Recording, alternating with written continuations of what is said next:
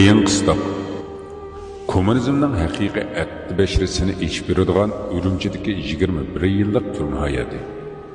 Bu asarda kommunizm iskanjisining qurboniga aylangan Uyg'ur yoshining, shundaqla uning musulmon oilasining kechirmishlari aynan so'zlangan.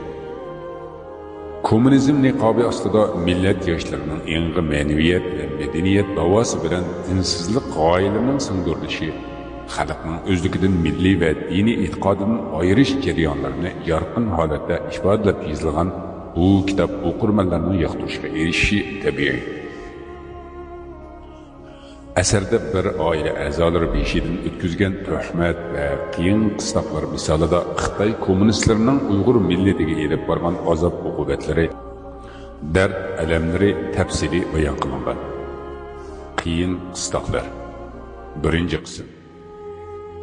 Urumchi shahriga yaqin bir kentda ota-onam, men va mendan 1 yosh va mendan 10 yosh cho'ng 2 akam Turg'un va Hoshim, ondan boshqa mendan 3 yosh cho'ng va 7 yosh cho'ng 2 ocham Gulqiz va Nilofar birlikda baxtli hayot kechiradi. Kentimizning havosi sof, atrofi tabiiy, yeşillik bilan to'lgan tinch yezi edi. Yomg'ir yoqqanda havoning furqi va tuproqning furqi o'zgarib ketadi. Hatta hayat bir hayattur degan hikoyani odamning esiga selib turadi. To'paning furqining o'rnini hech narsa bosilmaydi.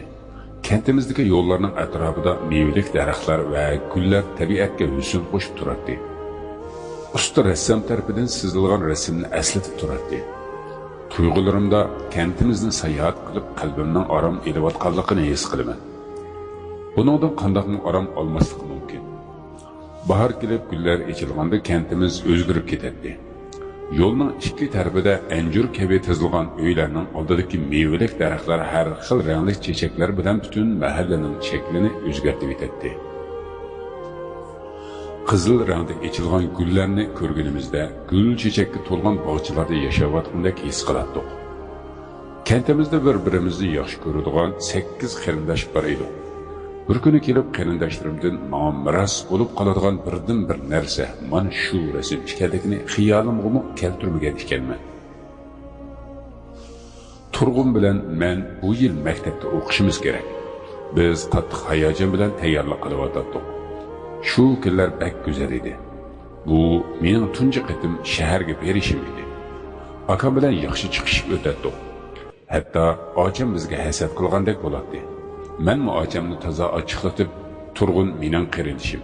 Ham akam, siz qizlar bilan qo'nchoq o'ynayotganingizda men uning bilan birga o'ynaydik deydi. Bir qatim men shundoq deganda Turg'un gapimni quvvatlab, "Ha, men uning aksi. Onunğa akrak qilishimga sening hasdin kelmasin malikam" dedi. Bir-birimizni bekli yaxshi ko'rardik. Go'yoki birimiz bo'lmasak birimiz yashay olmaydigandek. Dadam bizning inoqligimizdan zavq oladi. Go'yo ta'sirli filmdek bizni tomosha qiladi. Bizga ichidagi hamma gaplarni aytadi. Bugun bu imoningiz tufayli sizlar jon do'st bo'lgan bo'lsanglar, agar imoninizdan ayrilsangiz qarindosh ekanligingizni unutib ketasiz. Hatta qarindosh bo'lganligingizdan xijil bo'lib ketasizlar. Dadamning mushu gaplarini bak o'ylaydim. Men akamdan yoki ochamdan xijil bo'lishim mumkinmi? Ular mening jonlarim va bolalikdagi do'stlarim. Lekin dadam bu tuyg'uni bilmaydi. Ertasi kuni o'qishga mang'atdi. Mehribon onam yig'laydi va bizni suyatdi. Xuddi onam biz o'limga mang'andek ichinib yig'layotdi. Ananing yurki bolasi bilmaganini biladi. Bizning maktabga mang'adiganlik xabarimizni anglagan cho'ng ocham Nilofar bir bahonalarni tepib bizning uyga keldi. "Erta mang'adiganlikni rasmi?" deb so'radi. Men "Ha" degan edim. Uning ko'ngli bakma yerim bo'ldi.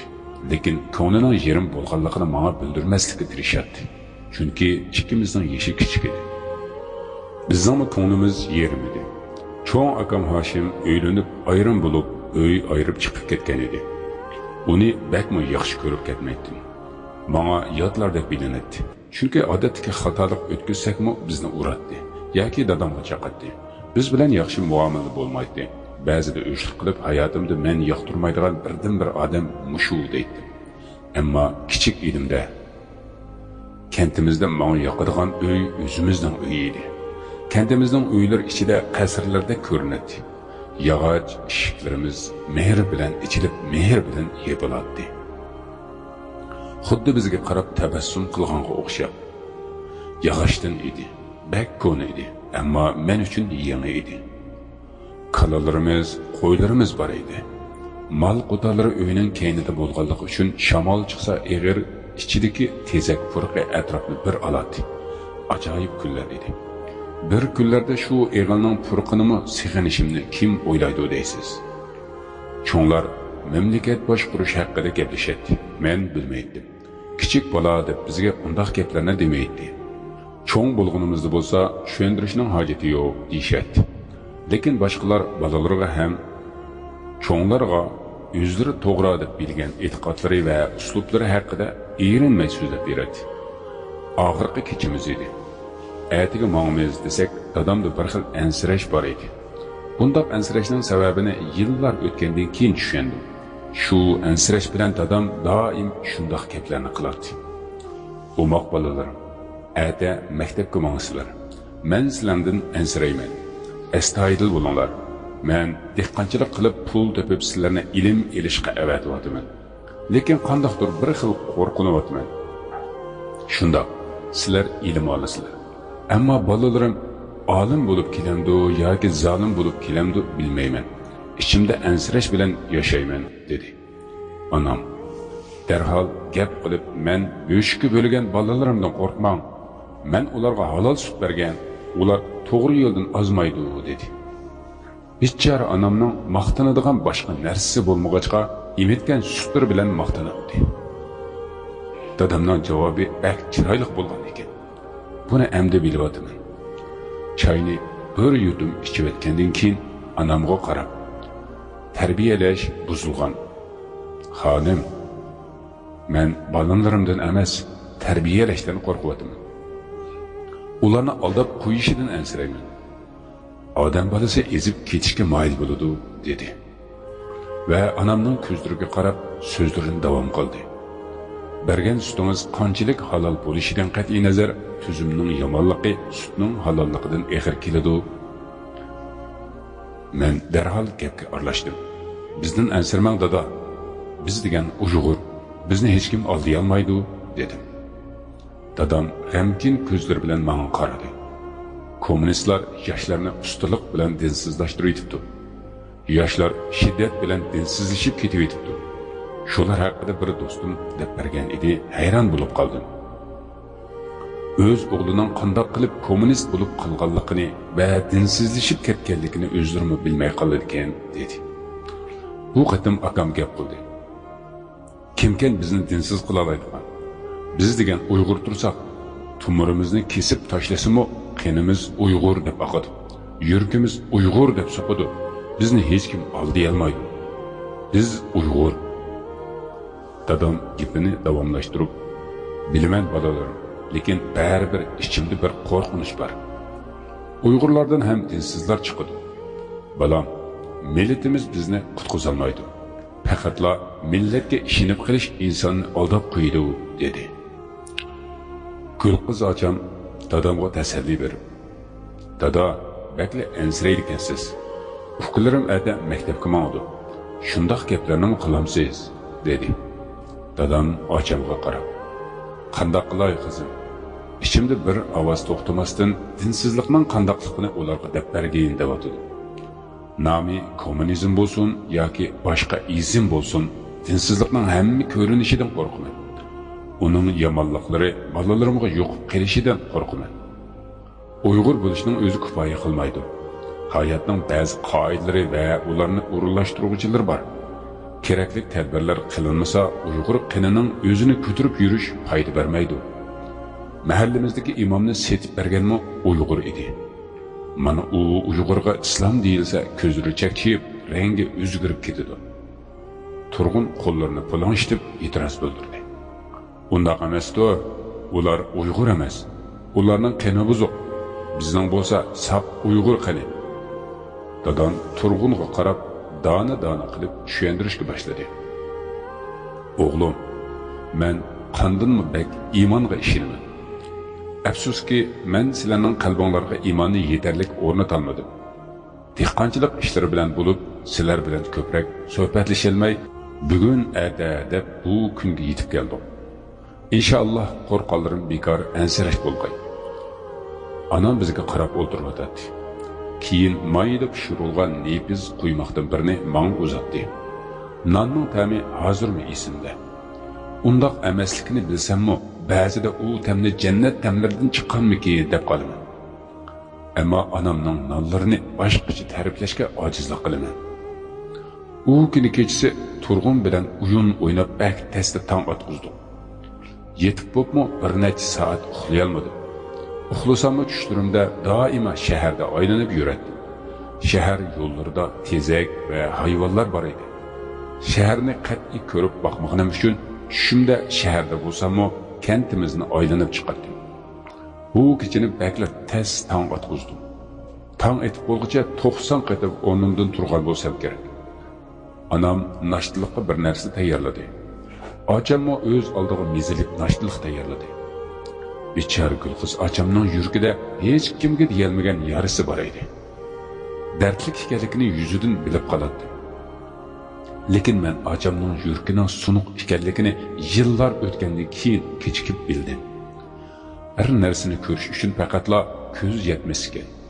Ilm, aql va hayot tajribasi kerak ekan. Nashtadan keyin yo'lga chiqish uchun tayyor bo'ldim. Uydan sirtqa chiqqandan keyin akam turg'un. Aparatimiz bor ekan, lekin oilaviy rasmimiz yo'q. Hammanglar kelinglar, rasmga tushimiz. Hammamiz bir yerga yig'ildik. Ammo bizni kim rasmga tortadi? Dedim. Sen rasmga tortqin, dedi turg'un. Yo'q, men yo'q rasmning nima keragi? Undaqda men rasmga tortay dedi turg'un. Men yo'q, sensiz tushgan rasmni men oilaviy rasm hisoblamayman dedim. Gulqiz acham so'zga qaytilib, nima bo'lsa men qiz bola, baribir oila a'zosi hisoblanmayman. Menga beringlar, men rasmga tortib qo'yay. Sizlar kulib turinglar dedi. Ah, jinim acham, naqadar chiroyli gap qilgan edingiz ha. Men u vaqtda gapingizni tushunolmagan ekanman. Acamning har doim chiroyi so'lg'in edi. Shuning uchun hozirgacha hasrat chekkan qizni ko'rsam, dardini tushunaman. Acam hasratning nima ekanligini menga o'rgatgan ekan. Avval u bizni rasmga tortdi. Keyin men uning bilan rasmga tushdim. Keyin turg'un. Akam soatiga tez-tez qarab qo'yadi. Acam dadamga qarab, "Siz qiz farzandim bilan o'g'il farzandimni ayirmayman degandingiz-ku, lekin meni o'qitmadingiz. O'g'illaringizni o'qitdingiz." Dadam yerga qaragan holda, "Men emas bu ayrilishni dinni tuzum qilyotidi. Malikam qizim, shu tuzum men kabi otalarning beshini egdirib, erkaklar bilan bir safda o'qitmaslikni targ'ib qiladi. Shuni bilib turib, amal qilmasam qanday bo'ladi?" Güzel qizim, bu tuzum bizni Alloh bilan o'zi orasiga tashlab qo'ymoqda. Xoliqning qil davatidir. Bizmi Allohni tanlayapmiz. Keyin ansirash bilan ko'zlarini ichib, "Bu gaplarni hargiz boshqalarga demanglar" dedi. Men acamga tasalli berish uchun, "Acha, bizni ansirma. Men o'qituvchi bo'lsam, birinchi bo'lib sizni o'qitaman. Biz o'qituvchi bo'lsak bo'ldi. Qanday farqi bor? Siz yoki men o'rin bo'lmasaqlar yaxshi o'rganamiz." Acam menga g'amkin ko'zlar bilan qaradi. "Farqi bor, lekin men nima qila oladim? Sizlarning o'qiyotganliklaringizni ko'rsammi, xushal bo'laman" dedi. Jinim onam bir meni bir turg'unni quchoqlab, har xil narsalar haqida eskartatdi. Botur, shir yurak o'g'illar, bir-biringlarga mening ko'zlarim bilan qaranglar. Shundalar bir-biringlarni xafa qilmaysizlar. Jinim onamning yuraklari qanchalik azoblangan bo'ldi-ya.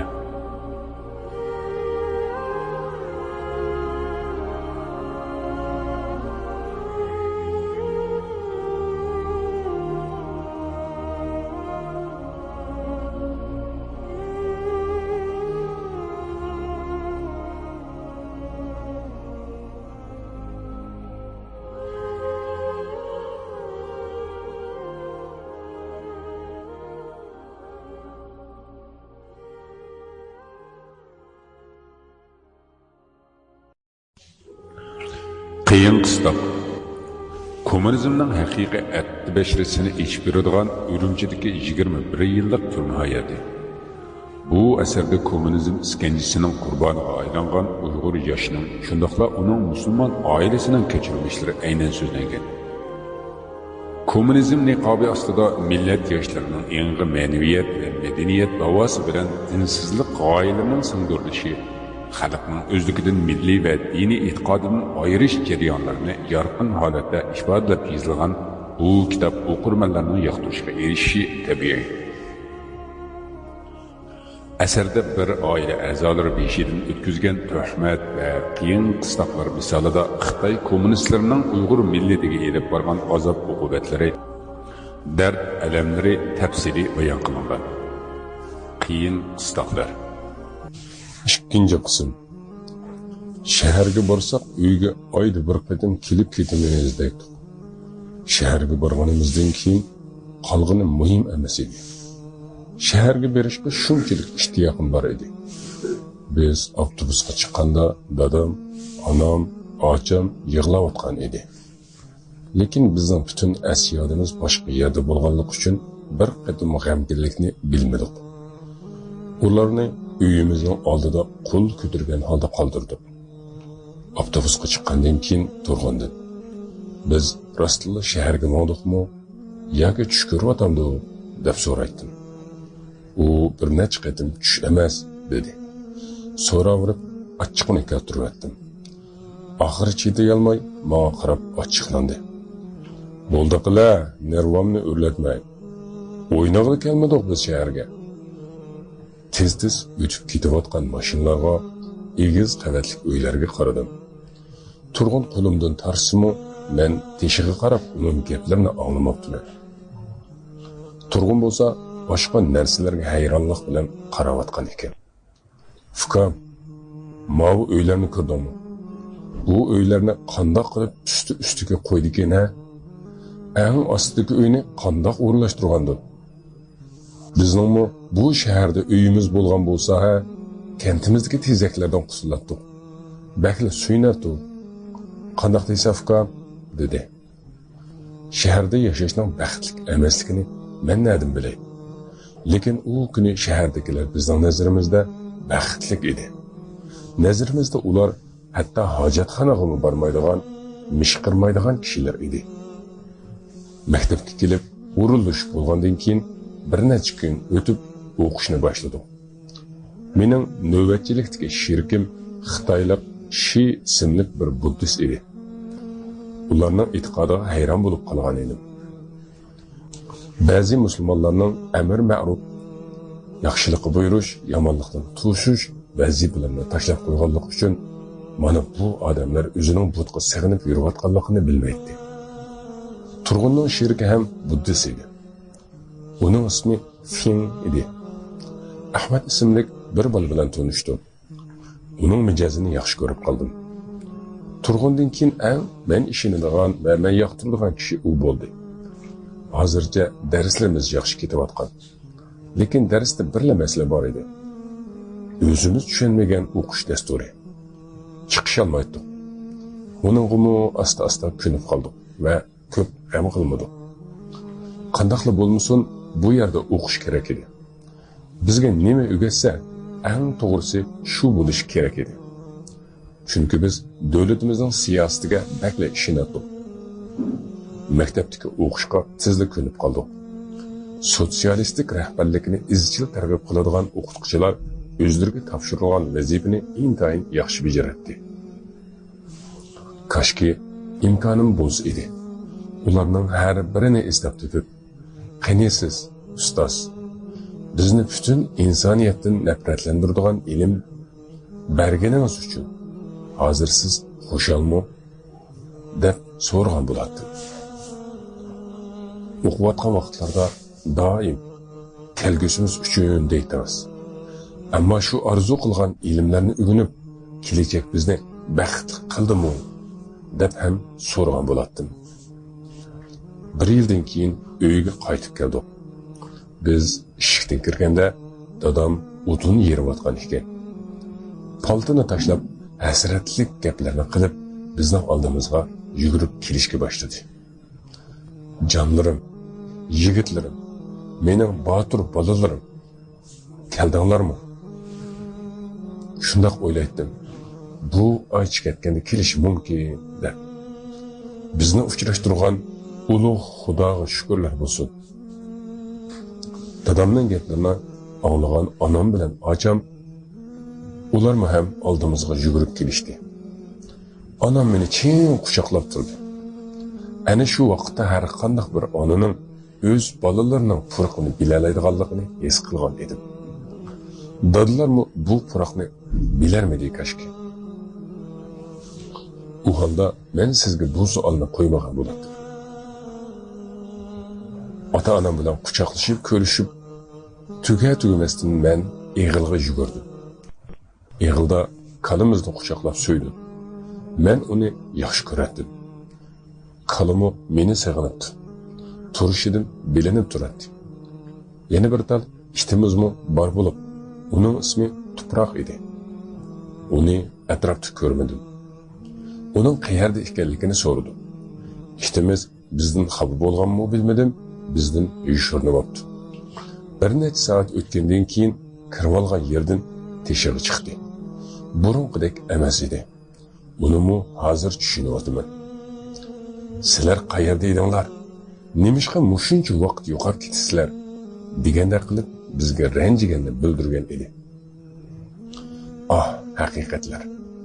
Bir kun kelib shu itni saqlanishimni kimmi o'ylabdi deysiz?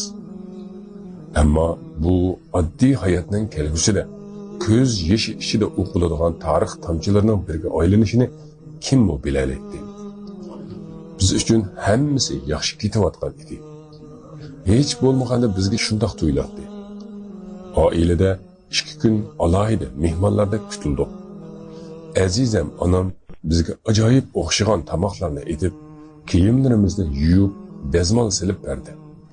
Hatto maktabga mangdiganda o'z qo'llari bilan chamdonlarimizga yuyilgan kiyimlarimizni joylashtirib berdi. Biz bo'lsak, akil rahimsiz va vafosiz bolalardan ekanmizdik. Hatta biz şu mehribon onamizga o'zimizning iç kiyimlarimizni yuydiribmiz. Hozir o'ylasam, bakmo xijil bo'laman. Maktabga boradigan vaqtimizda dadam yana shu burunqi gaplarni takror qildi. O'g'illarim, ehtiyot qilinglar.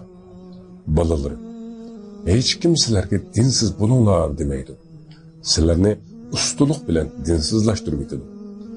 Ular avval sizlarga kitob berishdi. Keyin sizlar javob berolmaydigan savollarni so'rashib, fikringizni ikkilantirdi. Undan keyin ular sizlar xato qilganmi yoki qilmaganmi, buni o'zinglar bilolmaydigan holga tushirib qo'ydi. Buni shundoq ustuliq bilan qiladi-ki, nima bo'lganini, nimalarni qilib qo'yganliklarini o'zinglarmi bilolmaydigan holga kelib qolsizlar. Turg'un va men bu gaplardan zerikib ketdim. Dadamning bundoq deyishlardan to'liq zerikib ketdim.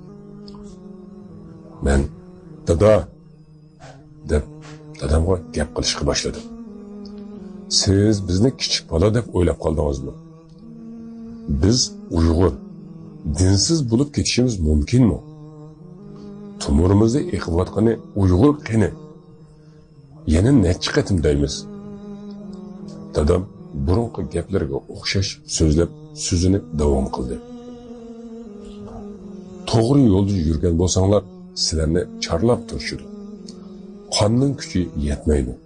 Faqatla Uyg'ur bo'lganliginglar uchun men to'g'ri yo'lda boraman deb o'ylashinglar butunlay xato. Erqinglarni suyinglar. Lekin Uyg'ur bo'lish bilan hamma narsa o'ngshilib qolmaydi. Bu qatim turg'un gap qildi. Dada, biz Xitoy zulmiga qarshi nomimizni yezib qo'ygan. Bizga dinsiz bo'linglar deyishga kimning muhabbi? Shundoq deganlarning eg'iz burunlarini sundirmaydiman dada. Dadamning so'zlaridan zirqiyotganligimizni bilgan dadam eshik oldida do'lab qo'yilgan o'tinlarning ustida o'ltirib gap qilishga boshladi. Bilaman, sizlarni zirqtirib o'tdim. Bolalarim, meni kechiringlar. Men G'o'ljidagi chaqda dinsizlik aqidasiga aylantirilgan yoshlarni o'z ko'zim bilan ko'rgan edim. Umoq bolalarim, dinsizlik bilan mansab birlashsa, insonni qandoq ahvolga tushirib qo'ydiganligini tasavvur qila olmaysizlar. Dadam ikkimizning chiroyiga illiq mehr bilan bir qarab o'tgandan keyin yana gapini davomlashtirdi. O'g'illar, oxirgi gapim shuki, dinsizlik insonni rahimsiz qilib tashlaydi. İnson o'zining tirisini qush qilib, boshqalarning go'shini shilib tashlaydi. Bularni hargizmi unutmanglar. Ikkimiz beparvolik bilan maktab yo'liga chiqib, avtobusni kutib atgan edik. Bu qatimmi onam bizga har xil narsalarni tayyorlab qo'yibdi. Ocham yenimizdan ketmagan edi. U ham bizga hasrat bilan qarab turardi. Shu arada uning yeniga berib, qulqiga asta pichirladim. Ocha, sizga bir gapni deymi? 2 yildan beri biror qatimmi sizga xat yozmagan odamni hamda aslashni qo'ying. Uni aslashni tashlang. Keyin o'zingiz pushaymon qilasiz. Ocham qizirib ketdi va chaqchaq qilib meni urib qo'yib, "Nadiga gapni qilmag'ina? Qarasini, jim bo'l. Kim senga gap qilishga ruxsat qildi?" dedi. Biz avtobusga chiqqandan keyin cho'ng ocham Nilofarmi kelgan ekan. U qo'llarini egiz ko'tarib, men bilan barmoqlari orqali xo'shlashayotgan edi. Tekrar o'qishni boshlaganimizda biz oldinqidek edik. Ammo bizga tuzilgan kitoblar ilgirkiga qat'iy o'xshamaydigan bo'lib, butun darslik yili mekrlar bilan to'lgan ekan. Biraylan Turg'un bilan menga bir til roman berishdi. Aslida u romanni o'qituvchimiz bergan ekan. Lekin uni o'zining qo'li bilan emas, saboqdishimizning qo'li orqali beribdi. Birinchi roman oddiy bo'lib, bizga bakli yoqqan edi. Keyin biz yana roman so'rgan edik, yana berishdi. Ularni ham o'qib tugatdik. Ikkinchi eyimiz roman o'qish va o'zaro bas munozaralar bilan o'tdi. Keyin bizni sayohat qilishga elib chiqishga boshladi. Biz tog'larni, qadimiy yodikorliklarni aylanatdik. Ammo uning orqasida bizga qilingan to'zoq borligini xiyolimizga keltirmabdik. 3-4 oy o'tgandan keyin xuddi bizga ular cho'nglarga o'xshash salomlarni qilishib, javoblar berishga boshladi.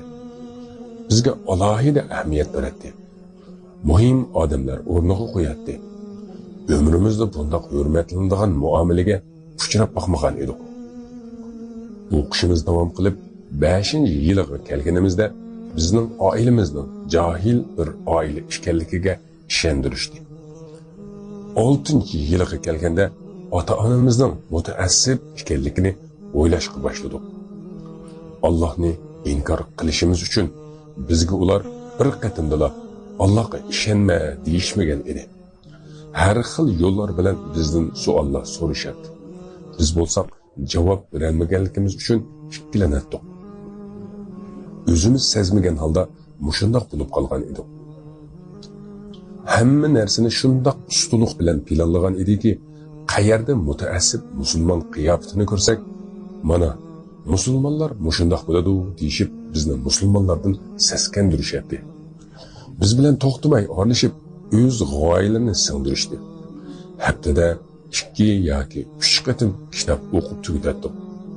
1 yildan keyin biz Alloh va dinni tunimas holga keldik. Biz buni oilamizdan yushirib kelgan edik. Qanday qilib biz Allohni tunimas holga kelib qoldikki?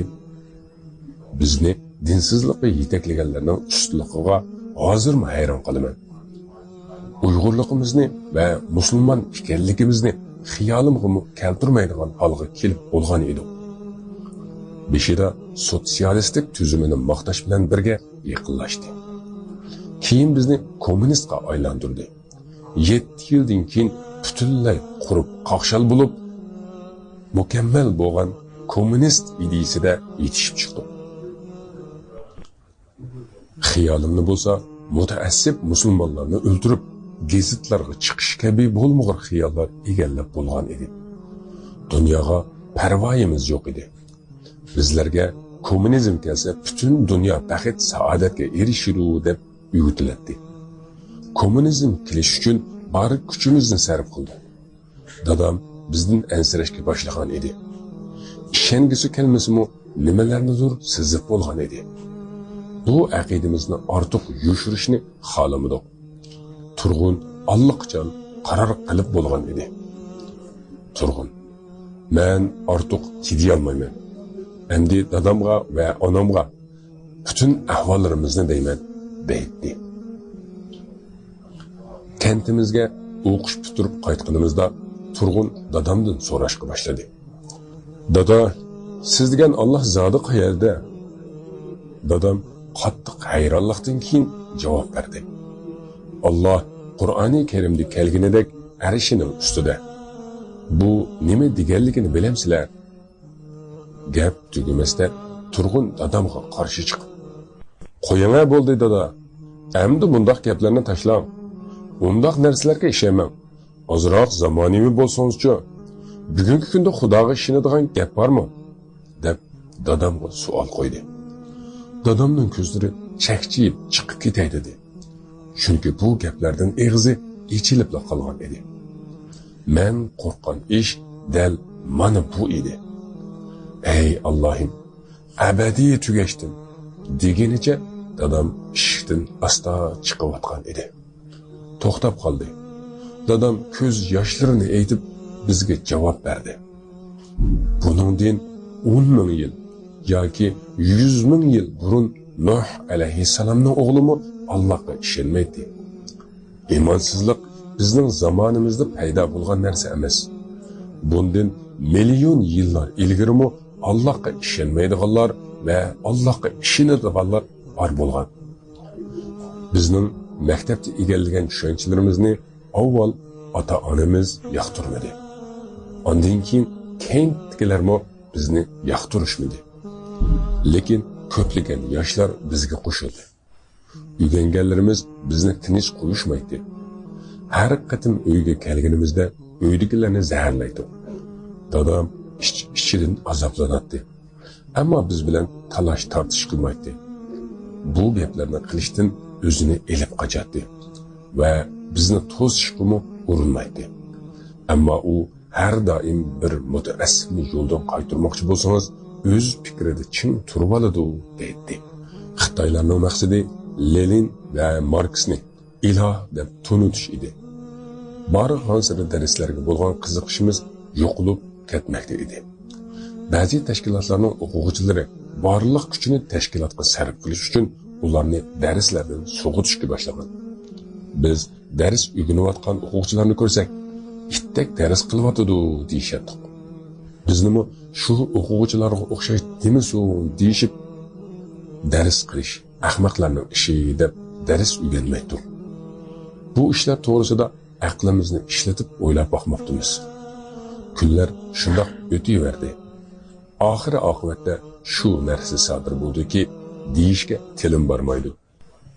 Chunki biz dadamizdanmi nafratlanadigan holga kelib qolgandik. Uyga borganimizda dadamizning yuziga ham qaramaydi. Bir qatim 5 oy o'tib ketgan bo'lsa-mu, uyga bormadik. 5 oydan beri onamga bo'lgan sig'inishni his qilmadik. Chunki bu vaqtda biz uchun ota-ona hech kim edi. O'zimizcha dunyoni radikal dinlardan qutqizmoqchi bo'lgan edik. Ya'ni islom dinidan.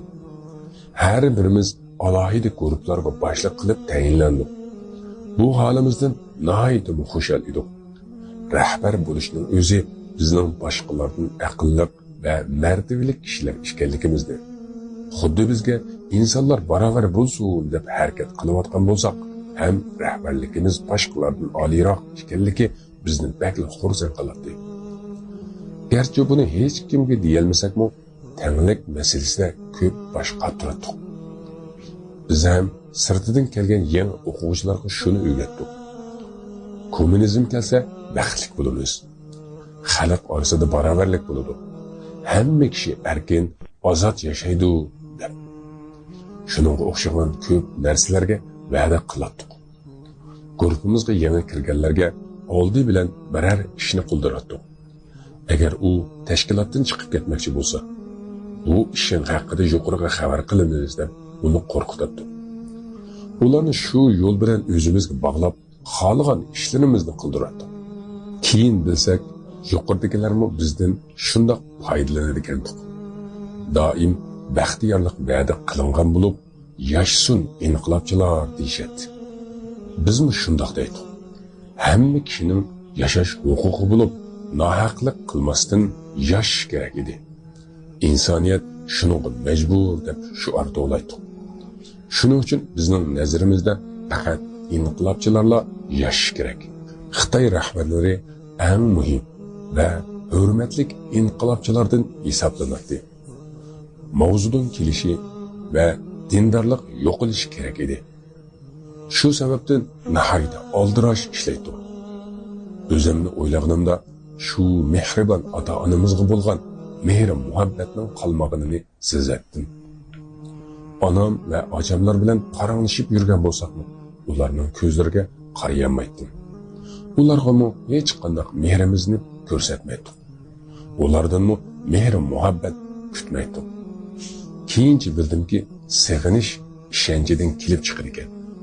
Keyingi kunlarda oilamizga nisbatan seg'inish u yoqda tursin, hatto dadamizdan nafratlanishga boshladik. Dadamga qarshi chiqqanimizda qahramonlik qilyapmiz deb bilardik. Hatto bizga inqilob uchun dadanglarni o'ldirishdan yanmaysizlar deb o'rgatgan edi. Bechora dadam qayg'uradi. Lekin bu ishlar bizning parvoyimizga kelmaydi. Hatto bu sababdan dadamni onamni yoqtirmas holga keldim. Har ikkisi menga xatarlik odamlar qatorida ko'rinadi. Hay Allohim, nafratning oxiri ajoyib qo'rqinchli bo'ladi ekan. Dadam bizni ba'zida Allohga da'vat qilmoqchi bo'ladi-yu, bu kommunizmchi fikrlarni ko'rib bakla qayg'uradi. Mening yatoqdishim Shimo kommunist bo'lgan edi.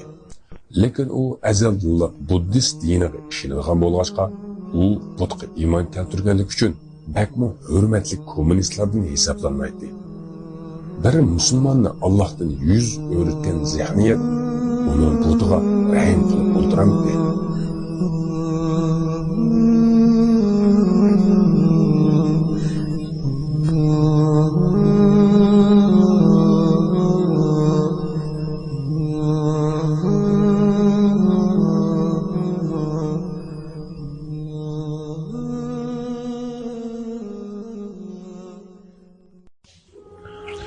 Qiyin qıstoq.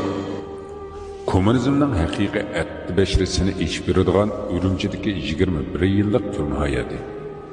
Bu asarda kommunizm iskanjisining qurboniga aylangan Uyg'ur yoshining, shundaqla uning musulmon oilasining kechirmishlari aynan so'zlangan. Kommunizm niqobi ostida millat yoshlarining yangi ma'naviyat va madaniyat davosi bilan dinsizlik g'oyalarining singdirilishi, xalqning o'zligidan milliy va diniy e'tiqodidan ayirish jarayonlarini yorqin holatda ifodalab yozilgan bu kitob o'qirmanlarning yoqtirishiga erishishi tabiiy. Asarda bir oila a'zolari beshidan o'tkazgan tuhmat va qiyin qistoqlar misolida Xitoy kommunistlarining Uyg'ur millatiga elib borgan azob-uqubatlari, dard alamlari tafsili bayon qilingan. Qiyin qistoqlar.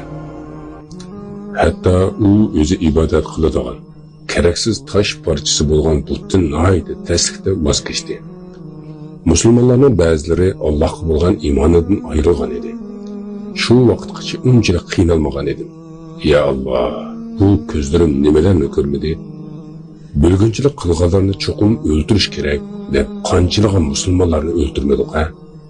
Hatto shu vaqtda inqilobchi bo'lmagan har qanday odam o'lgunchi deb qaraladi. Biz bo'lsak yashash bizning haqqimiz, bizdan bo'lmaganga o'lim bo'lsin. Yashash uchun o'ldirsan, agar o'lishing kerak bo'lsa, bu yashatmagan uchundir. Qarang'u dunyo cho'qim aydon bo'ladi. İnsaniyatning baxti kelgusiga qarab mangdi degan g'oya bilan yashaydi. 1949-yil edi. Bir kuni deganda Mavzudonning inqilobli kommunistik partiyasini e'lon qilganligini angladik. Bu kuni biz uchun aqlimizning ozg'on kuni edi. Bu haqiqiy aqldan ezish edi. Hatto xushalligimizdan turg'un ikkimiz bir-birimiz bilan quchoqlashib, uzoq yig'lashdik. Chunki ikkimiz orzuyimizga erishgan edik. İnqilobdagi maqsad amalga oshgan edi. Endi baxtlik yashash fursati kelgan edi. Lekin bu vaqtda ota-onamizni yo'qotib bo'lgan edi. Shundaqdimi baxtni izlayotdik. Xitoyga kommunizm kelsa Turkiston ikkiga bo'linadi degan gaplarni anglaydik. Shu sababdan G'arbiy Turkistonni ruslar, Sharqiy Turkistonni Xitoylar egallash kerak edi. Bizning tuproqlarimiz ularning o'ljisiga aylangan. Xohlagan bir ish qilib, xohlaganini qila oladi. Agar biror kishi ularga qarshi ovozini chiqarsa, shu hamon o'ldiriladi. Bu vaqtlarda biz uchun odam o'ldirish, qush o'ldirishdan oddiyroq edi. Dinsizlik va mansabparastlik birlashsa, inson qorg'uga aylanib qoladi ekan. Ko'z oldimizda Turkistonlik musulmonlar o'ldiriladi va bu bo'lguncha itlar yurtimizni setib berdi, shu ularni o'ldirdik degan nutqlar bilan xalqni shunga ishontirdi. Afsuski, ular musulmon bo'lganlik uchun o'ldirilgan. Biz bo'lsak, ular degan vatan xoinlari deb yolg'on gaplarni qilishadi. Biz u gaplarga saranglarcha ishondik. Ey Allohim, shu vahshiy kunlarni qandoqmi o'tkazgan bo'lg'aydim-a? Masjidning imomini o'ldirganda boshliqimiz munbarga chiqib, ey insonlar, bu imom tavutning ichida Qur'on va yurtimizga qarshi hiyla-mekarlarni yushiribdi. Biz uni bayqab, uni qo'lga oldik. Shuning uchun bu vatan xoini bo'lguncha itni jiddiy o'ldiribdi degan edi. Nomussizlar, yolg'on va bo'htonlarni oldin o'ylab qo'yishgan. Hech kim islom diniga ziyon yetkazmaydi. Hech kim Uyg'urlarning bir tal tukugini chiqara olmaydi. Uyg'urlar mustaqildir. Ular ruslarning boshqurishi ostida bo'lmaydi. Umuman qo'rqmanglar, biz bor deb shuar to'lishadi. İşte balaları, kaşki şunun bilen kupaylangan bo'lsa edi. U imom asli ajoyib yaxshi inson ekan. Ammo uydurma varaqlar bilan Qur'onlarni tavutga o'zlari serib qo'yishib, xalqqa yolg'onni rost qilib ko'rsatishgan edi. Bizmi bu xabarni anglaganimizda bo'lguncha itning bolasi vatan setishning nimaligini bilib qoladi deb uning o'limiga suyingan edi. Asli vatan satqullarni o'zimizga do'st qilibdimiz. Biz ularni sabdishimiz deb qarabdimiz.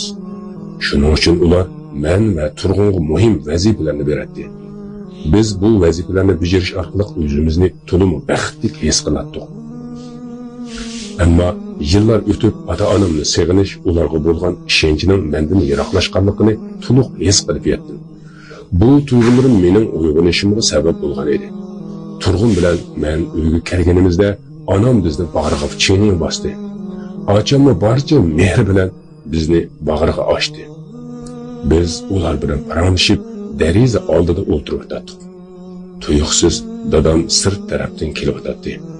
Turg'un menga qaradi va ko'zini qisib turib, dadam haqida o'lmog'ur gaplarni qilishga boshladi.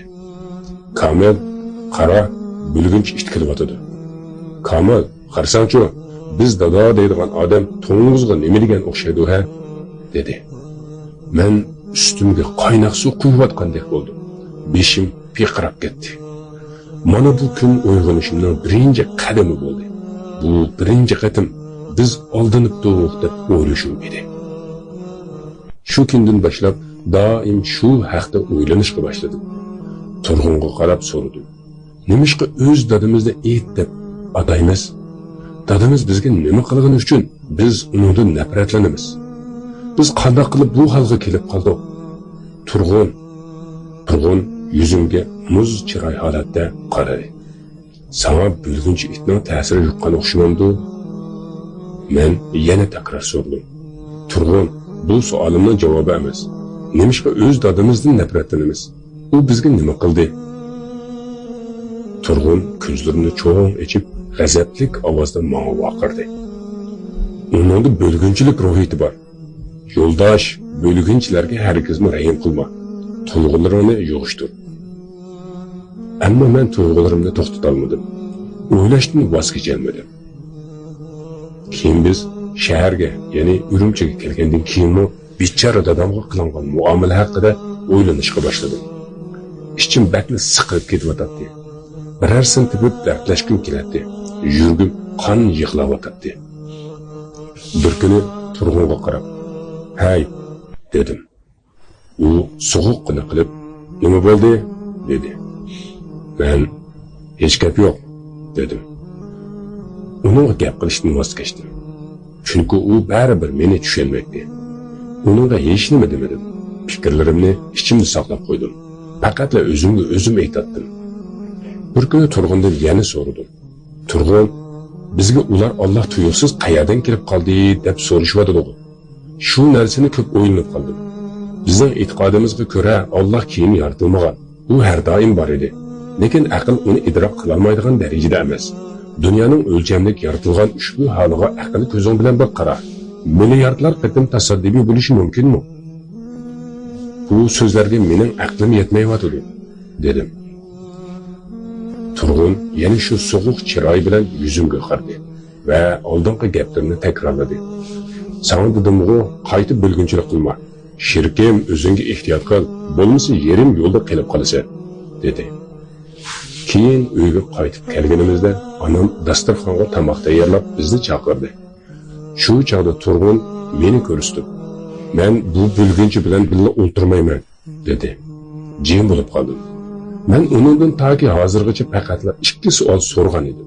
Ammo u 2 savolim uchun meni bilgunchi va buningdan keyin men uning bilan bir dasturxonda o'ltirmayman deb aytdi.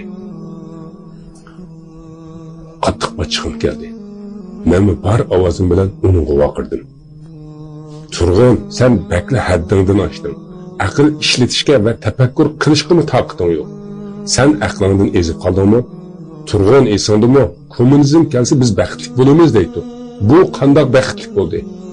Sherikim bo'lgan o'z akamdimmi xiyolimga kelgan savolimni so'ray olmasam, bu qandaymi hurriyat bo'ldi? Turg'un, bu ishda bir xatolik bor. Biz uyg'onishimiz kerak. Afsus, biz aldandik. Bizni baxtli qiladigan hamma narsani qo'limizdan tortqizib qo'ydik. Hatto dadamizga bo'lgan muhabbatimizgacha. Inson buningsiz qandaymi baxtli bo'ladi? Acaba bular sana to'g'ridek tuyuladimdi? O'tinay, Turg'un, azroq bo'lsin o'ylab boqdin. Turg'un so'z qildi. "Menga aql o'rgatishga urinma. Sen bu fikring bilan xoin bo'lgunchi bo'lasan. Aqlingni topqin. Bundaq itlik qilma. Keyin nima bo'ladi?" Bu qatim so'g'uq Alloh bilan gap qildi. "Endi menga qarshi so'z qilib ochiqimni keltirsang, seni vatan xoini deb o'z qo'llarim bilan ularga tutib olib berman", dedi. "Rostli shunday qilamsan?" "Qilaman. Vatanim uchun, millatim uchun hamma narsani qilaman." U to'g'ri aytgan edi.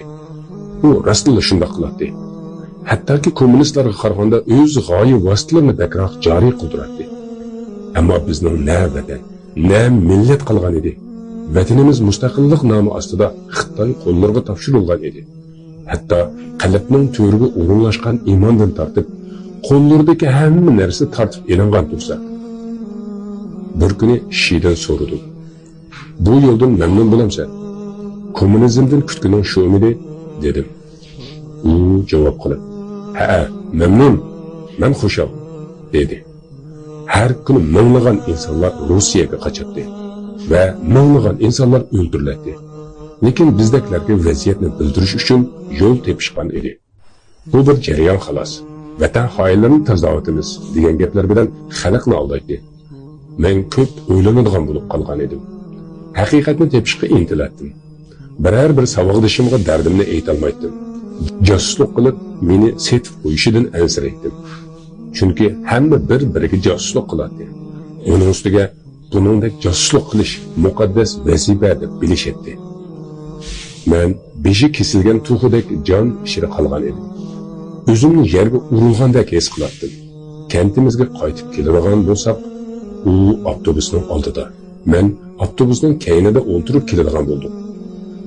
Men bilan bir qadammi ayrilmaydigan akam Turg'un 2 savolim uchun men bilan ko'p gaplashmaydigan bo'lib, ko'zimga qarashdan ham o'zini chetga oladigan bo'lib qoldi. Bu qatim dadamga qattiq ichinishga boshladim. Aql ko'zlarim bilan dadamni kuzatdim. Dadam bizdan qo'rqib qolgan edi. İçeri dadam öz balalardan endi korkuvatatti. Çünkü o uxlagan vaqtimda yoki yolg'iz qolgan vaqtimda balalarim meni o'ltirib qo'ydi deb qo'rqatdi. Shuning uchun doim tadbirlik harakat qilardi. Ah, bechora dadajonim. Musulmon bo'lishdan boshqa aybi yo'q edi u. O'qishga avatilgan farzandi bo'lsa, uning yillardan battar ejderha qilib avatilgan edi. Dadamga shunchalik ichim og'riydi-ki, turg'un ko'rmaydigan biror joyni tepib, hamma narsani uning deyishni va o'zimning bu yo'ldan qaytganligimni uning aytib bermoqchi bo'ldim.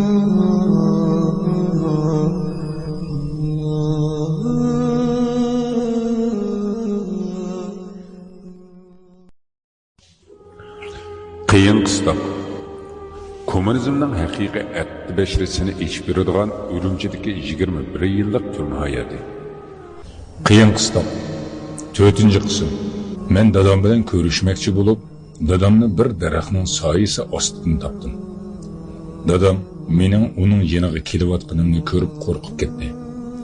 Chunki dadam bolalarining kommunist Xitoylar tarafidan bulg'uni, hatto meni o'ldirdi deb o'ylaydi. Bir dada qandoq qilib o'z bolalaridan shunday qo'rqadigan ahvolga kelib qoldi. Ey Allohim. Dadamning shu kuni menga qargan ansiz qarashlarini hargiz unutay olmayman. Bechora dadamning chiroyi tadirib, men tasavvur qila olmaydigan holda qo'rqinchda edi. Dadam joyida o'ltirgan peti ko'zlari chiqib ketay degandek ansirash bilan qarab menga gap qildi. Jon bolam, bizni mushinchola ig'ir ahvolga akelganlar ikki dunyo xor bo'lsin. Menimcha sen meni o'ldirish uchun bu yerga kelding. To'xta o'g'lim. Agar haqiqatan meni o'ldirmoqchi bo'lsang, tahorat edib 2 rakat namoz o'qib olay. Onda meni o'ldirgin. Kichkimda bir hikoya o'qigan edim. Bir bola dadasiga sizni o'ldirmayman deb dorga elib beribdi. Dadasi bolasiga aytib, to'xta o'g'lim. Agar rostilla meni o'ldirmoqchi bo'lsang, 2 rakat namoz o'qib olay. Men namozni tugitib, o'ng tarafimga salom berib bo'lib, so'l tarafimga salom berganimdan keyin, ondan meni o'ldirgin debdi. Bolasimi dadasining talabiga binoan ma'qul bo'lib kutib turibdi. Dadasining namozi tugaganda, dadasining degani bo'yicha so'l tarafiga salom berganida uni o'ldiribdi. Dadam bu hikoyani aytayotganda ko'zlaridan yoshlar taramlab oqatdi. Dadamning gaplarini anglab hayronligimdan turib qoldim. Dadamni bundoq o'ylashga nima majbur qildi, bilmadim.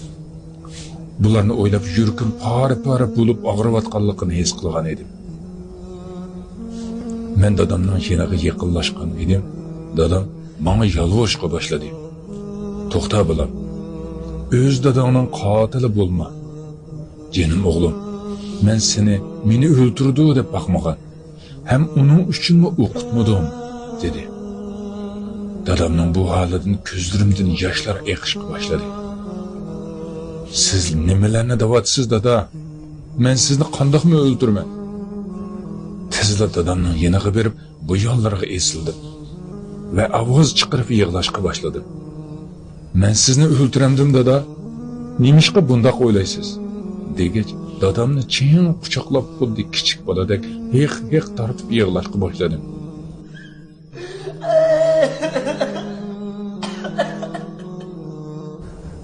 Ular bizni oldi dada. Biz ularga aldandik. Bizni ular to'zoqqa tushirdi.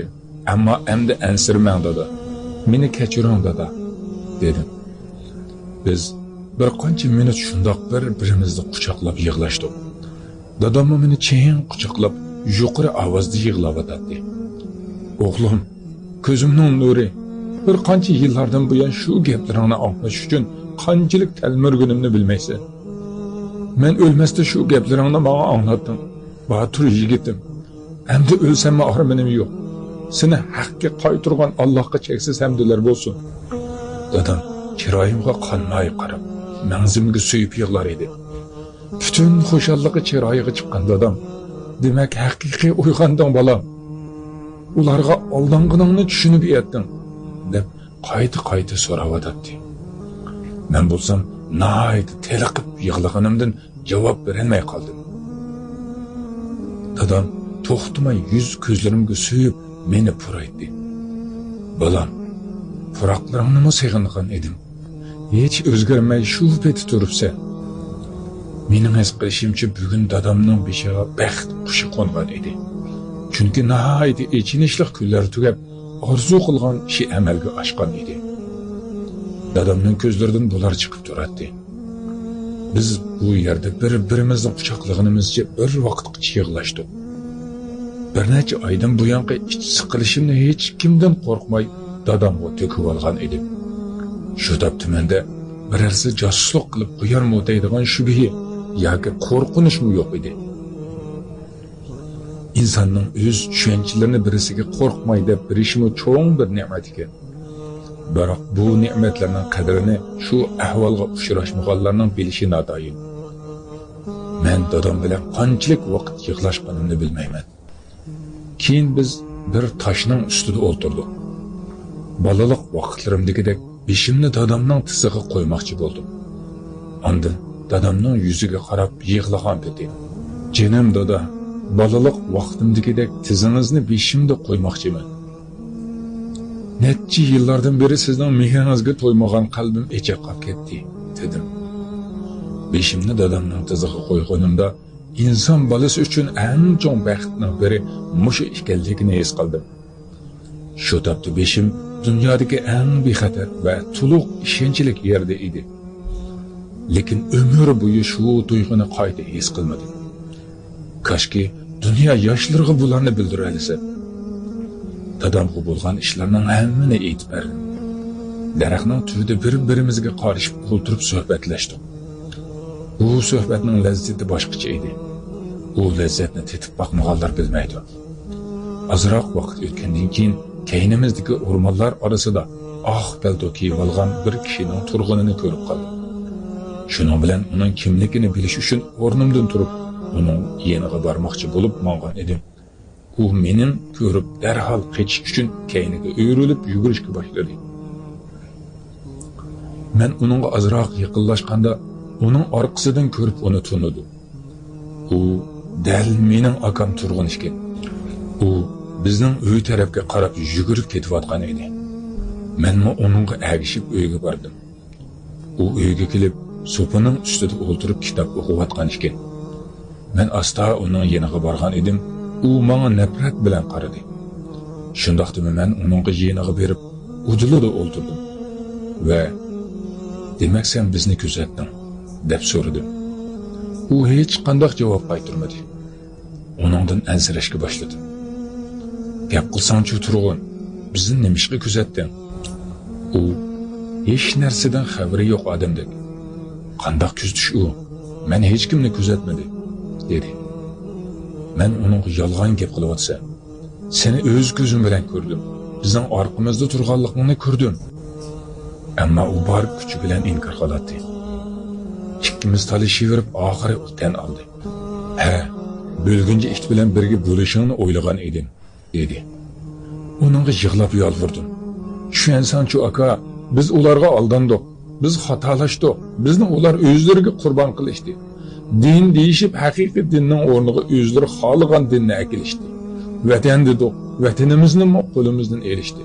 Hatto bizni o'z millatimizga dushman qildi. Dadamizdan, onamizdan ayirib etdi. Atrofimga bir qara turg'un" dedim. Yuzimga nafrat bilan bir qarab etgandan keyin menga haqoratlarni yog'dirishga boshladi. "Yaramas xoin, it bo'lguncha. Hozirmi menga gap qilyapsan?" deb qattiq vaqirdi. Nima deyishimni bilolmay turib qoldim.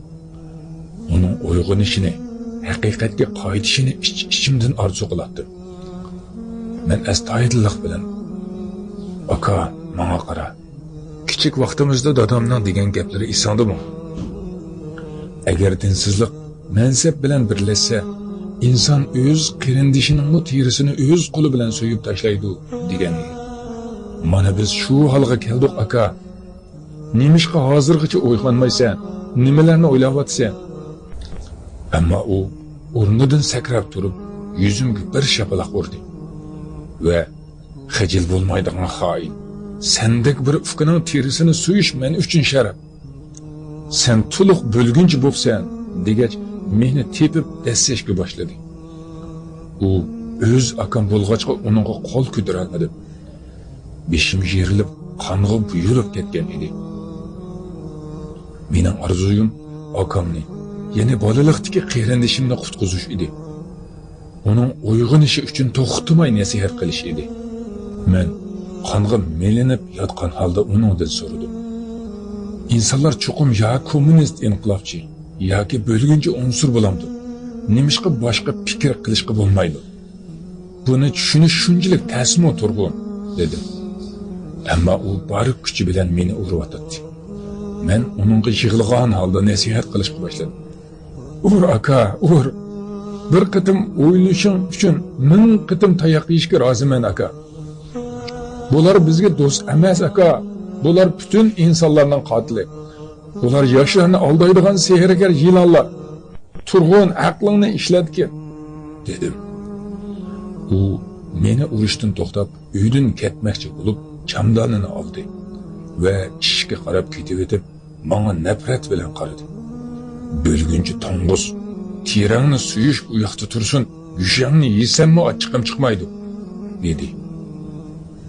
Ondan ishni tepib ichib chiqib ketdi. Shundan keyin uni bir necha yil ko'rmadim. Bir kuni uyimizga cho'ng akamning ayoli kelgan edi. 5 yoshli o'g'li bilan qo'lida 2 oylik bo'g'i bor edi. Onam o'yladi bizga tamoq qilayotgan. Men jiyanim bilan birga o'ynayotgan edim. Tuyuqsiz ishkimiz oldida mashinaning to'xtagan ovozi anglandi.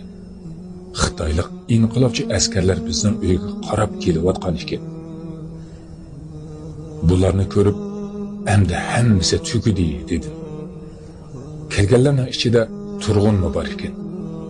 U bizga xabar berib, bular meni elib ketishga keldi, dedi. U mening teramni o'zi so'ymadi, lekin boshqalarga so'ydirdi. Kelganlar taxminan 10 kishi edi. Oldi bilan dadamni chaqirishdi. Dadam qo'rqqan holda keldi. Ularning ichidan biri g'azab bilan gap qilib, "Sen hozirmi islom davosini qilyapsan? Bu rasmo?" Ocham keynimda. Onam o'ltirgan joyida. Hammamiz hayron bo'lib dadamga qaradik. Bu dadam uchun eng chong imtihon edi. Chunki dadam Allah yoki kommunistni inkor qilishi kerak edi. Islomdan voz kechdim desa, Allohga xiyonat qilgan bo'ladi. Shundoq, hozirmi islomda desa, jeni ketadi. Dadam menga qaradi. Dinimiz nima degan bo'lsa, shuni deng dada. Bu ablahlardan qo'rqmang, degim keldi-yu, jur'at qilolmadim. Iymon kuchlik bo'lmasa, qo'rqinch shuncha kuchlik bo'ladi ekan. Dadam hech narsa demay bir oz turib qoldi. Kommunist itlardan biri kelib, dadamning chiroyiga qo'lidagi tayoq bilan qattiq birini urgan edi. Bechora dadam "Voyjon!" deb vaqirab ketdi. Onam bilan ocham vaqirab dadamning yeniga yugurib bordi. Dadamning burni sunib, eg'izidan qon eqiyotgan ekan. Kommunist dadamga qarab, "Eda, islommi yoki bizmi?" degach, dadamni yana urishga boshladi. Dadamni qutqizish uchun ularni to'smoqchi bo'lgan edim. 2 kommunist kelib, qo'llarimdan tutib oldi va 3-chi biri kelib meni urishga boshladi. Bo'lgunchi itning bolasi, demak senmi inqilobga xiyonat qilding? Texi bizga qarshi chiqyapsan, deb og'ziga kelgan so'zlar bilan tillayotgan edi. Ondan onam bilan ochamni silkishlab tiladi. Yengam bir burjakda quchqidagi bolasi bilan qo'rqib o'ltiradi. Ularning biri askarlarga buyruq qildi. Ayollarni poyezdga selib, birini shimolga, birini janubga, yana birini sharqqa avatinglar. Bu joylarga mengi qaytib kelamisin. Bir-birlarini mengi ko'rolmaydiganligini bilishsin, dedi. Ular dadam bilan meni shu o'rnimizda tutib turadi. Ularning boshlig'i gap qilib, "To'xtanglar, bularga ajoyib qiziq o'yin qo'yib beramiz." Ondan yengemning keyniga o'tib olgan jiyanim Xolidni tortib yenida turg'izdi. Kommunistlardan biri o'yinni shu bola bilan qo'yamdi degan edi. Yo'q, buni cho'ng qilib o'zimizga sherik qilamiz dedi. Shu paytda yengemning quchqidagi bovoq yig'lashga boshladi. Orasidagi bir it yengemning quchqidagi bovoqni elib yerga cho'rib tashladi. Bola tiliq qiyqirib yig'layotdi. Yana shu it gap qilg'ach bovoqning yeniga yaqinlashdi. Yig'lama bo'lguncha itning bolasi hozirla oxiratga ravon bo'lsa, u kommunist it dadamga qarab, "Menga yaxshi qara, to'ng'iz" deb vaqirdi. Anam bilan yengem dod faryod qilib vaqirishayotgan edi. U ikkisini tepib urgandan keyin eg'izlarini boqlashdi. Men bilan dadamni nihoyat qattiq urib azoplash bu haromiylarga xushalik edi. Bu mehnat Xitoy yerdagi bovoqning beshiga ich og'ritish degan tuyg'u qat'iy yo'q holatda dastlashga boshladi. Bovoqning qiqirab yig'layotgan ovozi asta-asta chiqishni to'xtadi.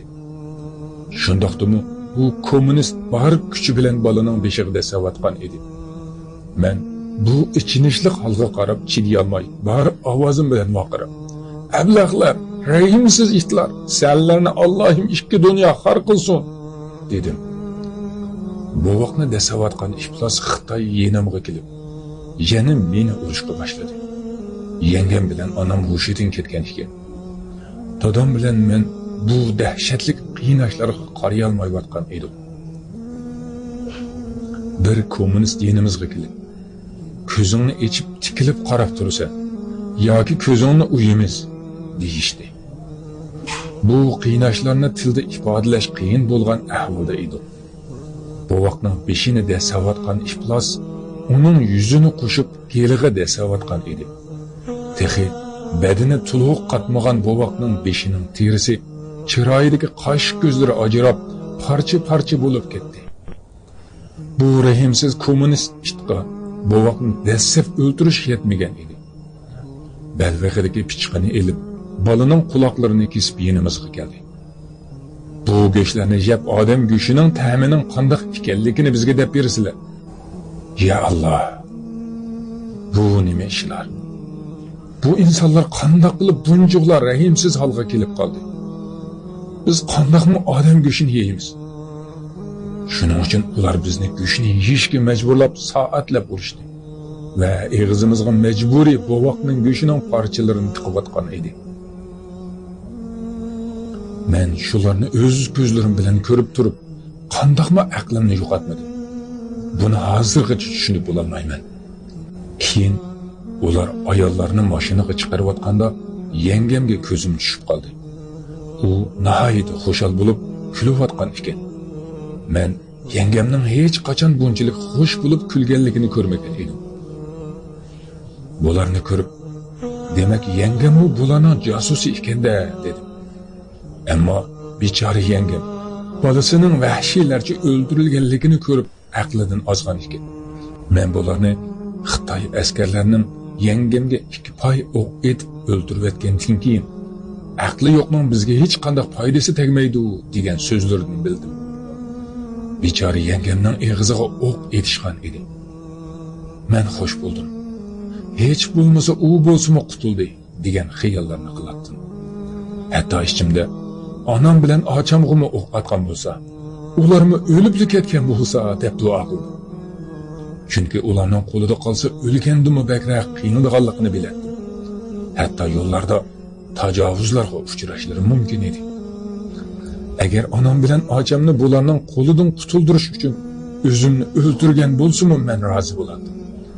Bechora onam bilan ochamga hech qanday yordam qila olmadim.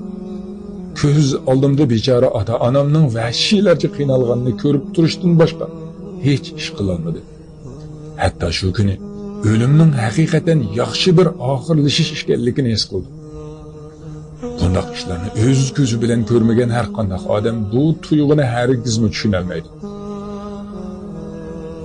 Ular onam bilan ochamni so'rgancha elib berib mashinaga chiqardi. Bechora onam ovozining boricha vaqiradi. "Kamil, Bizni qutqazgin o'g'lim. Bizni qutqaz. Qutqizgin meni, deydi. Sizga qaysi so'zlar bilan shu kundagi azobli tuyg'ularimni tushuntirib bera olmayman. Yo'q.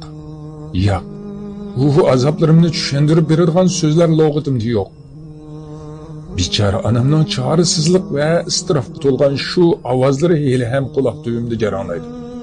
Har kuni o'zimni qarg'ayman. Kamil, meni qutqiz bolam. Qutqiza olmadim. Jinim onamni qutqiza olmadim. Ko'z oldida tomoshabin bo'lib turdim. Ana shu kuni jahannamning bo'lganligi uchun suyundim. Bularga jahannamdan boshqa munosib joy bormi? O'lgandan keyin jahannam yo'q deydiganlar. Bu odamlarning jazolanishini xohlamaydiganlardir. Kashki men ko'rgan narsalarni ularmi ko'rsa, ularningmi jigar parlarining jonlari ko'z oldida ilinsa, ular bu zolimlarga nima deyishgan bo'lar edi ha? Men shuni jazm qilib ayta olaymanki, jahannamni yo'q deyishayotganlar albatta bular uchun jahannamni yaratdin deb Allohga yolvorishgan bo'ladi. Anam bilan acamning eg'izlari tiniqliq holda mashinaga so'rab elib ketilgani uchun acam menga ko'zlar bilan yolvoradi. Sizni qutqiza olmadim acam. Hozirmi hayotmisiz? Buni bilmayman. Agar yashayotgan bo'lsangiz, menimmi yashayotganimni bilsangiz, bir-birimizni topsak, tuyub quchoqlashadi. O'tgan kunlarimizning hasratini chiqaradi. Balkim yuzlaringizga qo'riq tushib ketgandir. Lekin ko'zingiz qirimagani uchun ko'zingizga birla qarab sizni tunib olaman. Qarashlaringizning g'amkinligi qat-qatlab oshgan bo'lsin. Ko'zlaringiz yepilib ketgan bo'lsin. Baribir men sizni tunayman aka.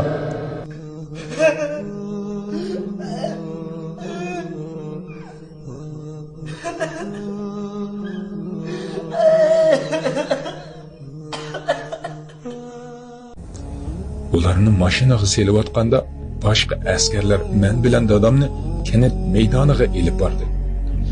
Butun kanatdagilarni shu maydonga yig'ibdi. Dindorlardan nafratlanish tuyg'usini uzoq vaqtlardan beri singdirib kelganligi uchun dindorlar haqida yomon gap tarqalsa, xalq tezla ishinib ketadi. Kommunist tuzumi go'yoki farishta. Dindor musulmonlarni yilon qilib ko'rsatdi.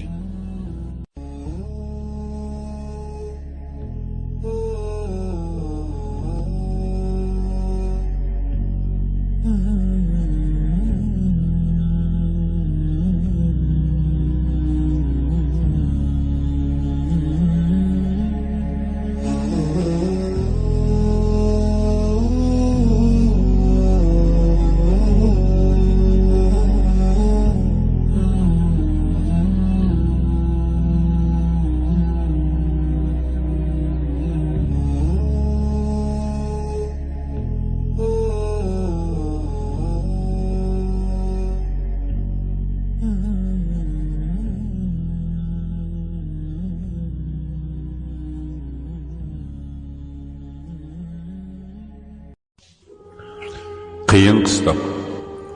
Kommunizmning haqiqiy 65 risini ichib beradigan Urumchidagi 21 yillik turma hayoti. Qiyin qistoq. 5-qism. Albatta kommunizm bütün Uyg'urlarga qarshi emas edi. Ular Uyg'urlarning bilimlik musulmonlarga qarshi edi. Ularning chaqirishi bilan kanat aholisi maydonga bola chaqisi bilan birga yig'ilishdi. Ularning ichida Xitoy kommunistlarining hilim vekillariga aldanmaganlarmi bo'lib, ular nihoyat oz sondagi kishilar edi. Maydonga bizni qo'llarimiz bog'langan holda elib kelishdi. Xitoylik itlarning cho'ngi oldiga chiqib gap qilishga boshladi. Hurmatli yo'ldoshlar, sizlarni bu joyga yig'ishimizning asosiy sababi mana bu ikki vatan xoinidir. Biz sizlarni ruslarning mustamlikaga uchrab zulmda qolmasliklaringiz uchun qo'g'dayapmiz. Ular bo'lsa sizlarni ruslarga setibdi dedi. Va bir yanchuqdan xat chiqarib, quloq solinglar. Men sizlarga hozir Komilning yanchuqidan topilgan xatni o'qib beraman dedi. Hurmatli KGB rahbarlari, buyruqlarga binoan dadam bilan men vazifamizni sharaf bilan o'rindab kelyapmiz. Sizlarga mamlakatimizda sodir bo'layotgan cho'ng kichik ishlarni yetkazib turish biz uchun sharaf. Bu vazifani sizlar buyurgan bo'yicha astoydil bajarib kelyapmiz. Sizlarga xizmat qilayotganligimizni hech kimga bildirmadik. Bo'libmi ahmaq kanitdoshlarimizga. Ular bizni sezib qoladigan darajada aqlliqmi emas. Shunga buningda xotirjam bo'linglar, dedi. Quloqlarim g'o'ldab turadi. Aytilayotgan gaplarni anglaydigan holda emas edim. Chunki o'zimni yo'qotib qo'ygan edim. O'zimga kelganimda kanitdagilar bizga tukirib urayotganligini sezdim. Bari ovozim bilan "Bular yolg'on aytayotdi. Bularga ishonmanglar" deb vaqirdim. Lekin bichora nodon xalq bizga emas, ularga ishonadi. Dindorlarga qarshi ilm-mikillar mukammal tuzilgan bo'lib, bu umumiy xalq orasida umdalla ta'sir qilayotgan edi. Men bizga til dashnam yoqtirayotgan kishilar to'pig'i bir-birlab qaragan edim.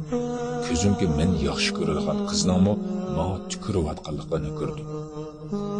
Uning tukirishi menga nihoyatda bak og'ir keldi.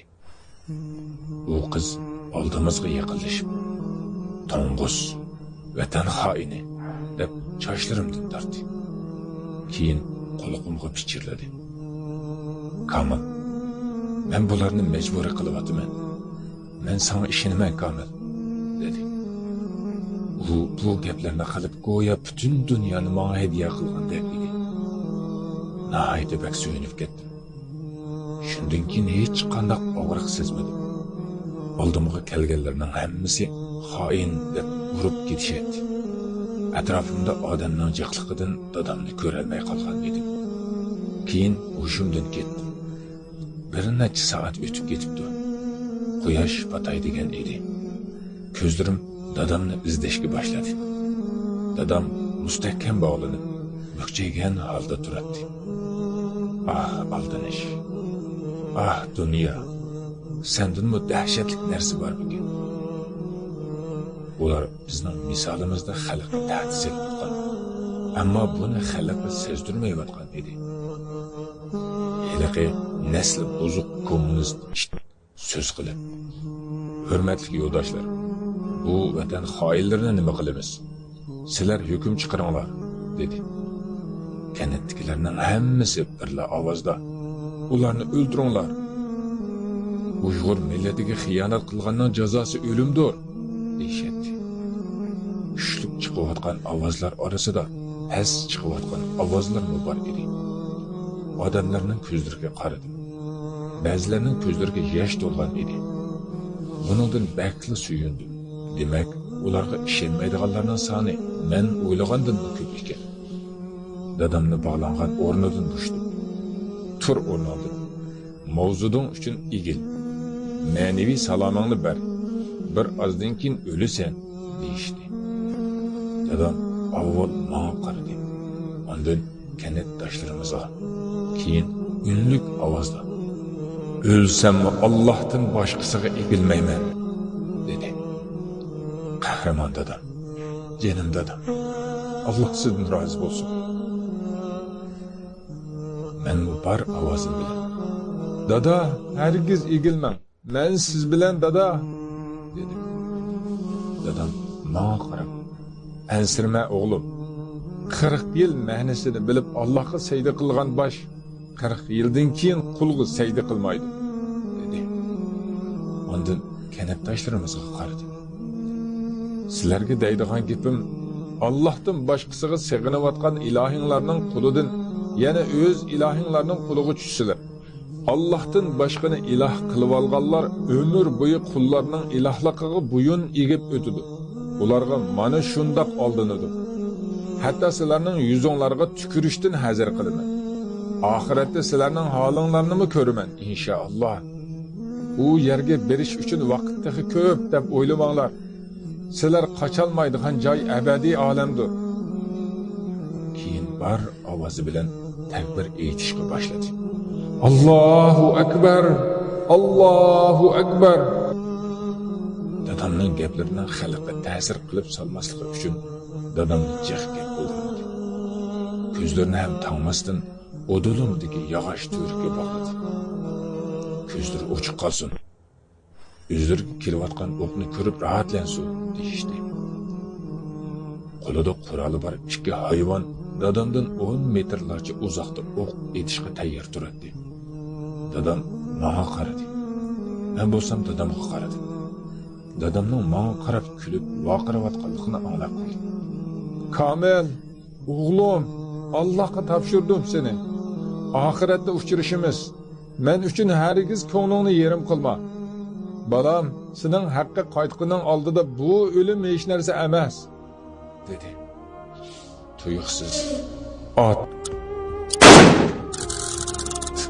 degan vahshiy ovozdan seskanib ketdi. Dadam bog'langan o'rniga yiqilgan edi. Azroq o'zimi yengillashdi. Dadamning o'limiga ko'nglim yerim bo'ldi. Bularning qiynashlarni bilganim uchun dadamning o'limiga bakmi suyundim. Allah sizni o'z rahmatiga olsin dada. İnşallah cennette sizden oldingizga borsam, sizni bir dasta gul bilan muboraklab so'yman. Bu dunyoda sizga deyolmagan so'zlarimni shu joyda deb beraman dada. Dadamning jasadini shu joyda qoldirib, meni onam selingan mashinaning orqasiga bog'lashdi. Meni butun kanat ichida mashina bilan u yoqdan bu yoqqa so'raldirib sazoyi qilishdi. Nahayt qattiq og'riyotgan bo'lsa-mu, onam ovozimni anglamasin deb vaqirayolmaydim. Qon ichida qolgan edim. Bu holimni ko'rgan ba'zi kanatdagilar o'lib ket, iflos, jasus deb vaqirishadi. Yaramas Kamil, hamda aqlan kelib qoladi, deyishadi. Kanatdagilar aldangan edi. Buni yaxshi tushunardim. Ammo jasus emasligimni Xitoylik mana bu ishlar bilishidi. Bular nima deb o'ylashayotgandir? Keyin shu qilgan ishlarga pushaymon qilarman. Inqilob tugagandan keyin aqllarini ishlatishib, biz nima qilib qo'ydik deb o'ylasharman. Mashinaning orqasiga meni bog'lab, xila uzun so'rashdi. Menayotgan yo'limiz yangi yasalgan yo'l edi. Meni shu yo'lda so'rashdi. O'zimni xilada yo'qitib qo'ygan edim. Qo'llarim harakatsiz holga keldi. Mashina to'xtaganda havo qaraygan edi. Mashinaning orqasida o'lik kabi suzilib qolgan edim. Oyoq tevishlarini anglaydim. Lekin ko'zlarimni ochib qarashga majolim qolmagan edi. Mashinaning ichidanmi ovoz kelmayotdi. Onamning ahvoli qandaqdir hozir? Agar bir necha soatdan beri o'g'li o'zi o'ltirgan mashinaning orqasida suyurilib kelayotganini bilsa, cho'qim hushini yo'qotib qo'ydi. Eng oxirida shularni o'ylaganimni eslayman. Ko'zlarimni ochganimda bir quduqning ichida bo'lsam kerak deb o'yladim. Qop qorong'u edi. Qo'limni qayoqqa uzasam, barmoqlarim tomog'iga tegdi. Bir uyning ichida ekanman. Oradan bir hafta o'tibdi. Men buni saqchi Chuyidan bildim. To'g'risini deganda bakla hayron qolarlik. Bir haftaga yaqin hech narsa yemabdiman, ichmabdiman, uyg'onmabdiman va hech nimani his qilmabdiman.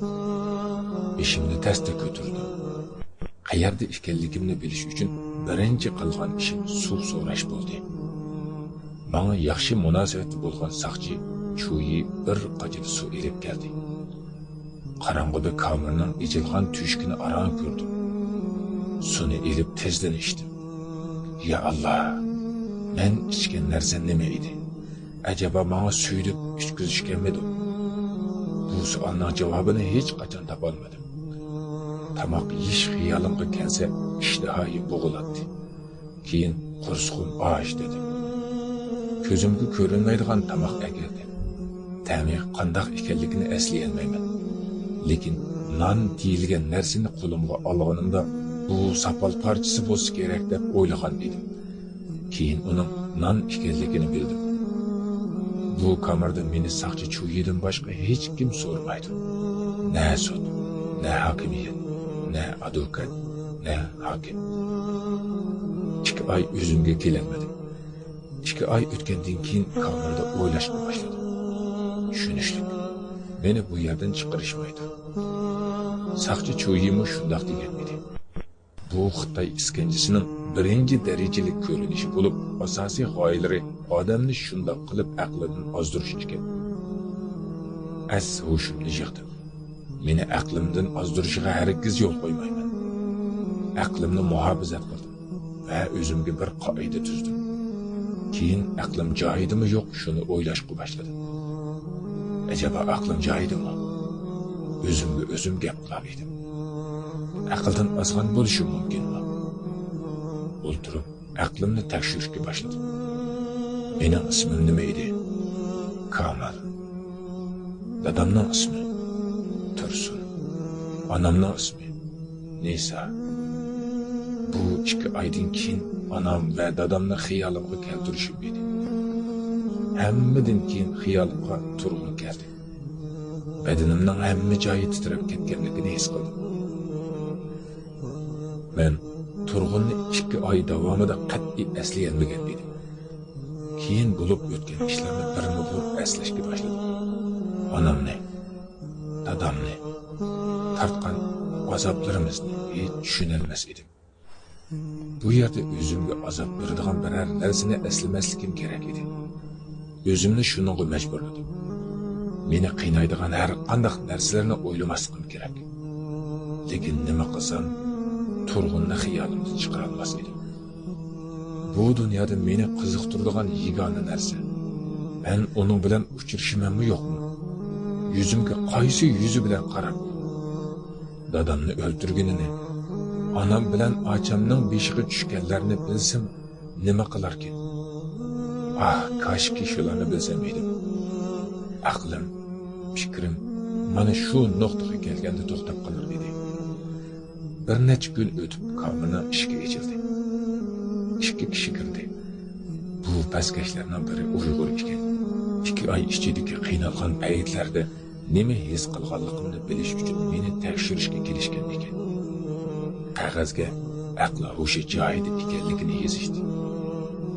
Uyg'urdan so'radim. Hayotingdan mamnunmisan? Albatta, siz kabi dindorlarni so'roq qilish bizning vazifamizdir, dedi. Kamir ishkini yepayotganda uning yuziga tukirib baqiradi. İptilas. Saqchi Choyini bundan qattiq ochiq keldi. Bana qara, yana shunday qiladigan bo'lsang, seni boshqa kamerga tashlaydi. Men hozir seni taza urishim kerak edi. Lekin men sana unda qilmayman. Endi bundaq ishni qilib solma. Shuni unutma. Mendan yaxshisiga hargiz yo'liqmaysan, dedi. Ertasi kuni jallod sifat qo'lida tayiqi bor 2 hayvon kameraga kirdi. Ünlük ovoz bilan "Bölgünce casus, tur o'rningdan" deb baqirdi. Amaliyotga yotqinim yo'q. O'ra holatdaman, dedim. Qani gap qil. Fikrlaringda biror o'zgarish bo'ldimi? dedi. Qaysi fikrlarimda? Boshqa savol so'ramasdan qo'lidagi tayoq badanimga, beshimga, yuzimga, qaysi yerim to'g'ri kelsa, shu yerimga tegishga boshladi. Sen bölgünce bizni ahmoq qilmoqchimisan? Qandoq fikrda ekanligingni bilmay qoldikmi biz? Gap qil, fikringda o'zgarish bormi? Mening fikrim buzuq emas. Men vatanimga, millatimga xiyonat qilmadim. U darajada pastkash emasman. Amsi nemishqa bu yerga keldim? Bu yerda ekanligimni qandoq tushundirar edim? Bu yerga elib kelinganlarning albatta biror aybi bo'lishi shart emasligini, uningga jinoyatchi muomalasini qilish uchun dindor bo'lishning o'zi kifoya qilinishini bu ovozda pichirladim. Birinchisi, biz nima uchun otamizdan nafratlandik deb so'roqnim uchun. Ikkinchisi, Allah haqida o'ylaganim uchun. Bor aybim shu. Gapim tugamasdan meni qattiq urib, ondan ular chiqib ketdi.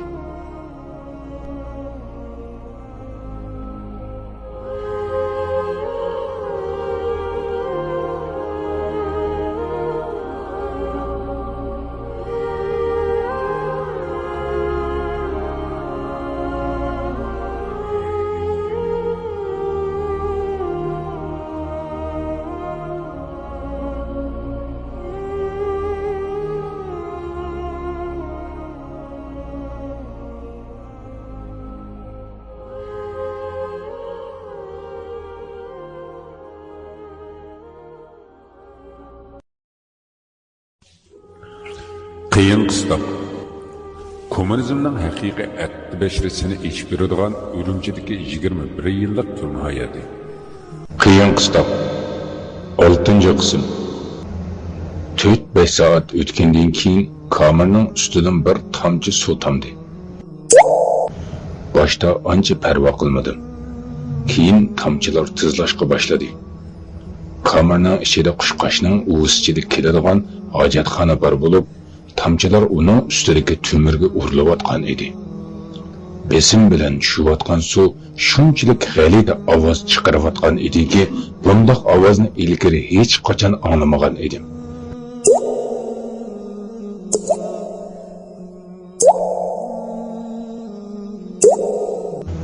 Tomchilar kechadan boshlab toki sahargacha to'xtamay oqdi.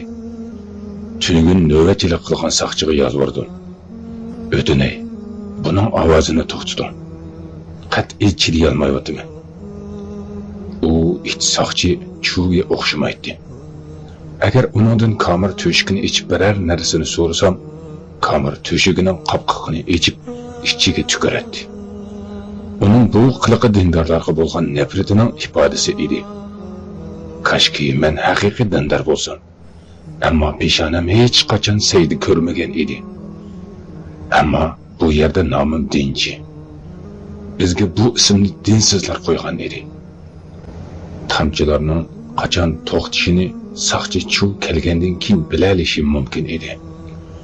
Kechicha beshim og'rib chiqdi.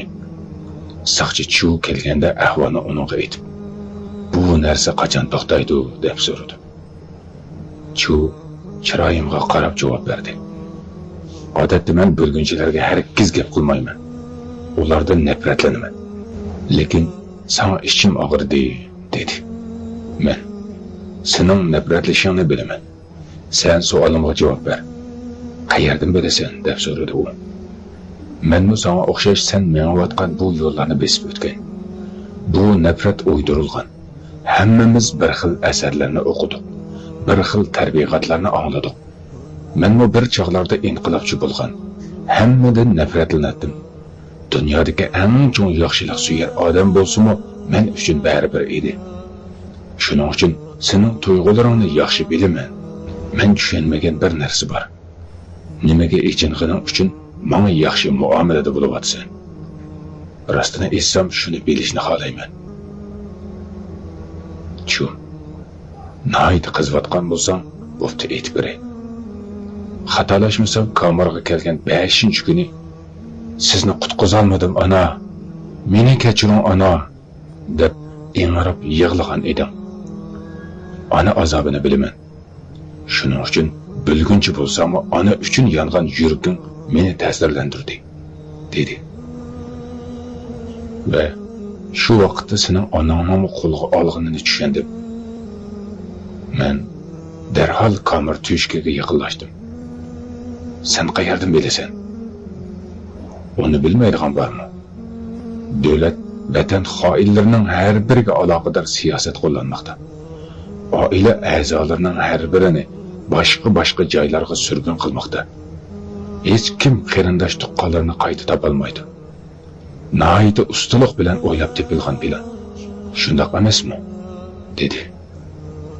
Bir necha yillar o'tganidan keyin shuni bildimki, meni xoin deb tosh buron qilgan yurtdoshlarimni kommunist dinsiz rejimini xushal qila olmabdi.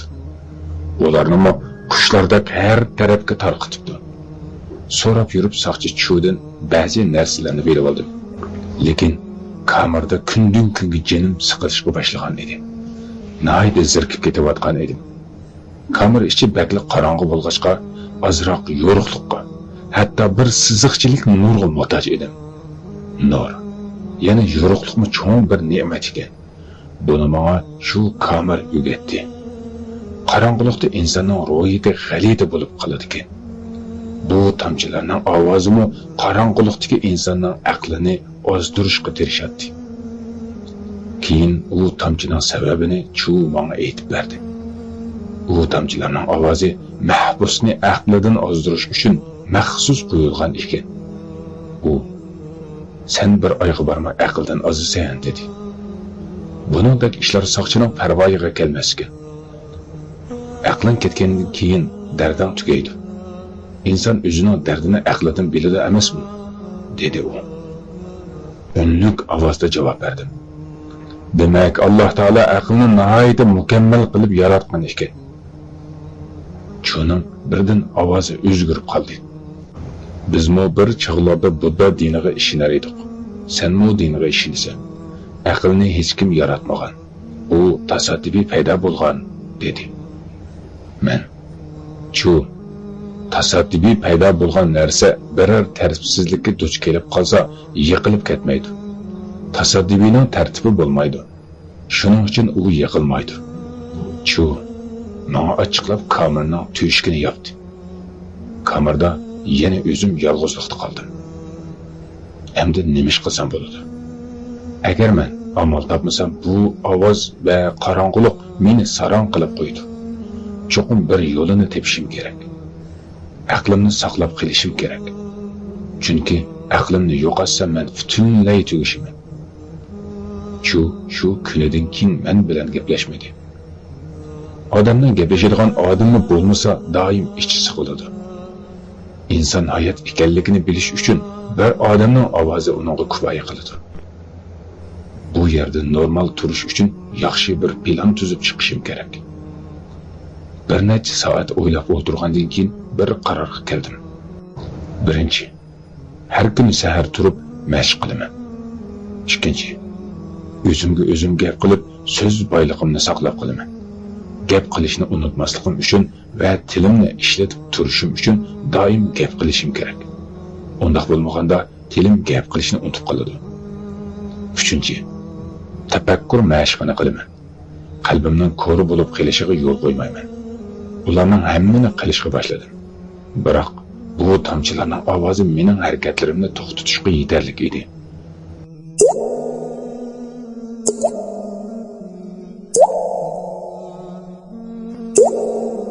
Hozirdan boshlablar ruhiy tushkunlikka uchrayotgan edim. Yatadigan yerim betondan. Kiyib olgan kiyimimdan o'likning hidi kelayotgan edi. Qonga bo'yalgan ishtinim hozirmi ustimda. Hey Allohim. Tumurimdan eqiyotgan qondan shundoq badbo'y hid kelayotgan edi. Hayotimda buni birinchi qatim his qilib va ko'rayotgan edim. Bir necha oydan beri yuvinmay, hatto pitlab ketgan edim. Allohim, o'zing menga sabr ber. Men hamma narsaga chiday olgan edim, lekin bu ovozga chidashning imkoni yo'q edi. Men qayerda? Bu zodi qayer? Kamir to'shkidan vaqirab, Chudan so'radim. Chu, o'tinay, eshikni ochqin. Sendan bir narsa so'ramoqchiman. Bir necha soat yolg'irganimdan keyin kamirning to'shkini ochdi. Nima gap? Nima bo'ldi? Dedi u. Chu, menga deb bergin. Bu qayer? U hayron bo'lib chiroyimga qaradi. Kamirdasan? Yo'q, sana bu yer saroyga o'xshash ko'rinayotamdi, dedi. Yo'q. Qaysi shahardaman? Men Turkistondami yoki Xitoydami? Onun sana nima farqi bor? Ko'p emas. 1000 kilometr yo'l besib keldim, dedi. Demak, nihoyatda yomon ahvolda bo'lib, shuncha uzun yo'l mang'inimni sezmay bu yerga keldim. Men yana Kamir bilan yolg'iz qoldim. Tamchining ovozi meni yomon ahvolga solib qo'ygan edi. Ertasi kecha qat'iy uxlay olmadim. Tong otgandan keyin uxlab qoldim. Uyg'onib mashq qilishga boshladim. Putlarimni mengayotganga o'xshash qilib bir oz mangdim. Saqchi Chu vaqiradi. "Hey, u yerda kim bor? Bu nimaning ovozi?" deb so'radi. Uningga bir oz boshqacha qilib javob berdim. "Men va ikki putim. Bir ish bo'ldimi?" Ichidan g'alati ovoz chiqqan edi. "Shuni so'radim", dedi u. "Ha, biz bu yerdan qaytish planini tuzib chiqdik. Putlarim bilan maslahatlashib shu qarorga keldik", dedim men. Andin xurrak tatmoqchi bo'ldim, lekin qamlashtirib olmadim. Nima qilsam foydasi bo'lmadi. U tamchi aqlimni yo'qotishga tirishar edi. to'xtamay nima qilsam bo'lar deb ko'p o'ylandim. Oxirida bir amalni topdim. Har tomchi tushayotganda Alloh deyman dedim. Shunday qilsam Allohni zikr qilgan va Robbimni eslagan bo'laman. Shundaqla bu tomchining odam kayfiyatini buzadigan ovozidan qutulaman. O'ylaganimni amalga oshirishga boshladim. Tomchi tushgan hamon qalbimda va ig'izimda Alloh, Alloh, Alloh deyishga boshladim. Bu narsa kecha-yu kunduz davom qiladi. Ammo men bu ovozni anglashning o'rniga Alloh kalimasini deb tomchi ovoziga ahamiyat bermaydigan bo'ldim. Mana endi qalbim Alloh deyishga odatlangani uchun tomchining ovozini anglashimga hojat qolmagan edi. Bu vaqtlarda soqchilar oyda bir kelib ideyarangda o'zgarish bormi yo'q deb so'rab turardi. Doim bir xil javob berar edim. Mening qandoq ideyarim bo'lsin? Men faqatla aldalganligimizni tushunib ikki savol so'ragan edim.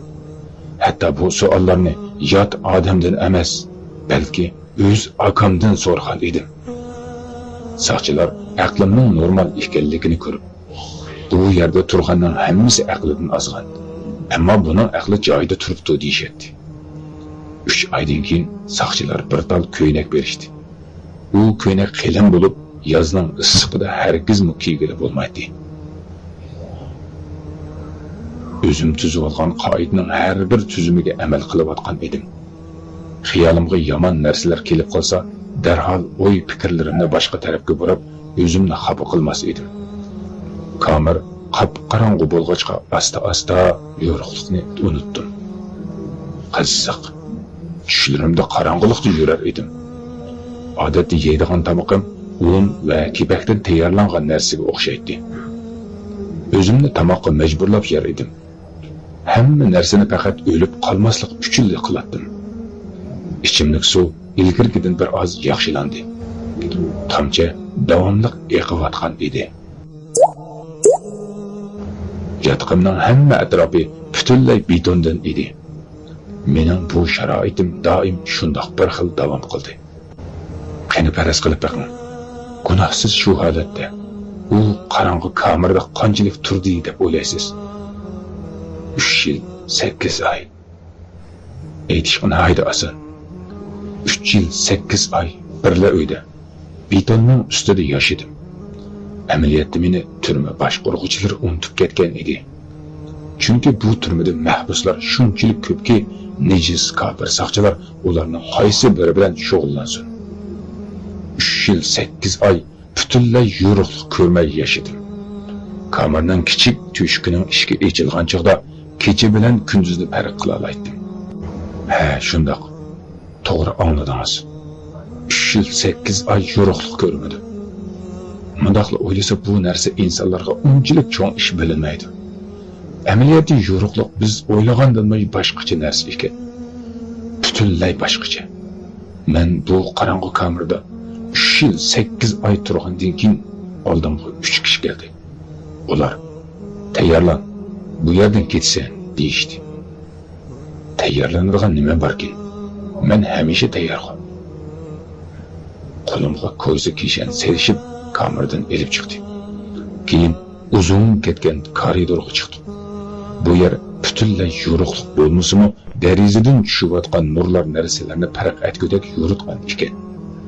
Kamerdan xilala yo'riq edi. Ammo kamera sirtiga chiqa-chiqmaslik ko'zlarimga sim sanjilgandek bo'ldi.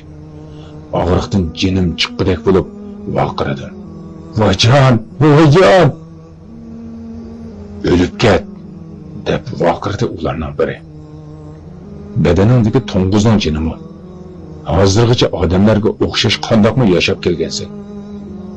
Odatda kamerdan chiqqan mahbuslar eng oz bo'lgandimi 5-6 oygacha ma'lumotdi, dedi.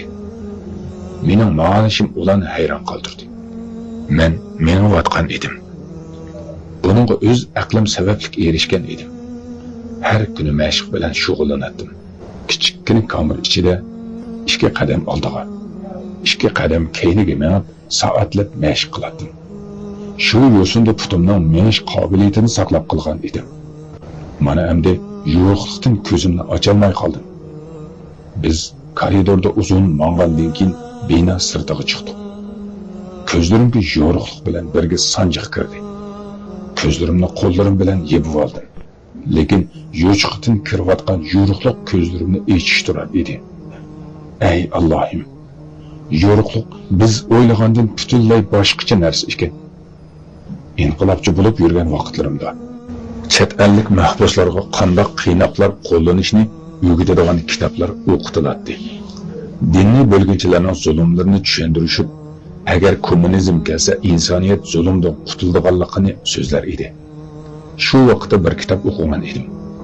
U kitobda shuningga o'xshash bir maqola bor edi. Uningdagi bir odam yo'riqlikqa chiqqanda o'zini yo'qotib qo'yadi. Men kitobda ko'pdir yozilgan ekan deb o'ylagan edim. Yo'q, balki uningda ko'p sirlar yozilmagan ekan. Sirtga chiqqancha yo'riqlikning og'riqidan titrashga boshladim va yerda o'ltirib oldim. Mening o'ltirib olganim uchun o'rningdan tur deb qamchi bilan qattiq urdi. Ular meni bir oz urgandan keyin hujraga o'xshash mashinaga elib chiqishdi. Qayerga ketyapmiz deb so'radim. Jahannamga deb javob berdi. Men qayt qilib, hozir dunyodagi jahannamdan chiqdim. Endi qayerga ketyapmiz deb so'radim. Meni qo'riqlab ketayotgan soqchilardan biri gapimdan qaqoqlab kuldi. Kulishi shunday qo'rqinchli ediki, tinim shurkunib ketdi. Onun kulishidan badanim qetib ketdi. Bu odam nimaga kulganligini uzun o'tmayli bildim. O'lim vodisi. Bir necha soat yo'l yurganimizdan keyin bir joyga kelib to'xtadik. Yo'l bo'yi meni bo'lgunchi deb haqorat qilib kelishdi. Bo'lgunchi kim? U nima qiladi deb so'radim.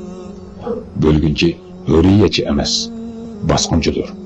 Bo'lgunchi o'z millatining boshqasiga yashash huquqi bermaydi. Ularning hammasi sizda bor-ku. Sizlar irq demaysizlar xolos. Lekin inqilobchining boshqasiga yashash huquqini bermayapsizlar. Bo'lgunchi deganingiz bo'lsa, irqni asos qilib sizlar qilgan ishni qilyotidi. Mening narim bo'lgunchi. Lekin sizlar bo'lgunchi deyapsizlar.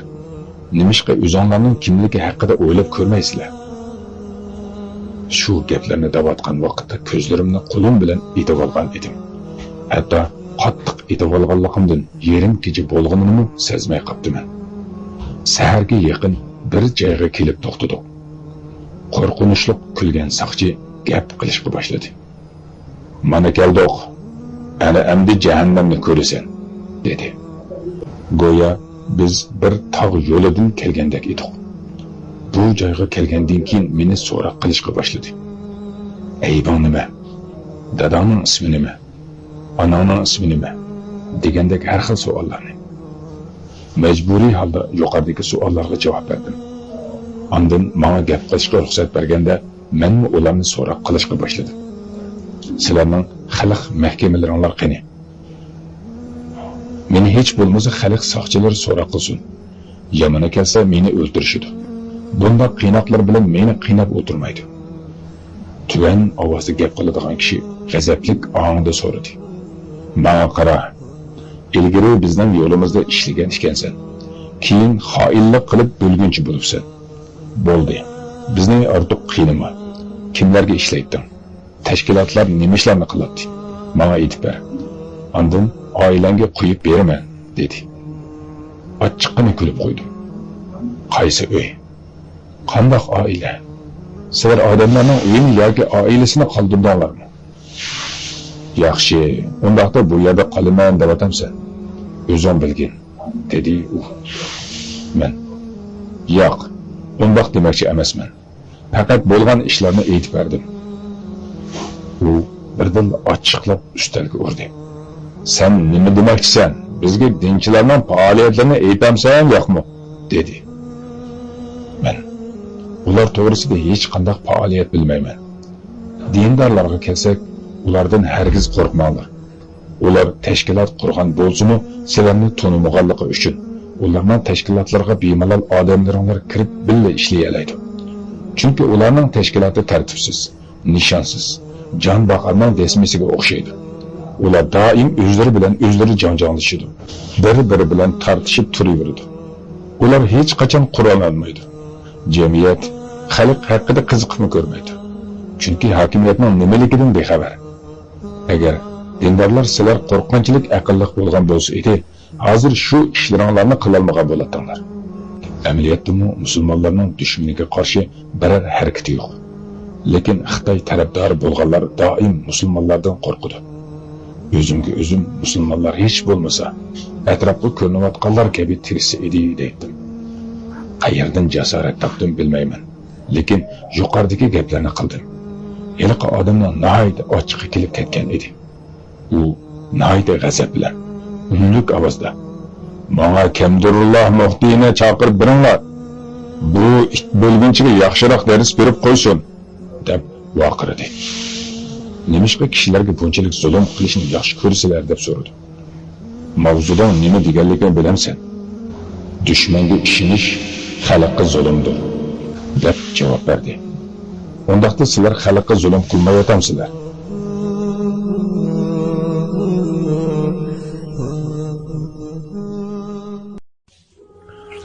Qiyin qistab.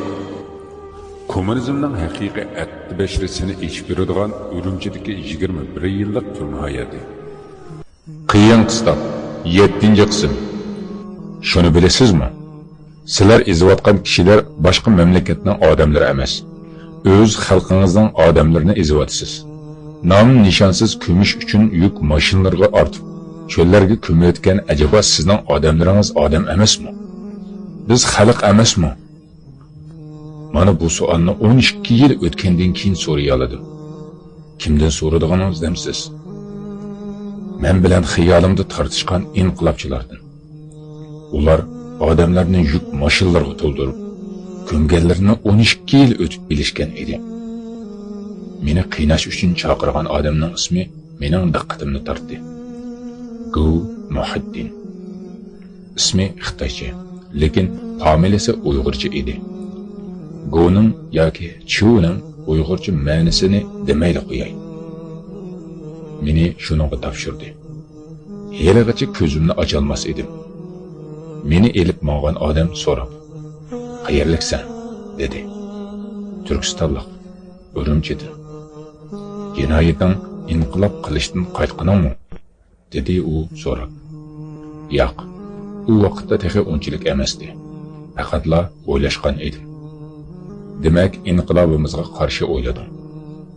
Uning bu gapidan chiqayotgan ovozni tunaydigandek qildim. Tunji uning ismini anglagandim, familiyasi notunish emas edi. Uningdan so'radim. Men ovozingni tunagandek qilman, lekin esga ololmadim. "Qayerliksan?" "Urumchilik", dedi. Belki bir-birimizni tunarmiz. Uning menga qarayotganligini sezib qoldim. U: "Yo'q, men seni ko'rib boqmagan", dedi. Hozirgi siyoqim esimga keldi.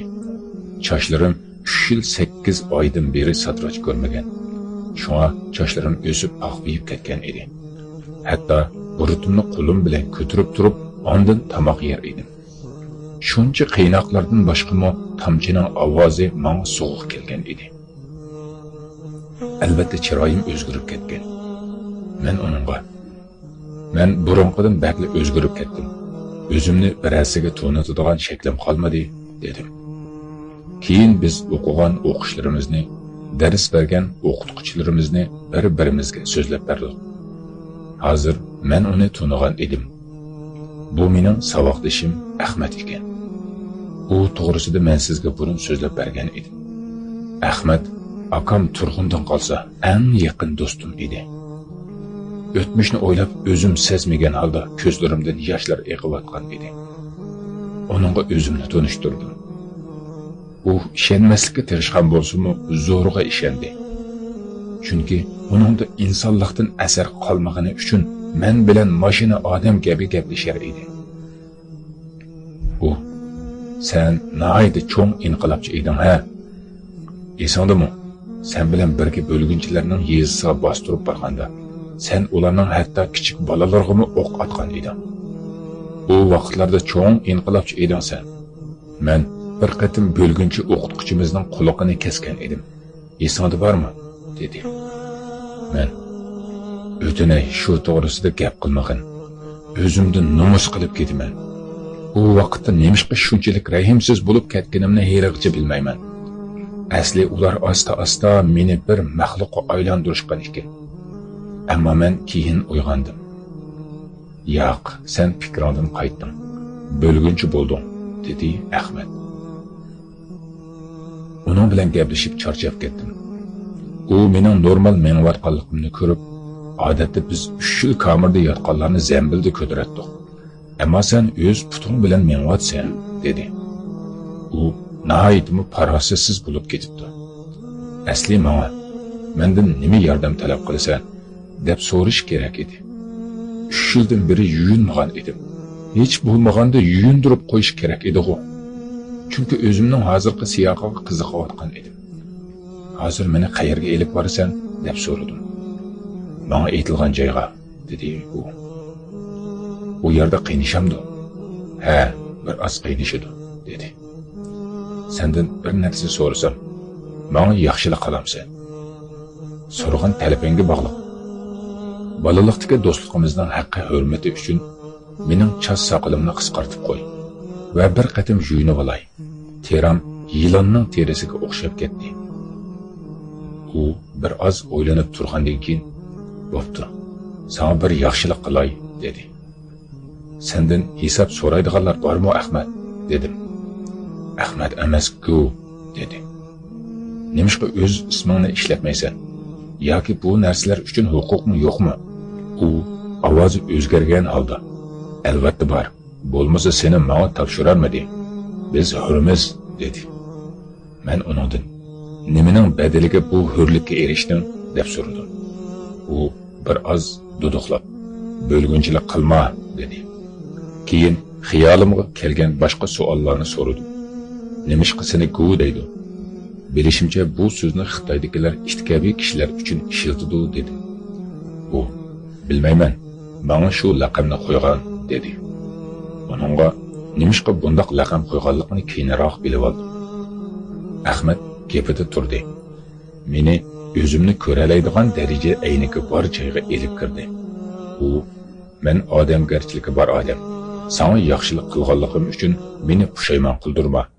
Endi qo'lingni ko'zingdan tushirib, o'zingga qarag'in", dedi. Ko'zlarimni ochdim. Kamirdan sal yo'riqroq muncha edi.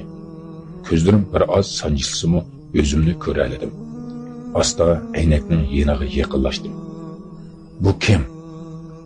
Aynakda chochlari oqbayib, soqollari butun yuzini qoplagan bir inson ko'rinayotgan edi. Sarang subat, yovvoyi maxluqqa o'xshab turadi. "Bu kim, Ahmad? Men qayerda? Nimishqa men ko'rinmayman?" dedim uningga yig'lagan edi. U, "Aynak tiksan, bo'ldi, o'zini oldima", dedi. Qo'limni qo'lig'imga tiqib etib oldim. Aynakdagi maxluqni qo'lini qo'lig'iga tiqib etib oldi. Keyin ko'zlarimga ishinib bildimki, aynakdagi maxluq dal men ekan. Bari ovozim bilan vaqiradim. "Yo'q, yo'q, bu men emas, bu men emas", deb ho'ngrab yig'lab ketdim. "Ahmad, bu men emas. Ahmad emas. Ku, Uyg'urcha ismdan nafratlanaman", dedi u. "O'tinay, mening chas soqolimni qisqartib qo'y", dedim. U chas soqolimni qisqartib qo'ydi. Keyin munchiga tushib oldi. Yuyinishim ajoyib cho'ng bir ne'mat ekan. Teram salqin bo'lib qoldi. Hozir shuni o'yladim. Ahmad nima bo'lsa yaqin saboqlashib, do'stlik boshqacha narsada baribir. Ammo tizli xiyolimga keldi. O'tirisida o'zaro ishonchi bo'lmagan insonlarda shartlashish bo'lsa, aka o'z ukisining terisini so'ydi. Choch soqolimni qisqartgandan keyin aynakka qayta qaradim. Hozir ilgirgi chiroyimni ko'rgan edim, lekin yuzimda ilgari yo'q siziqlar paydo bo'lgan edi. Ko'zimning nuri o'chib, chiroyim tatirib, xuddi rangim o'likning rangiga o'xshab qolgan edi. Qandaqla bo'lmasin, bu badanning ichidagi men edim. "Ah, yoshlik. Ah, kimlarga qurbon bo'lib ketdim. Hozirgacha bilolmas edim." Munchadan chiqqandan keyin rangi shunchalik yoqimsiz, ko'rinishli odamning yurkini ezadigan yangi kiyimlarni berdi. Men bu yerda bir hafta turgandan keyin Ahmad uchoqliq bir moto bilan meni bu yerdan boshqa yerga elib bordi. Men yo'lda mang'ach, u balki meni qochirib yetarmi yoki qutqizarmi degan xiyollarni qildim. Uningdan qayerga ketyapmiz deb so'radim. U bir ozdan keyin ko'rsan dedi. Ko'rdim. Ay Xudoyim, bu endi qaysi gunohim uchun? Bir uyning cho'ngliqida keladigan o'rak ozgal. Ustiga 20 sm cho'nliqda qelin tumi. Qarma-qarshi qilib qo'yilgan. Asti nahayda cho'nqur ozgal. Ozgal ichida sonsizligan chashqalar. Ahmad menga qarab, ifloslarcha kulib ko'rsatdi. Mana shu tumir ustida kunda 3 soat bir putung bilan tursan, agar turolmasang pastga tushib ketasan, dedi. Pastga qarag'animcha beshim qiyib, ko'zim qorong'ulashib ketdi. Ko'zlarim yo'riqlikqa texa ko'nib bo'lmagani uchun hali ham sonjilib og'rib turar edi. Ahmad yenidagi itlarga buyruq qilib, qo'lidan tutib tumir ustiga elib beringlar, dedi. Men nayt qo'rqib, yo'q deb o'zimni yerga urishga boshladim. Bu itlar qo'llarimdan tutib chuqurning oldiga elib kelishdi. Ularning biri vaqirab, sen shu tumir ustiga qarab mangsan, yoki biz seni pastga tashlaymiz, dedi. Atrofimga qaradim. U yerda yuzlarcha chuqurlar bor edi. Chuqurlarning ustidagi har bir tumirning ustida odamlar tik turar edi. Onajon, endi tugashdi. Xitoyning qiynashlari endi rasmiy boshlandi. Yilqi qo'rqinchli kulgan odamni esladim. Asli u qayerga boradiganligimni yaxshi bilgan ekan. Nafrat bilan Ahmadga qaradim. Iflos, haromi. Demak shuning uchun seni gov, yana ish deyishibdi-da. Iflos menga qarab kulimsirab, bizda dushmanga marhamat yo'q. İnqilobchi bo'lmagan hamma odam dushmanimizdir, dedi. Uningga nafrat bilan qaradim. Amaliyotda sizlarning do'stinglarmi bo'lmaydi. Hammanglar bir-biringlarga gumon bilan qaraysizlar. Sendek haromiylar tufayli beshimizga shu kunlar keldi. Ahmad bu gaplarimda nihoyat ochiqlanib, meni bor kuchi bilan urishga boshladi. Ey Allohim, u menga bor nafrati bilan qarab, rahimsizlarcha urar edi. Meni urib to'ymasdi. To'yay ham demasdi. Oxiri majburiy tumirga asta qadam oldim. Hatto hozir pastga tushib ketaman degan qo'rqinch bilan o'rakning o'ttirisigacha keldim. Hatto nihoyat qo'rqinimdan nafsim bo'g'ilayotgan edi. Haromi Ahmad o'zilimga kelib so'radi. Biror gaping bormi, Komil? Turgan o'rningdan bu yerlar qanday ko'rinyapti, dedi. İştning bolasi. Bir kunlarda seni o'z qo'lim bilan o'ltirman. Ko'rasan taqa. Ahmaddan shunchalik nafratlanib ketdi. Agar bir kun qo'limga tushib qolsa, shu hamon uni o'ldirgan bo'lardim. Meni shu holatda qo'yib ketishdi. Atrofda soqchilar oylanib turardi. O'ng putim bilan turayotgan edim. Bir soatga bormaylab putim sezmaydigan holga keldi. Medirliy olmaydim. Agar medirlisam, tamponliqim buzilib pastga tushib ketdim. Yenimdagi chuqurda turgan odam gap qildi. Birodar, sen Turkistonlikmi? Ha, Uyg'ur musulmonman. Bana qara, dinsiz bo'lgan bo'lsang, sana yordam qilmaydim. Musulmon ekansan, sana yordam berman. Gapimni yaxshi angla. Avval kayfiyatingni ko'tar. Ikkinchidan pastga hargiz qarama. Men bu chuqurga qarayotgan itni gapga tutib turgan vaqtimda sen putungni almashtirib. Bu itlarning ishi nihoyat ko'p. Sening putungni almashtirganingni sezishmaydi. Yana biri esimda borida aytib qo'yay. Islom zolimning qo'lida qiynayotgan odam dinsiz bo'lsa-mu, uni zulmdan qutqizish uchun harakat qilishga buyuradi. Buni keyincha texmi yaxshi o'rgandim. O'zimdan besimni qutqizish uchun pastga qarmaslik va bu qo'rqinchli manzarani unutish uchun qiynoqlashimdan so'radim. Aybing nima? qiynoqdash qo'shnim javob berdi. Mening aybimmi? Bilmayman. Buni bir necha yildan beri bilolmadim. Lekin sen meni shundoq deb o'z ko'nglini xushal qilarkan deb o'ylama. Ammo men bu azoblarga loyiq insonman. Faqat boshqalarga qilganimning haqqini o'tayapman. Bu g'alati javobdan g'anqiram. O'zingdan boshqalarning intiqomini olayotamsan deb so'radim. Shundoq, men Allohni tunimagan, uning buyruqlariga bo'yin egmagan ozg'un inson edim. Davlatimni, xalqimni shu kommunistlar uchun sotdim. Endi buning bedelini ödeyapman dedi. Bundaq insonni hayotimda ko'rmagan edim. Uni yoqtirib qoldim. 4 yildan buyon ko'nglim biror narsani so'ymagani uchun so'ygusizlikdan echir qolgan edi. Yana bir yondagi qo'shnimning ismini so'radim. Fatih ekan. U bir chog'larda dindor bo'lgan ekan. Keyin dinni va iymonini inkor qiladigan holatga kelib, oxirida inqilobchi bo'libdi. Hatto bir necha yil inqilob uchun ishlabdi. Keyin xiyonatda ayblanib bu yerga kelibdi. Beshidan o'tganlarni echinib so'zlab berdi. U Lenin men uchun tangri edi. U aytgan hamma narsa to'g'ri va shartsiz ijro qilinishi kerak. Mana bu eng go'zal tuyg'ular, shirin sevgi, ko'rinmas g'ayratim edi. Barliqim Lenin va mavzudun ideyasi uchun edi. Inqilob uchun hamma narsani qildim. Lekin oxirida hammasi e'tiborga elinmadi. Bir kuni bo'lgunchi deb e'lon qilindi. Ikkinchi kuni qamoqqa ilindim. Eng beshida ba'zida sudga chiqib turar edim. Balkim hozir meni unutib qolgan bo'lsa kerak. Hech bo'lmasa oilamga xabar beralasam edim. Ammo uni qilolmadim. Bu nasabsiz, qoni buzuq butparastlar odammi? Hech kimimga xabar berishmadi. Ayolim 5 yildan beri mendan xabar ololmaydi.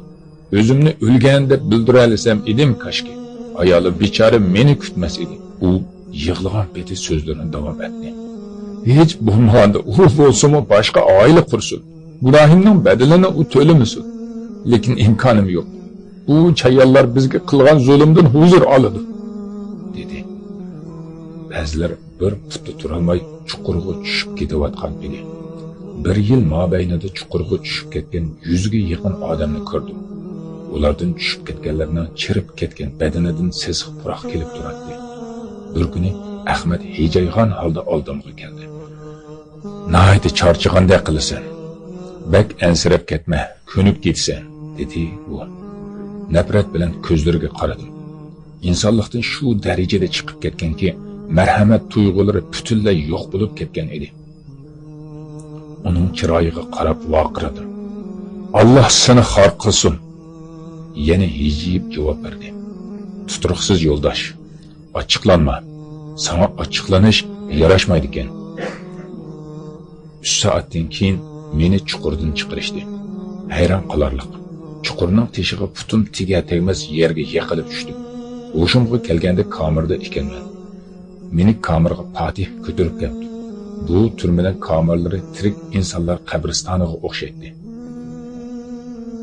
Mening va qiynaqlishimning ozgol ustidagi azoblari har kuni qilinib to'liq 1 yil davom etdi. 1 yildan keyin bizni chuqurdan ilib tosh sundurishga elib bordi. Bu yerda yashanganlarmi bor ekan. Ularning ko'pragi musulmon.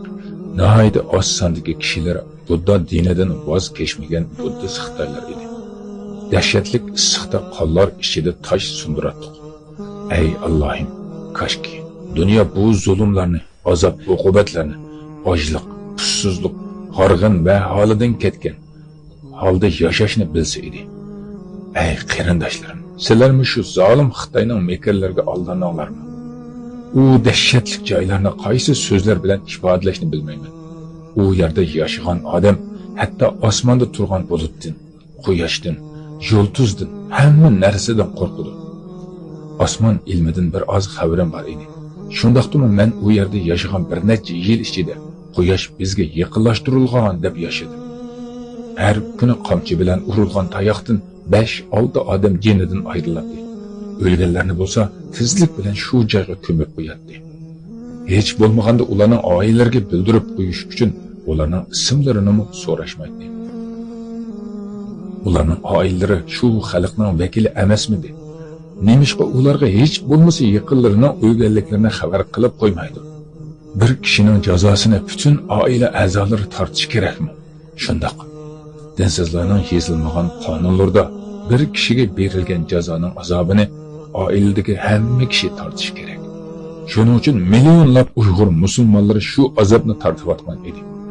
Ey islom olimi, ey millionlagan musulmonlar, mana bugungi qarindoshlaringiz bo'lgan millionlagan Uyg'ur musulmonlari shu azobni tortyapti. Sizlar qayerda, qachon bizga yordam qilasizlar? Shu holinglarga ming afsuslar bo'lsin. Sizlar bugungi holinglarga xuddi Abu Mus'ab Suri aytgandek 20 yildan beri tayyorlik qildim. Ya'ni 20 yil tayyorlik qilasizlar.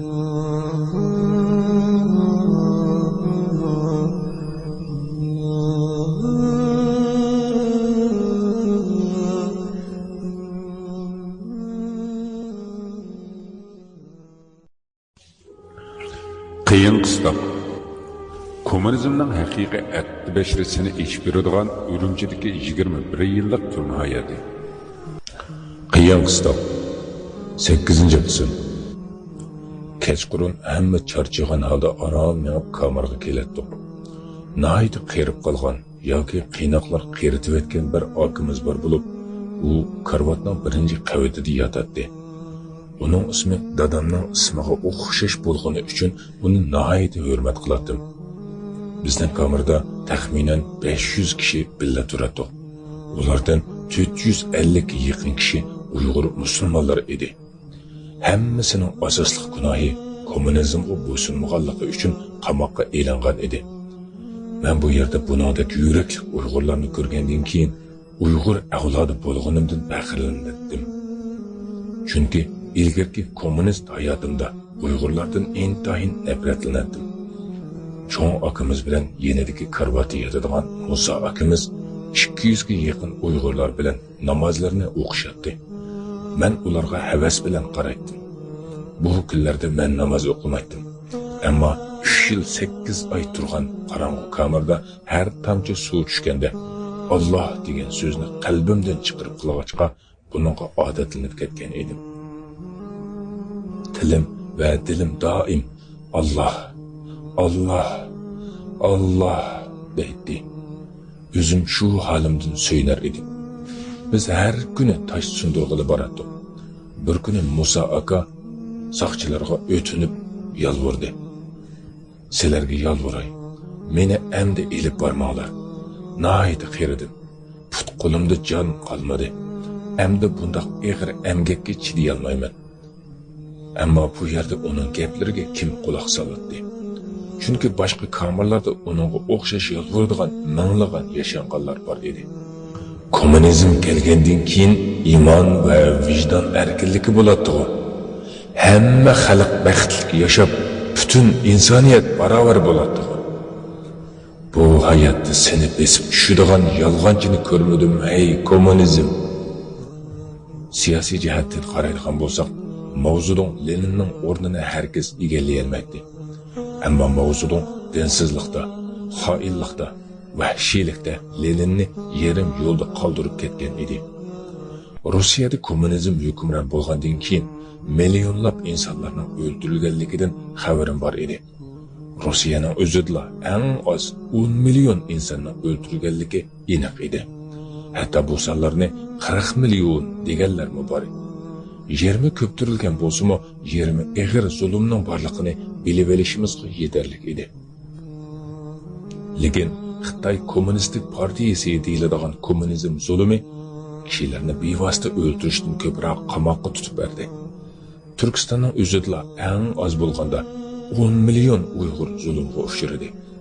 Ba'zilarini qamoq ostida 5 yil, 10 yil, 15 yil va yoki 20 yil turmalarda qon qustirdi.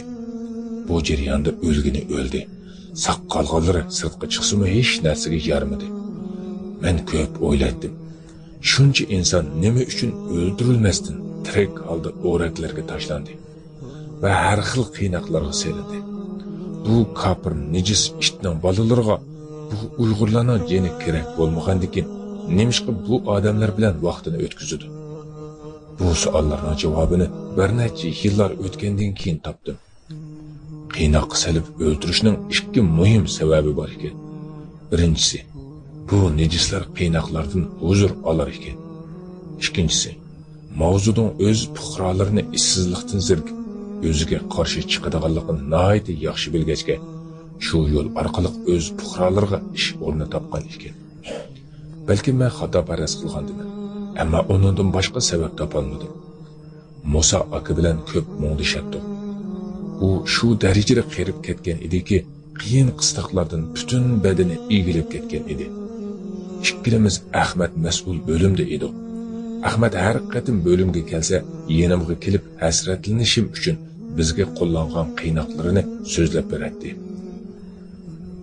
Bulardan nihoyat ochiqim keladiganini bilgani uchun atayin shunda qiladi. Musa aka uning maqsadli qilayotgan so'zlarini tushungachga menga tasalli beradi. Chunki u qiynoqlarning ruhiyatini o'rganib bo'lgan edi. Bir kuni u menga mundaq dedi: "Kel, sana bir narsa o'rgataman. Agar Ahmad yana kelib bizga qo'llangan qiynoqlar haqida gap qilsa, uningga xafa bo'lganingni hargiz sezdirib qo'yma. Ularga suhbatdan rohatlanib ketganini bildirib qo'y. Yana boshqasi yo'qmi? Unimi aytib ber," degan dedi. Men uning gapiga qo'shib aytganlarini qilmoqchi bo'ldim. Keyin Ahmad kameraga keldi. Mahbuslarni tekshirib etgandan keyin yanimga keldi. "Qandoq ahvoling Komil? Kunlar qandoq o'tyapti?" dedi. Men uning ko'zlariga nafrat bilan qaradim. Ichimda g'azablanayotgan edim. Xiyolimga kelgan hamma g'azablarimni uningga aytib berdim. "Ahvolim sen ko'rib turgandek. Seni o'ltiradigan kunimni yip bilan tortib o'zimga yaqinlashtiryapman." U: "Xiyol suriver Komil. Xiyol surish yaxshi ish. Sen ilgirmi ko'p xiyol surar eding. Bir kuni menga xiyolimda hamma bo'lgunchilarni bir joyga yig'ib, ondan ustiga benzin to'kib hammasini ko'ydiribdiman degan eding," dedi. Yana u shumliq ko'zlar bilan qarab gap qilishga boshlab, "Komil, bu ishlar esingda bormi?" dedi. Musa akaning aytganlari esimga keldi. Darhol uningga "Ha, esimda bor. Bu yerda o'tirib tafsiliy aytib beralamsan?" dedim.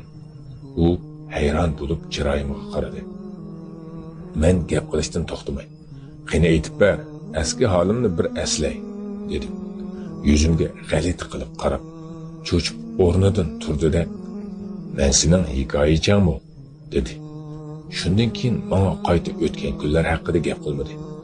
Lekin boshqacharoq qiynoq turini izlayotganligiga imonim komil edi. Bir kuni u yana keldi.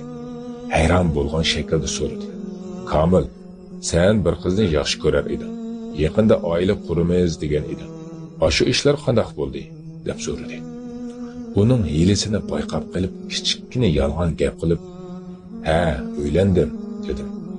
Men gapimni tugatmas o'rnidan turib, "Yaxshi bo'pti" deb qo'yib ketib qoldi. Qanday qilarki deb shu yolg'onni aytgan edim. Biz har kuni saharda ussiz va och holda tosh sundirg'ili ketibmiz. Akam turg'un bu kunlarda doim esimga keladigan bo'lib qoldi. Dunyoda birla orzuyim bor edi. Uni hech bo'lmasa bir qatim ko'rish. Ondan unodan kommunizmdan mamnunmisan? Maqsadingga erishdingmi? deyish edi. Uning shu paytdagi holini ko'rishni bak xohlayman. Ey Allohim, menga shu kunni ko'rsatmasdan jinimni olma. Oradan 5 yil o'tgan bo'lsin. Turg'unni, ota-onamni, onamning "Komil, meni qutqazg'in bolam" deganlarini, yumrong'ini buvaqning beshiga dasib o'ldirayotganligini hech qachon unutib qolmagan edim. Undan boshqa mahkamaga chiqish degandek ishlarni mutlaq unutib ketdim. To'g'risini aytsam, bu yerda mahkama degan narsalar yo'q edi. Keyin biz boshqa Toshkentga ketayotgan edik. Shu yerdagi buzilgan tog'ni parchalab chiqishimiz kerak ekan. Yo'l bo'yi atrofimiz elektr simi bilan o'ralgan edi. Yo'l atrofidagi sim tomga tafsiliy qaradim. Butunlay shu xuluq sim bilan qoplangan bo'lib, tomga yaqin orliqda bu yerda bir odam qistilib yotqudek sanduqlar bor edi. Bir kuni yo'lda ketib o'tib, yenimdagi saqchidim: "Avu sanduqlarda nima bor?" deb so'radim. Ular bu savolni so'rag'anim uchun meni bir necha qitim qamchi bilan urdi va sana tegishlik bo'lmagan narsalar haqida savol so'rama dedim-ku, dedi. O'ylanib ketdim. Menga tegishlik. Undaqda bu dunyoda menga tegishlik nima bor? Kashki bu dunyoda menga tegishlik bir tat ko'ynigimmi qolmagan tursa. U sandiqlarga nihoyat qiziqib qoldim. Yana bir kuni shu joydan o'tayotgan chog'da boshqa soqchidan so'radim. U beparvolik bilan javob berdi. Bilmayman, balki ichida hasal harlar bordir, dedi. Bundoq joyda har beqish mumkinmi? Bu yer dal daraxtsiz, ko'rib tikansiz, cho'l jazira tursa. Uning ustiga bu yerda bir tal jonliq ko'rinmas edi. Sandiqlarga bo'lgan qiziqishim borgancha oshdi. Biz tash chaqadigan vaqtdan boshqa vaqtda putlarimizni zanjir bilan taxminan 100 mahbusni birga chetib bog'lab qo'yatdi. Faqat tash sundirilgan vaqtda qo'l putlarimizdan zanjirlarni yechib qo'yatdi. Bu yerda faqat bir soqchi ancha odam urmaydi. Shunga uningdan bakla hayron qoldim. Bu soqchi boshqacharoq edi. Xuddi bizga vaqirashni, bizga zulm qilishni majburiy qilayotgandek ko'rinadi. Bu odam bakla diqqatimni tortdi. Shunga bir amallarni qilib uning bilan paranglashishni umid qilardim. Bir kuni u soqchi bilan yonma-yon kelib qolgan vaqtimizda asta uning quliqiga yaqinlashib, "Qancha yoshga kirdingiz?" deb so'radim. "Nima qilasan yeshimni? Yo'lingga bo'lmasa hozirlik qancha yeysan?" dedi. حمام فهذا القلب نواح وابكي مليا فملء الكون أتراح لا تسكتي واحم الإسلام مغتصب كيف السكوت وهذه الأرض تجتاح نوحي حمام فهذا القلب نواح وابكي مليا فملء الكون أتراح لا تسكتي واحم الإسلام مغتصب كيف السكوت وهذه الأرض تجتاح أما ترينا دمشق اليوم باكية والقدس تبكي ودمع العين سحاح بغداد في دامها باتت مضرجة وعاث في الموصل الحمراء سفاح والغوطتين بنار البغي قد حرقت والكلب في حالب الشهباء نباح حاماه حاصرها الأعداء وأسفي وأهلها تركوها اليوم وانزاحوا حمص تصيح بأذن المسلمين عسى جيشا يعيد لها أمجاد من راحوا جيشا يضمد جرح المسلمين بها من للجراح وما في القوم جراح نوحي حمام فهذا القلب نواح وابكي مليا فملء الكون أسراح لا تسكتي واحم الإسلام مغتصب كيف السكوت وهذه الأرض تجتاح نوحي حمام فهذا القلب نواح وابكي مليا فملء الكون أتراح لا تسكتي واحم الإسلام مغتصب كيف السكوت وهذه الأرض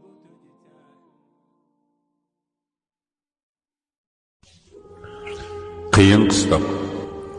Kommunizmning haqiqiy aqdi bashrisini ichib beradigan Urumchidagi 21 yillik turma hayoti. Qiyin qistoq. 9-qism. Qasdan uning ochig'ini keltirib, uningdan qamchi yeyishni xohlayotgan edim. Tunigun bir mahbusni qamchiladi. Lekin u mahbusga qamchini og'ritmaydigan qilib urdi. Shuning uchun menga shunday qilamdi deb uning tishiga qasdan tegdim. U menga vaqirab, mendan yiroq tur, bekor qamchi yeysan dedi. Men uningga, sen menga qamchi urolmaysan dedim. Yandagi saqchimi bu gaplarimni angladi. U gaplarni yandagi saqchining anglab qolgani uchun bu saqchi qattiq g'azablandi. Mana endi ko'rsan dedi-da, qamchi bilan meni toza urishga boshladi. Lekin og'ritmas edi. Chunki u qamchi urish qoidasini ishlatmayotgan edi.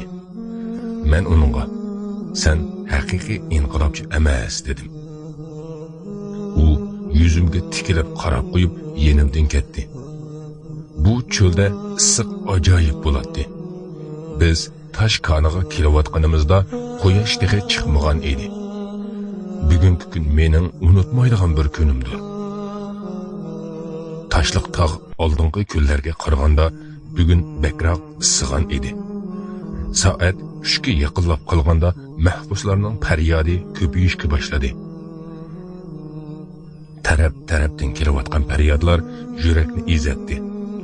Chunki havoning issiq harorati badanni kuydirish bilan birga galni quritib nihoyatda usustatdi. Qo'soqqa yegan tomoqmi faqat o'lib qolmaslik uchun bo'lg'achqa hamma mahbuslarning badani ojiz edi. Bu qiyin qistoqlardan boshqami saqchilarning qamchilari pat-pat tegib turadi. Bu zulmdan azoblanayotgan ingrashlar yurakni qon qilayotgan edi. Tashkani jon bozoriga aylangan edi. Leninning mundaq mashhur so'zi bor edi. 2 qadam orqaga, 1 qadam oldiga. Uning bu falsafasini eslab qoldim. Shuning bilan men o'z falsafamni o'qib chiqdim. Kommunizmda inson nafratda 2 qadam oldiga, insoniylik va marhamatda 2 qadam orqaga. To'satdan Musa akaga ko'zim tushib qoldi. U tunurda qizib ketgan toshning ustida qimirlamay yetibdi. Lavlari bilan nimalarnidir pichirlar edi. Men uning yeniga borganimda dahshatlik manzaraga guvohchi bo'ldim. Qirib, muhchiyib ketgan buvayning ko'zlari tayoq zarbasidan zangoqlarga eqiyotgan ekan. Ammo Musa aka shuncha og'ir azobni tortayotgan bo'lsa-mu, og'riqdan vaqirmas edi. Faqat u La ilaha illalloh, la ilaha illalloh, la ilaha illalloh degan so'zni ovozlari bo'g'ilgan, nafslari siqilgan, xir-xir ovozda davatadi. Bu ahvolni ko'rib nima qilishimni bilolmay g'angirab qoldim. Hatto uningga qandoq yordam qilishimni bilolmasdim. Yoki uningga bir yutum suv berishmi qo'limdan kelmadi. Uning bu ichinishli holiga hech qanday yordam qila olmay, nihoyat o'ng'aysiz ahvolga tushib qolgan edim. Bu umrimda ko'zning eriginini, qarchuq bilan oq yog'ning qon bilan aralashib odamning zangoqidan oqqanligini hatto anglabmi boqmagan edim. Ammo bugun o'z ko'zlarim bilan bu ahvolni ko'rayotgan edim. Uni Musa aka, ko'zingizni ochsangiz-chi Musa aka deb chaqirdim. Lekin u mening so'zlarimni anglamadi. Balkim so'zlarim uning quloqiga kirmagan bo'lsa kerak. Lekin uning yuzlarida azoblanish ifodalari yo'q edi. Faqat o'ziga o'zi nimalarnidir pichirlayotgan edi. Ammo uning oxirgi so'zlarini g'uva angladim. U meni ziyorat qilg'ili kelganingizdan bakmi xushal bo'ldim. Ey Allohning rasuli, meni saqlang. Ey Allohning rasuli, men siz bilan ketaman. Bu so'zlar uning hayotidagi eng oxirgi gaplari bo'ldi. Ondan shu holat ichini chiqdi. bu ahvollardan badanim jig'ildab ketdi. Xuddi beshimga tog'ni qo'yib qo'ygandek bo'lib, beshimni ko'tarolmay qoldim. Necha kundan buyon jazirama issiq u yoqda qoldi. Bu manzara menga nihoyatda ta'sir qilgan edi. Musa aka ajoyib taqvodor musulmon bo'lib, mana endi bu dunyodan ketadiganda ajoyib murosim bilan vidolashgan edi. Chunki uning oxirgi so'zlariga ko'ra Rasulimiz sallallohu alayhi va sallam uni ziyorat qilib kelgan edi. Bir qatim bizga u nasihat tariqasida gap qilib, har qanday kommunist rahbari oldi bilan diniy olimlarni xalqqa yomon qilib ko'rsatdi. Bir imomning aybini ming imomga o'tatkizdi. Lekin Allah uchun ibodat qilayotganlar bu targ'ibotlarga aldanmaydi va yo'llarida davom qiladi. Albatta menmi bir musulmon bo'lganim uchun kommunistlarning hech bir so'zlariga bo'ysunmadim. Inshaalloh o'lsammi dinim bilan o'laman. Rasululloh bizga topshirgan omonatni u zotga xiyonat qilmasdan qaytaraman degan edi. Musa aka ajoyib yaxshi bir molla edi. Shuncha qiynoqlar ichidimi namozini hech qachon tark etmas, davomiy o'qir edi. Bugun Turkistonning sharqida yoki g'arbida mukammal islomga iymon keltirganlar bor deyilsa, albatta ularning hammasi mana mushuningdek iymonliq musulmon olimlarimiz sababli yetishib chiqqan edi. Men yilqi soqchidan o'tdim. Bu bo'yni ko'mishimizga va namozini o'qishimizga ruxsat bersangiz, dedim. U soqchi g'azab bilan yuzimga qarab qo'ydi va tezroq bo'linglar, eng qisqa duoni o'qinglar dedi. U soqchining shu g'azabining orqasida yumshoqlik bor edi. Buni his qila oldim albatta. U bizga ish og'ritganligini bildirmaslik uchun qo'lidan kelganicha tirishgan bo'lsa-mu, haqiqat uni chondirib qo'yadi. Ko'nalarda aqllar adashadi, ammo qalb hech qachon adashmaydi degan gap bor edi. Tog'ning yanida bir joyni tepib, tezlik bilan qazdik va 10 kishi namoz o'qish uchun to'plandik. Mana bu qiyin qistiq ichida kommunist rejimidan 2 qatim yaxshilik tegdi. Birinchi qatim Musa akaning jinoza namozini o'qib olishimizga ruxsat berishi. Ikkinchisi, qorong'u kamerda shu 9 oy turgandan keyin munchiga bir qatim tushishimga qarshilik qilmasligidir. Biz namoz o'qimoqchi bo'lib to'plandik. Ammo hech birimizning tahorati yo'q. Tahorat elish uchun bu yerda suv ham yo'q. Shuning bilan oramizdagi biraylan tayammum qilishni o'rgatib qo'ydi. Tuproq bilan tayammum qildik. Shu vaqtda tahoratning maqsadining ozroq tushungandek bo'ldim. Ba'zilar tahorat qilishni arablarning tozalanish uchun o'ylab topgan narsasi deyishadi. Mana hozir uning asli maqsadini tushungan edim. Biz elayotgan tayammum nomidagi tahorat 2 qo'lni tuproqqa urib, undan keyin qo'llarini yuvgandek qilib yuziga surtish, ondan keyin qo'llarni surtish. Bu moddiy tozliqqa hech qanday aloqasi bo'lmagan ma'naviy poklik edi. Hatto tahoratni tayammum bilan ilib tayyor bo'ldik. Biroq jinoza namozini qanday o'qir edi? Men buni hech qachon o'rganmagan edim. Menga o'rganish uchun vaqt yo'qmi deb bildim. Musa akaning jinoza namozini men o'qiy olmadim. Faqat bir chetda nihoyat afsuslanishlik bilan qarab turdim. Bugun dunyoning har joylaridagi millionlagan yoshlar jinoza namozining qanday o'qilishini bilishmaydi. To'g'ri, bilishmaydi. Chunki Alloh taolo ularga bergan vazifani bajarishmaydi. Bajarganlar bo'lsa hammaga yetishib bo'la olmaydi. Oshkuni toki hozirgacha nima uchun namoz o'qimaganimni tushunib yetdim.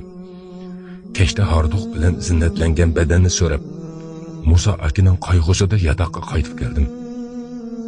Ko'nglim bakli yerim edi. Kecha yosh to'kib saharga yaqin uxlab qoldim. Endi uxlagan edim. Ahmadning tepishi bilan uyg'onib ketdim. U, "Qo'ba, sana muhim gapim bor", dedi. Onun bu sözlerden ajablandim. Onundan ishonchim yo'qolgani uchun onunga ozroqmi qiziqishim qolmagan edi.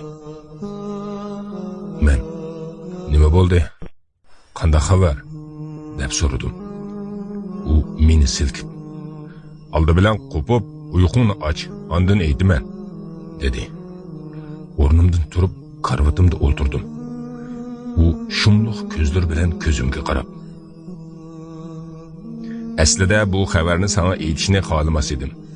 Lekin sana yaxshilik qilish yuzidan sana deb beraman. Hali ham esingda bormi? Seni yuyundirib qo'yganim. Uni unutmagansan, dedi. Tishlarimni g'ichirlatib pichirladim.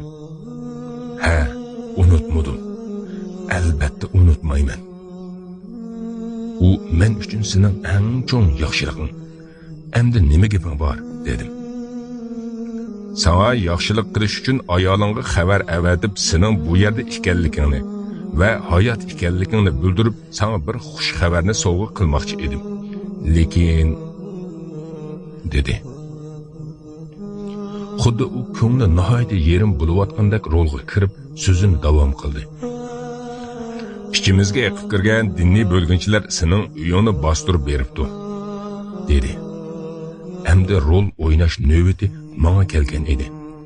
Nihoyat ochchig'im kelgandek o'rnimdan sakrab turib ketdim. Meni aldamagansan ha? Keyin nima ishlar bo'pti? O'tinay tezroq aytsangchi, dedim. U gapni suzayotgan edi. Aldırmay turib, o'zingni besib ol, hozir aytaman. Bilsang, har qanday odam yomon xabarni tezdan aytolmaydi-da, dedi. O'sha kunlarda sening yaxshi xabaring bordagidek, hatto sen elib kelgan yomon xabarni anglab, xafa bo'ladigan odammi bormidi? Nomussiz, pastkash, dedim ichimda. Men rolimda davom etib, o'tinay, tezroq aytqincha, yuragim siqilib ketyotdi, dedim. Mening ko'zlarimga pastkash ko'zlar bilan qarab, rostli farzanding bormidi? deb so'radi. Shu topda uning xiyolidan qandoq shumliqlar o'tayotganligini kim biladi? Men uningga, shundoq bir qizim bor edi. Men kelganda qizim 1 yoshda bo'lib, xotinim 2-chi bolamga homildor edi, dedim. Endi uningga bolalarimning masalasini so'rash chiqib qoldi. Shu topda u gap so'zga salla diqqat qilmasa, yolg'onchilikka belinib qoladi. U, to'g'ri, uni bilaman. Unutganligim uchun so'rayapman, dedi. Men, sen nima demoqchi eding? Aytqinchi, dedim. U, sana aytmoqchi bo'lganim, ichimizga eqib kirgan bo'lgunchilar ayolingga tajovuz qilibdi, dedi. Uning gaplarini anglabla, rolni davom qilish uchun qo'llarim bilan yuzimni itib, nihoyat bearam bo'layotgan odamdek gap qilishga boshladim. Koshki bu gaplarni anglashdan burun o'lib ketsam-chu, dedim ovozim bo'g'ilgan holda. Ondan karvatning ustiga o'zimni tashlab, yolg'ondan azoblandim. U mening azoblanayotganligimni ko'rib turish uchun meni qasddan tosh qoniga avatmadi. Ammo men bir kun rohatlanib dam oldim. O'ydirma ayolimning sharofati bilan kommunizmdan bir kunni o'g'irlagan edim. Ahmad orliqda kelib meni yo'qlab turardi. U mening bu azoblardan yig'lig'inimni ko'rishni umid qiladi. Pastkash it. Uning bo'lgan nafratim borgan sari eshiyotgan edi. Bütün tortgan qiynoqlarim bir tarafda, uning bergan qiynoqlari bir tarafda edi. Ahmad menga bu yangi qiynoq usulini topgandan keyin boshqa qiynoqlarni izlamadi. Ertasi yana shu tosh qoniga yo'l oldik. Sanduqlar turgan dolning oldiga kelganimizda yana ularga qaradim. Yo'limizdagi eng yaqin sanduqlar bizdan 100 metrcha uzoqlikda edi. Kashki sanduqlarda nima borligini bilsam, ichimdagi narsa besqar edi. Yana shu ko'ni qiynash usulidagi toshlarni parchalash bilan azoblanayotdik. Bugun bu yerda 10 kishi o'ldi. Ularni shu joydagi qo'langan chuqurga ko'mdik. Ularning jinoza namozini o'qitmadi. Lekin boshqa bir akash 5 kishini tayyorlab qo'ygan ekan. Ular kömüş işleri bilen meşgul bulup turganda namazını okuyaptı. Men hayran bulup, şundaq namaz okusmu bulamdı dep sorudım. Bir ehli ilim akaş gözleriga yaş dolgan halda cevap verdi. Allah halisi buludu, dedi. Kunlarimiz har xil qiyinchilik bilan o'tar edi. Ahmad yana oldimga keldi. Sana bir gap aytaymi? Dedi u. Ayt, dedim men. Daim sana yomon xabar elib kelganimdan men tulumi xijil. Ayoling tajovuzdan keyin homildor bo'lib qoldi, dedi. Men, shundaqmi? Sen bu xabarni qayerdan bilding? deb so'radim. U ovozi tutulib javob berdi. Bizni bilmaysanmi? Bir soat ichida butun dunyodan xabardor bo'lamiz, dedi u. İçimde onun yüzüge tükürdüm. U bana her daim bir xabar elib keladi. Bu vaqtlarda ocham bilan onamni o'yladim. Ularning hayot ekanligini his qilar edim. Ajiba bir gün uchrasha olarmanmi ular bilan? Ana shuni har doim o'ylaydim va o'zimdan qayta-qaytalab so'raydim. Hey dunyo, bir paytlarda insoniyatning ozodligi uchun jinimni tikkan kommunizm meni dadamdan, anamdan, qarindoshlarimdan ayirishini kim o'ylagan edi? O'rnini to'ldirishim uchun biror imkoni bormidi kashki? Ah, yoshligim. Ah, arzu armonlarim. Tash konidan qaytishga tayyorlanayotgan edik. Qarong'i tushib qolgan edi. Putlarga kishan selish boshlandi. Qamoqxona bilan tash konining orasida taxminan 1 soatlik yo'l bor edi. Xiyolimga bir fikir kelib, taşlarning orqasiga bekinib oldim. Ondan bu kecha sanduqlar ichida nima borligini bilish uchun bakrak qorong'u bo'lishini saqlab turdim. Hamma mahbuslar ketdi. Ko'zdan xili yiroqqa ketgandan keyin tashqariga chiqdim. Ondan shu sanduq tarafga qarab moldim. Kech kirib qorong'u tushdi-yu, ammo kunduzga hojat qoldirmaydigan darajada oydin bor edi. Balkim siz bu yerlarni o'qib etib, nahayda yaxshi bir qochadigan imkoniyat borligida bu odam nima uchun qochmadi deb o'ylab qolishingiz mumkin. Tizdan sizning bu xiyolingizdan javoblantiray. Bu yer qadimiy shahar ichiga o'xshash bo'lib, hamma taraf egiz elektr tok ulangan tuyruqlar bilan o'ralgan edi. Har 50 metrdan bir tal askar turardi. Ammo bu yo'ldan qochib qo'lga tushib qolmasa, boshqa qo'rqinchli ish yo'q edi. Men qorong'u tushishni saqlab yetib uxlab qoldim. Shuning uchun qochishni o'ylashga fursat ham bo'lmadi. Uyg'onib, o'melab menib sanduqlar bor yerga keldim. Ammo yo'l bilan sanduqlar bor yer oralig'ida horiliq simlar bor ekan. Simlar ostidan o'tish uchun sim tam ostidan qo'lashga boshladim. Badanim elektr tokiga tegmaydigan darajada qo'lgandan keyin sanduqlar bor rayonga o'tib oldim. Men sanduqlarga yaqinlashgan sirim ulardan batbo'y puroq kelishga boshladi. 25 yoki 30 qadam qolganda shundoq dahshatli ko'rinishga ko'zim tushdiki, yuragim so'qishdan to'xtab qolg'ila tas qolgan edi. Sanduqlarga yaqinlashqila 10 qadam qolganda quloqlarimga g'alati ovozlar anglanishga boshladi. Bu ovozlarning hammasi sanduqlarning ko'pinchisidan kelayotgan edi. Bu nimaning ovozligini qat'iy bilolmayotgan edim. Birinchi sanduqning oldiga kelganimda dahshatdan badanim titrab ketdi. Shuncha ig'ir qiynoqqa yo'qolmagan aqlim yo'qolib qolay degan edi. Butun badanim titrab, unlik ovozda: "Ah, nima kunlar bu? Ah, Xudo!" deganimni bilaman. Keyin putlarim bo'shab, beshim aylanib yerga yiqilib tushdim. Taxminan 1 soatga yaqin sarangdak bo'lib qoldim. U yerni unchalik ham yaxshi eslay olmayman. Ko'rgunimga ishonganim kelmas edi.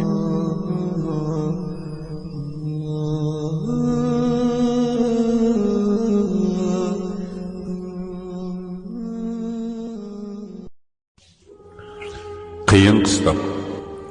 Kommunizmning haqiqiy atti bashrasini ichib beradigan Urumchidagi 21 yillik turma hayoti. Qiyin qistoq. 10-qism. Keyin putlarim bo'shab, Beşim aylanıp yerge yıkılıp düştüm. Taxminen 1 saatga yaqin sarangdek bo'lib qoldim. U yerni buningdan ko'p esleyolmayman. Ko'zim ko'rib turgan bu holatlarga ishongim kelmas edi. Bir odamning beshini putiga bog'lab, sanduqqa solib ustidan qulublab qo'ygan edi. Sanduqning ustidan qushish shaklida 2 temir qalayni yepishtirib qo'ygan ekan. Men tunji ko'rgan sanduq ichidagi insonning odamligidan asar qolmagan edi. Allah'ım, Allah'ım, ya Allah'ım bu nima? Shuncha qiynoqqa chidag'an aqlim endi bu yerga kelganda chidayolmadi. O'ng tarafimdagi sanduqdagi odam ingravotgan edi. Darhol uning yeniga berib gap qilgan edim. Mening so'zimni his qila olmas darajada qiynayotgan ekan. 3-chi sanduq oldiga bordim. U yerdagi odam o'lib bo'lgan bo'lib, hatto chirib ketgan ekan. Men bu rayonda avaylab minib, hamma sanduqni ko'rib chiqdim. Ko'pincha sanduqdagi odam o'lgan. Ba'zida chirib ketgan. Ba'zida yengidan o'lgan. Yana ba'zida jon talishayotgan odamlar bor edi. Men bu rayonda sanab bo'lolmaydigan darajada ko'p sanduqlarni ko'rib chiqdim. Shundoq ko'rib yurib, bir chetdagi sanduqdan saq odamdan birini topdim. Hatta onun bilan ko'zlarim uchrashdi. U ko'zlarining bechoralik bilan qalbim his qilib bo'lolmaydigan ma'nolarda qarayotganligini hargizmi unutolmayman. Hatta u holatni so'z bilan tushuntirib berolmayman. Uningga tikilib qaraganimda, u menga qo'rqish bilan qarab turardi. Ko'zim ko'rib turgan bu vahshiy manzara sababli bir eg'izmi gap qilolmay ozroq turib qoldim. Keyin bu hargizmi tushum emas deb o'yladim-da, uningga gap qildim. Qo'rqmang. Menmi mahbus. Mendan hargiz qo'rqmang dedim. Bu odamning ko'ziga tushayotgan oy nuridan bilgan edimki, u odammi Xitoy qiynog'ining qurboni edi. Keyin yig'lagan holim bilan so'radim. Tog'a, qachondan beri bu yerdasiz? Pes ovozda nihoyatda qiynalib, zo'rg'a javob berdi. Men yaqinda keldim. O'g'lim, bir yo'lini tepib bu azoblardan meni qutqaz. Sendan o'tinay o'g'lim. Chidayolmayapman. Menga bir yaxshilik qilgin. Ya'ni shu topning o'zida gelimdan bo'g'ib meni o'ldirayotgan, dedi. Men yiqildab yig'lagan holda, hargizmi undoq qila olmayman. Buni hargizmi undoq qila olmayman deb ho'ngrab yig'lashga boshladim.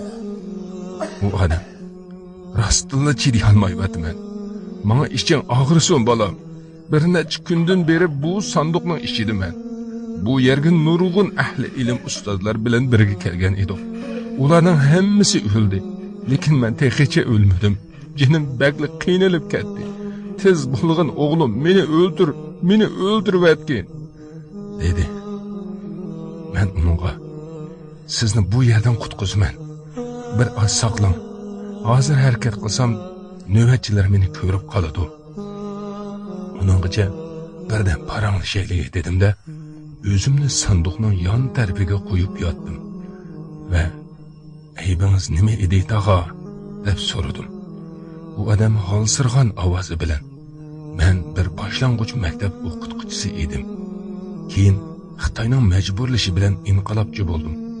Kommunizm kelgandan keyin meni o'qituvchilikdan ilib turmaga qorovul qilishdi.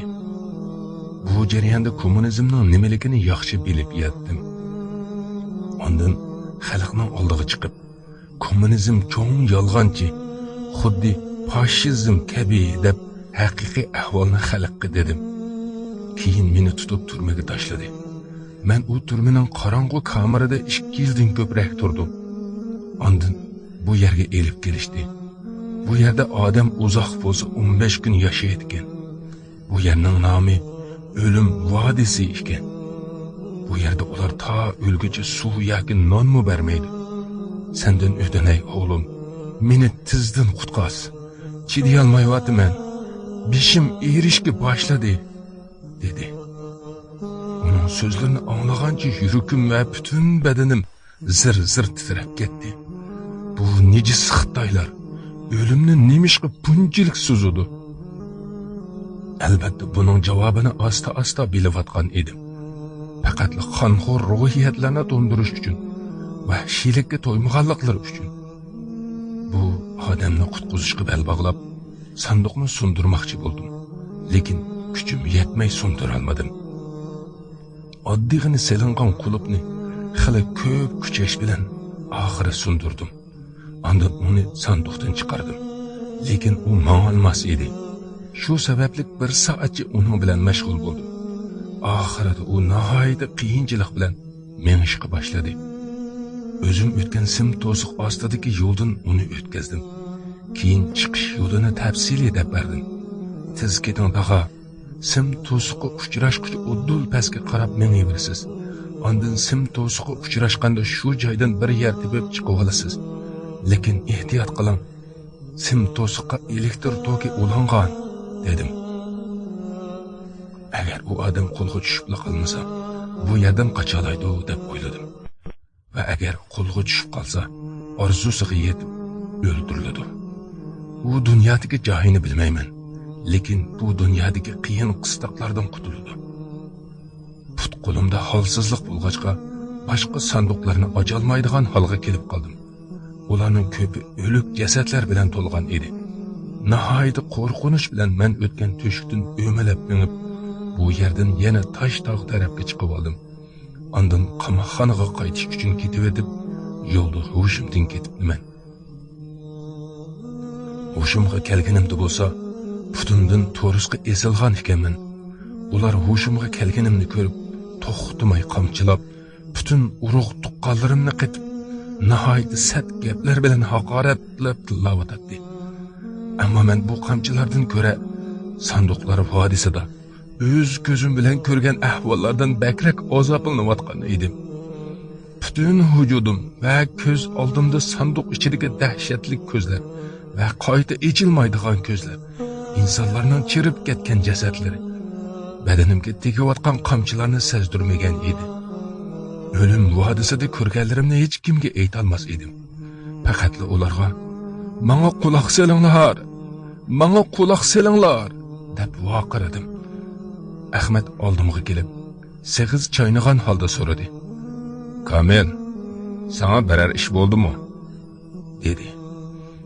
Tilimga kelgan har narsa bilan uni tillag'ach, esilgan holimda uning chiroyiga qaradim. Sig'iz chaynag'an erkak nihoyat xunuk ko'rinar ekan. Pat-pat, taq qilib qo'yar edi.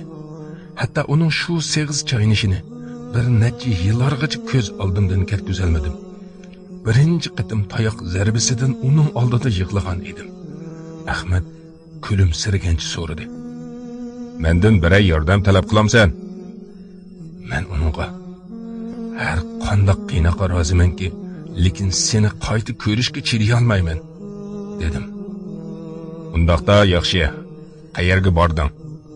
dedi. Uxlab qoptiman. Kishallaydiganlaring ko'rmay qopdi meni.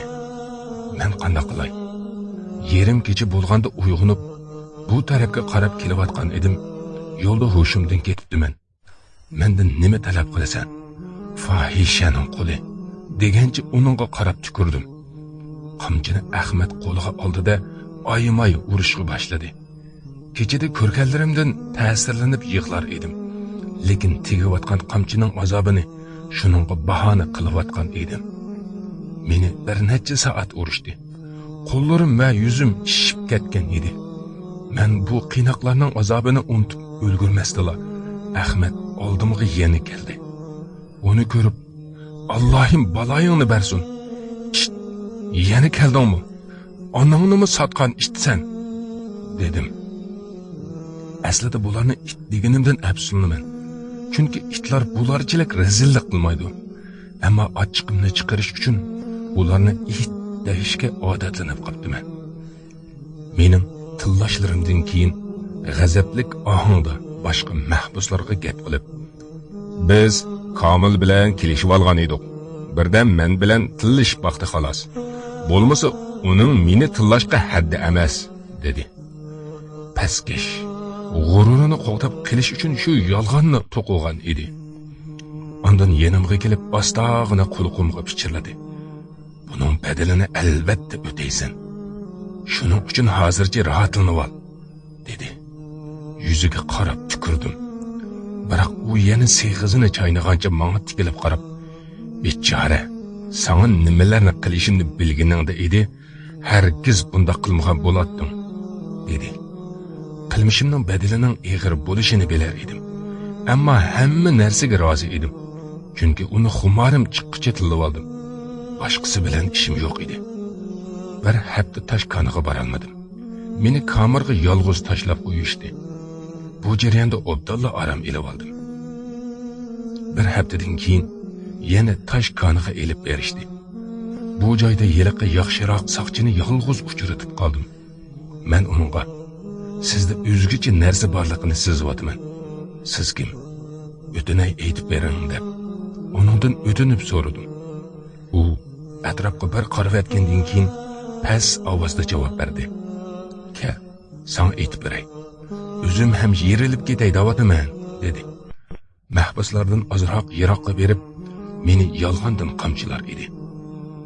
Men yolg'ondan vaqirab qo'yar edim. U gap qilishga boshladi. "Men professorman. Kommunizm kelgandan keyin qo'rqinchli siyosat haqida bir necha eg'iz gap qildim. Meni bu yerga xizmatchi qilib tayinlashdi va professorligimni qo'limdan elishdi. Bu yerlarga umuman chidolmayapman. Kommunizmning changaliga tushdim. Ba'zilar cho'ng maydonlarda xohlagan narsalarni aytishib, bu rejimning qo'liga tushmaslik uchun haroq-sharob ichiraydi. Men bir professor. Ular bo'lsa oddiy xalq. Lekin ular kommunizmning nimaligini mendan yaxshiroq tushunib yetishgan edi. Kommunizm zulmni qonunlashtirmadi. Lekin zulmning qonunlarini insonlarning eng'iga singdirishgan edi. Butun dunyo tushunmayotgan narsa mana mush edi, dedi. Bu soqchimi kommunizmning yolg'on va'dalariga aldangan ekan.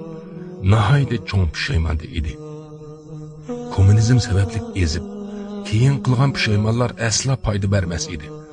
Tuyg'ularga hech qachon ahamiyat bermaydigan, ozroqmi hurriyatni qadrlamaydigan, lekin har doim hurriyat haqida gap qiladigan kommunizm musulmonlar bilmaydigan shaklda xomush yashamoqda edi. Ba'zida xiyolim va to'y qilishga putishgan qiz kelib qolar edi. U hozir qayerdadir? Xiyollarimda uning bilan gaplashar edim. Lekin hech kim xiyolimni turg'unchilik banat qila olmagan edi. Uni bir qatim ko'zlarim bilan ko'rsam edim. Bu dunyoda uni o'z ko'zlarim bilan ko'rishni xohlayman. Demak, oxiratda ham uni ko'rishni xohlayman.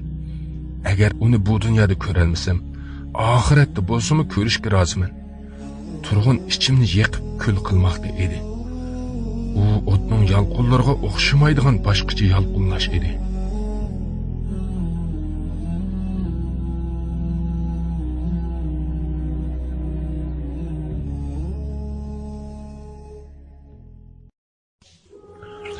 Qiyin qistab.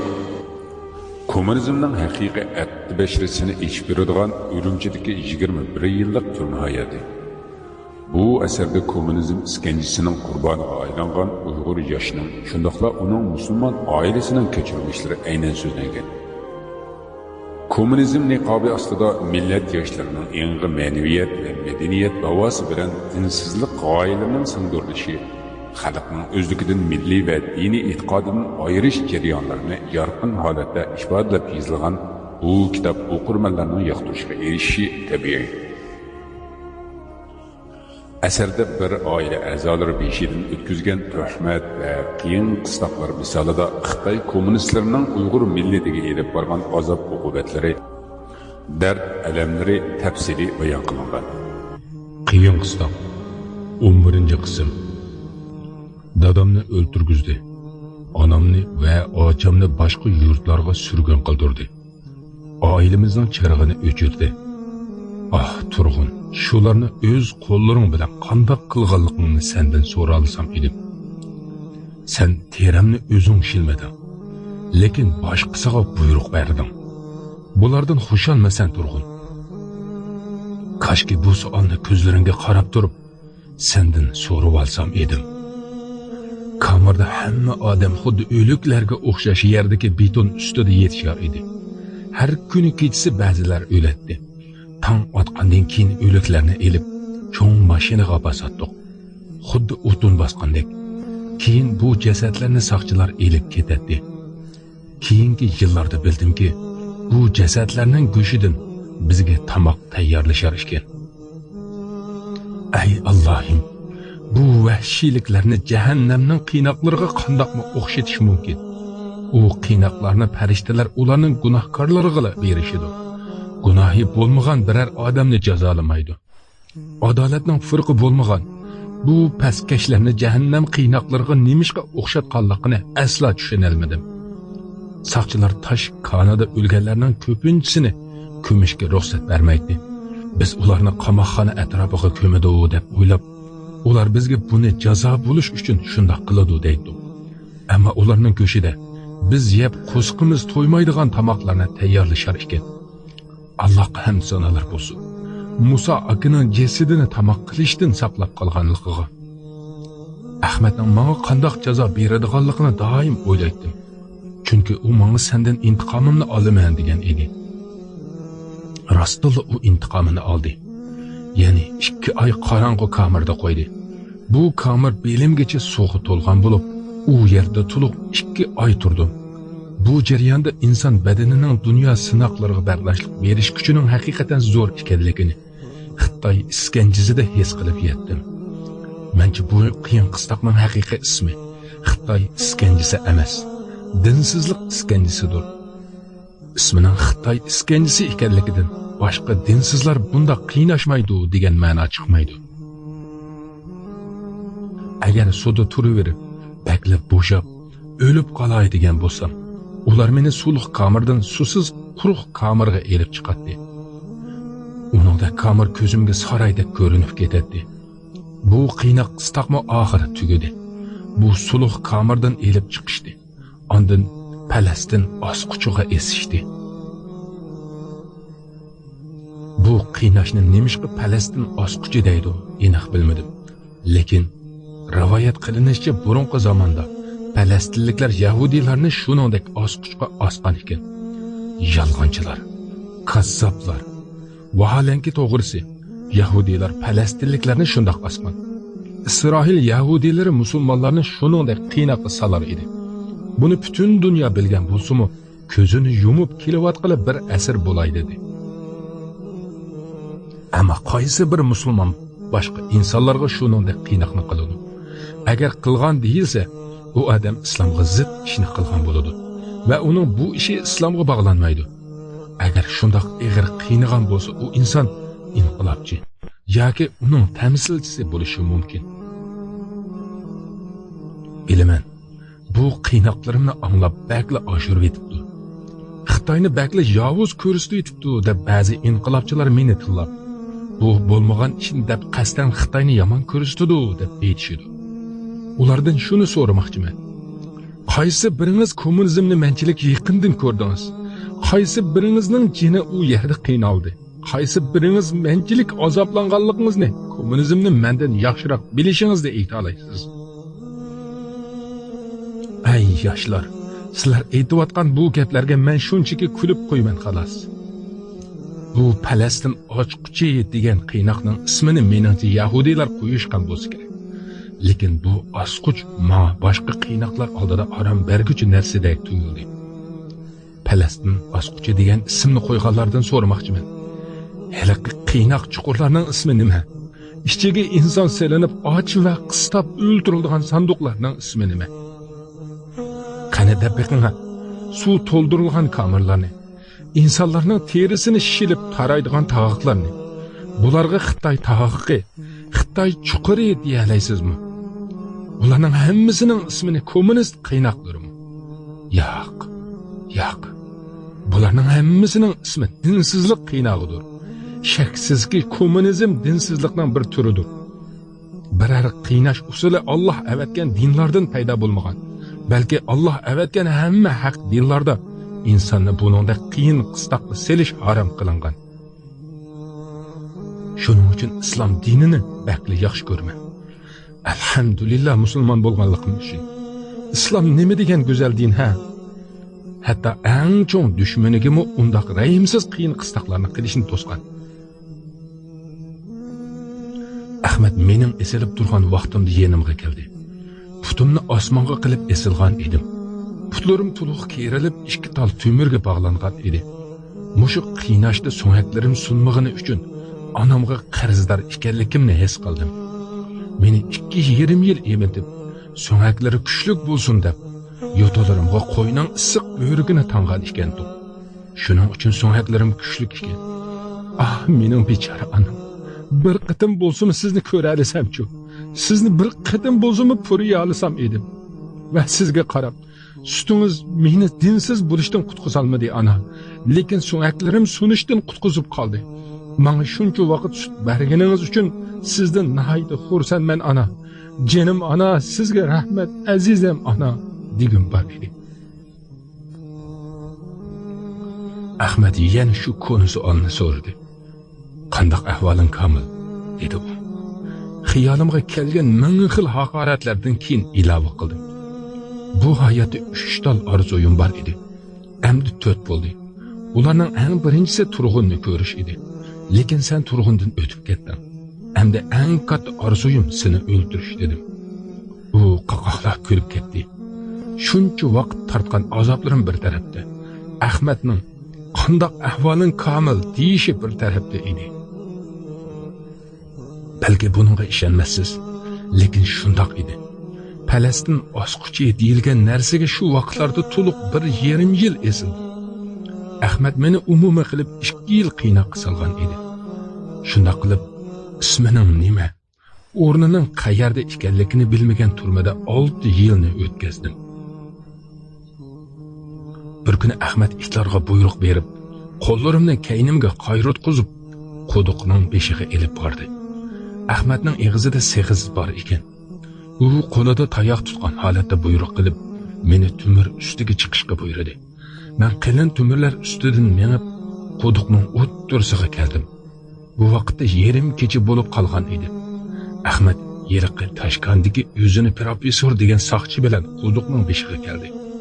Uni ko'zim ko'rishi bilan yoqasidan tortdim va shu hamon uni quduqqa tashladim. Quduq degidan meni qutqoz deb hamrohi bo'lgan soqchiga vaqirar edi. Men bo'lsam uni huzurlanib tomosha qilar edim. Ko'nglim nihoyat yayrayotgan edi. Ustidan pastga qarab vaqirdim. Qandoq ahvoling Ahmad? Kechirasan, nihoyat yaxshi bo'lsan kerak. Quduqning chashqonlari rosa echirqab ketgan edi, dedim. Ko'p o'tmay Ahmad o'ldi. Yiliqi soqchiga qaradim. U soqchi kulimsiragancha javob berdi. Men hech narsa ko'rmadim. Sen biror ish qildingmi dedi. Ondan kameraga kelib joyimda yetib rohatlanib uxladim. Men u ko'p azob bergan edi. Hali ham uningga bo'lgan g'azabim tugagani yo'q. Nima qilsam ham uni esimdan chiqara olmadim. Birinchi qilib kamardishim Fatihga qilgan ishimning bo'lib o'tgan voqeasini aytib berdim. Fatih suyunginidan usulga tushishga boshladi. Ahmadning yo'qligini 2 kungacha hech kim bilmadi. Birarsa uning jasadini quduqda ko'rgan bo'lsa-mu, tuniy olmas edi. Chunki u yerga mahbuslardan birasi tushib ketgan bo'lsa kerak deb o'ylashar edi. Bir qatim bo'limga kelib so'rashdi. Meni qo'rquv bosdi. U soqchi meni setib qo'ygan bo'lishi mumkinmi? Meni oldigan bo'lishi mumkinmi? Qo'rqish kun sari oshdi. O'zimga o'zim tasalli berdim. Ansirma komil. U itni o'ldirganing uchun o'lsang ham arziydi. Ondan xotirjam bo'ldim. Hamma joydan izladi. Ammo Ahmadni topolmadi. Xotirjam bo'ldim-yu, lekin sal qo'rqinch bor edi. Men ansirishimni u soqchiga aytib berdim. U menga tasalli berib, "Qo'rqma. O'lsammi aytmayman" dedi. Haqiqatan hech kimga aytmadi. Fatih fursat bo'lsa-da meni quchoqlab, "Aka, qo'lingizni bir bering, suyib qo'yay" dedi. Umi bir soqchini ko'z ostiga elib qo'ygan edi. U soqchi Fatihning g'ururiga tegar edi. Bir kuni oldimga kelib, ikkili qo'limni suyishga boshladi. "Aka, o'ng qo'lingizni Ahmad uchun so'ydim. Keling, sol qo'lingizni bu ish uchun so'yay. Onun hem işini pütürün dedi. Külüşüp ketdik. Bir neçe yıl ötkendiğin keyin çaqchaqlashib kulayotgan edim. Bu yerde yana 6 ay qaldim. 1000 kishilik kamarda 100 kishi qolgan edi. Qolganlar qiynaqqa chidolmay o'lib ketgan.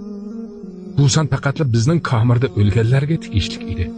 Boshqa kamarlarda o'lganlarni qo'shib hisoblaydigan bo'lsak, bu minglab insonlarning tamoq qilinganligini bildirdi. Xalqqa boyasha turmush elib keladigan kommunizm. Afsuski xalqning go'shida tamoq qilishar ekan. Shuncha uzun vaqt ichida 3 qatim g'alati ravishda sotlandim. Sot qilsa baribir hech narsa o'zgarmas edi. Chunki mening haqqimdagi aybnomam ham dalil ham xulosa edi. Dinsizlar tuzgan huquq va sot qarorlarining xulosasi shu edi. Ayblanish degani tutgan vaqtda jazo bekitildi degani edi. Kommunist Xitoy qonuni bo'yicha xalq sotlarmish. Xalq sotimish. Bo'ldi qiling. Kulgimni qisdim. Zulmdan tug'ilgan zulm. Tunji qatim turmaga kirgan vaqtim 1953-yili edi. Mana men hatto shuncha qiynoqlar bilan 1969-yilga kelgan bo'lsam-mu, texicha tirik edim. Bir kuni tuyuqsiz meni va bir necha mahbuslarni bu qo'rqinchli turmadan elib, Urumchi shaharlik birinchi turmaga elib bordi. Yo'lda menib shaharning ichi ekanligini ko'rganda, endi qiynoq ko'rmagidekman deb o'yladim. Ammo u yerga borgandan keyin bakla hayron qoldim. Meni 30 kishilik kamarga tashlashdi. Bakla g'alita. Bu kamarda ayollar aralashgan. Bu yerda ilgari turmaga o'xshash cho'ng kamarlar yo'q ekan. Lekin qoidalar o'xshash bo'lib, bu yerda mu ochliq, qamcha, tosh kollari, ko'z ko'rib, quloq anglab boqmagan qiynoqlar. Kamarda zinoda ayblanib yotgan ayollar bor edi. Lekin 21 yillik qamoqxona hayotimda zina sababidan yotgan biror er kishini ko'rmadim. Ayollarning orasidagi bir yosh qiz diqqatimni tortdi. Bu mahbus qiz boshqa mahbus ayollarga qat'iy o'xshamaydi. Nejis Xitoyning davosicha ayollar barobar bo'lgani uchun ularni ayollarni ayirib boshqa kamarda qo'yishning hojati yo'qmish. Men bu turmadagi 5 ayolning ismini unutmadim. Bular Sajida, Maynur, Malika va Selmagul edi. Selmagul boshqacha qiz edi. Eg'ir besiq, erlarga esilmaydigan, qiynoqdan kelib qiynoqqa ketadigan madaniyatlik va bak chiroyli qiz edi. Bir qatim uningdan jinoyatining nima ekanligini so'radim. Menga g'alati qilib qarab, nihoyat ma'nali javob berdi. Bu zulmda tug'ilishning o'zi jinoyat. Nihoyat chiroyli ma'noli javob edi. Lekin men boshqa narsani bilishni xohladim. Bir oz o'zimga kelishimga, turg'un xiyolimga kelib, ichimda o't yonar edi. Uni ko'rmasdan o'lishni xohlamasdim. U yerdan bir aynak tepib o'zimga qaradim. Bichoraman, nima ahvoldaman ha? Bu turmada tunji qish fasliga kirib kelgan edi. Bizni yiroqlarga elib berib kashkicha ishlatib, kashda turmaga yana qochtirib kelishar edi. Bir kuni atiganda tizilib kishan selishni kutayotgan edik. Navbat kishan selayotgan edi. Tuyuqsiz bir kapitan bari ovoz bilan baqirdi. Ratlik turinglar! Turma boshlig'i mahbuslarni oqtirish uchun chiqibdi. Bu yerga kelayotganmish, dedi. Xuddi biz boshqa vaqtda safga tizilmaydigandek, ratlik qilib bizni tizishdi. Hammamiz bir xil kiyimda edik. Bizning nimamizni oqtirarkan hayronman. Safga tizilgan holda boshliqning kelishini xila uzun kutdi. Turma boshlig'i keldi. U safning beshidan mahbuslarni birma-bir ko'zdan kechirib, biz tarafga qarab kelayotgan edi. Turma boshlig'i qattiq qo'l ekan. Hech ham kulmas ekan degan gaplarni mahbuslardan anglaydi.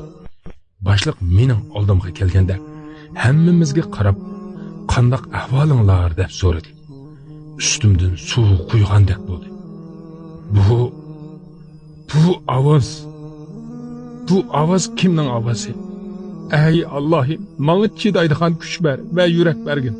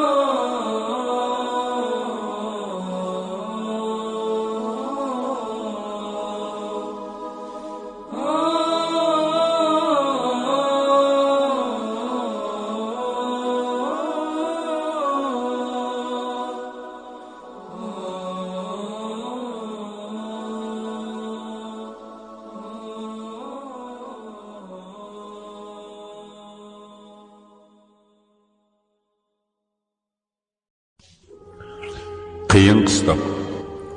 Kommunizmning haqiqiy aqdi bashrasini ichib beradigan Urumchidagi 21 yillik turma hayoti. Bu asarda kommunizm iskanjisining qurboniga aylangan Uyg'ur yoshining, shundaqla uning musulmon oilasining kechirmishlari aynan so'zlangan. Kommunizm niqobi ostida millat yoshlarining yangi ma'naviyat va madaniyat havosi bilan dinsizlik g'oyalarining singdirilishi, xalqning o'zligidan milliy va diniy e'tiqodidan ayirish jarayonlarini yorqin holatda ifodalab yozilgan bu kitob o'qirmanlarning yoqtirishiga erishishi tabiiy. Asarda bir oila a'zolari beshidan o'tkazgan tuhmat va qiyin qistoqlar misolida Xitoy kommunistlarining Uyg'ur millatiga elib borgan azob-uqubatlari, dard alamlari tafsiliy bayon qilingan. Qiyin qistoq 12 qism. Boshliq mening oldimga kelganda hammamizga qarab, "Qandoq ahvolinglar?" deb so'radi. Ustimdan suv quygandek bo'ldi. Bu ovoz kimning ovozi? Ey Allohim, menga chidaydigan yurak va kuch-quvvat ato qilgin. Uning ko'zlariga qaradim. U dal mening akam Turg'un edi. U dadamning vahshiylarcha o'ldirilishiga buyruq bergan. Anam va achamning boshqa yurtlarga surgun bo'lishiga buyruq bergan. Kichikkina bovoq dasilib o'ldirilganda qarab turgan. Meni 21 yil Xitoy qiynog'i bilan azoblab kelgan akam Turg'un edi. U hozir xilala qerib ketgan bo'lsa-mu, lekin u dal mening akam Turg'un edi. Uni ko'rib meni qo'rqinchli titrak bosdi. Hatto aylanib ketgida toz qoldim. Ey Allohim, men endi nima qilay? Bu ahvolda o'zimni tutib olishga shuncha tirishgan bo'lsam-mu, ko'zlarimdan to'xtamay yoshlar oqatdi. Bechora ko'zlarim. Endi azoblanadigan sening navbating keldimi? To'xtagan yoshlarim meni uning oldida bechora ko'rsatmagan. Yiqilib, yig'lab uning diqqatini tortmaslik uchun beshimni bu tarafga burib oldim. Yuzlarcha mahbusning yuzi mudirga tikilib turayotgan paytda bir kishining yuzi boshqa tarafga burilgani hamma odamning diqqatini tortishi albatta mumkin. O'sablar orasidagi bir boshning boshqa tarafga qarab olganini bilib qoldi. Ondan u: "Sen nimishqa yuzingni bizdan burib olding? Bu yoqqa qara", dedi.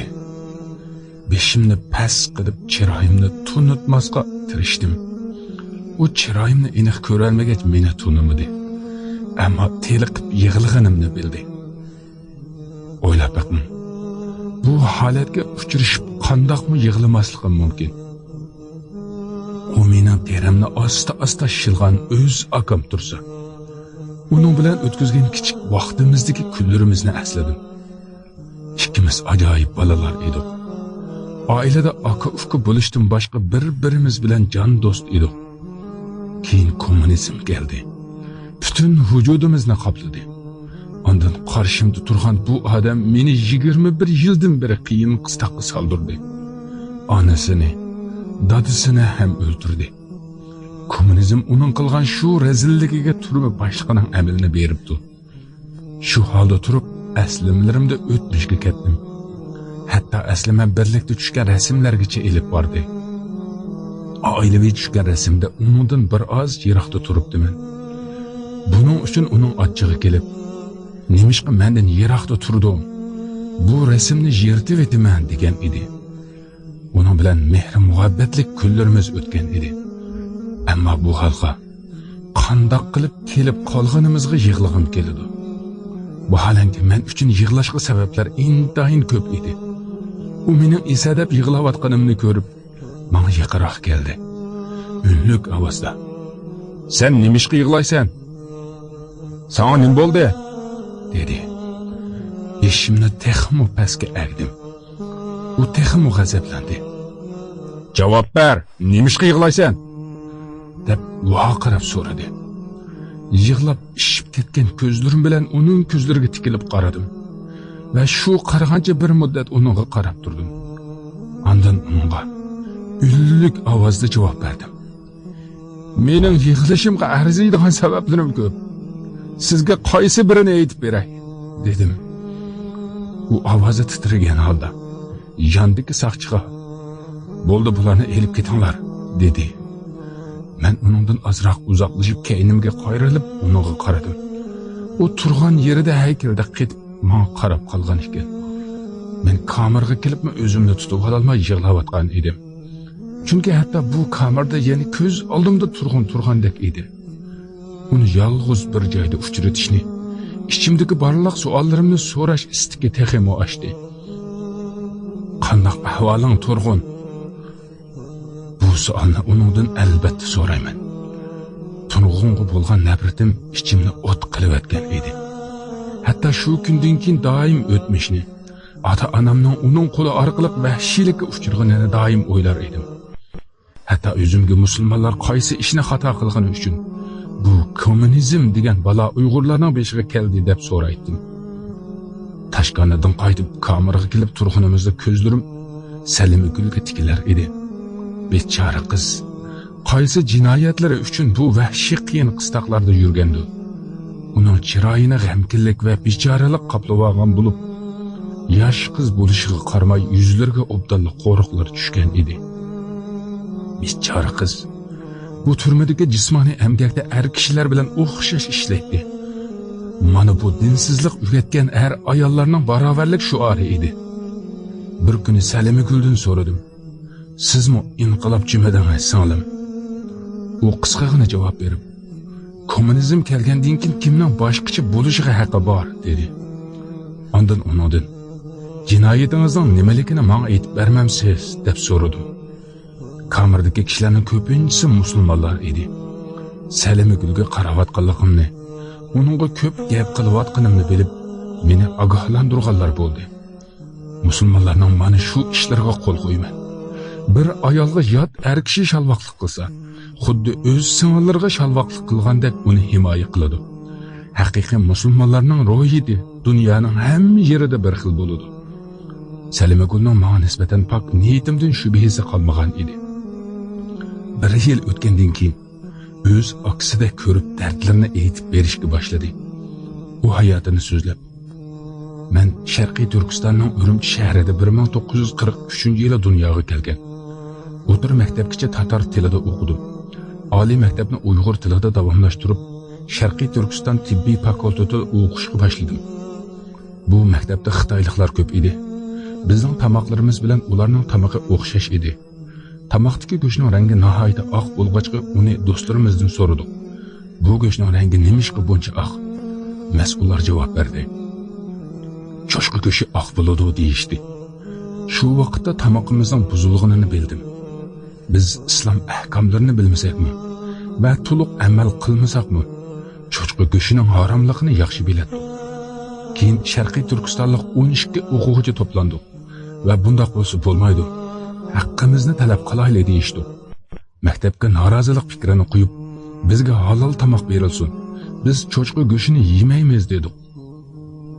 U chaqlarda hech narsadan qo'rqmaydigan yoshlar edi va o'zimizcha kommunizm xalqning so'zlariga quloq soladi deb o'ylaydi. Nurg'un kishilarni esib o'ldirganlar mushilar edi, lekin o'lganlarni vatan xoinlari deb biladi. Shundaqla ular bizga bular degan rus josuslari deb tushundirdi. Shunga biz bu davlatning fuqarolari bo'lish sifatimiz bilan bu oddiy insoniy huquqlarimizni talab qilishimiz haqli deb qaraydik. Başta derdimizni aytib fakultet boshlig'ining yeniga chiqdik. Lekin foydasi bo'lmadi. Keyin hurriyatni targ'ib qiladigan gazet chiqarib, haqqimizni talab qilamiz deyishib, 12 o'quvchidan tashkillangan milliy o'quvchilar jamiyatini qurib chiqdik. Maqsadimiz ovozimizni davlatga anglatish edi.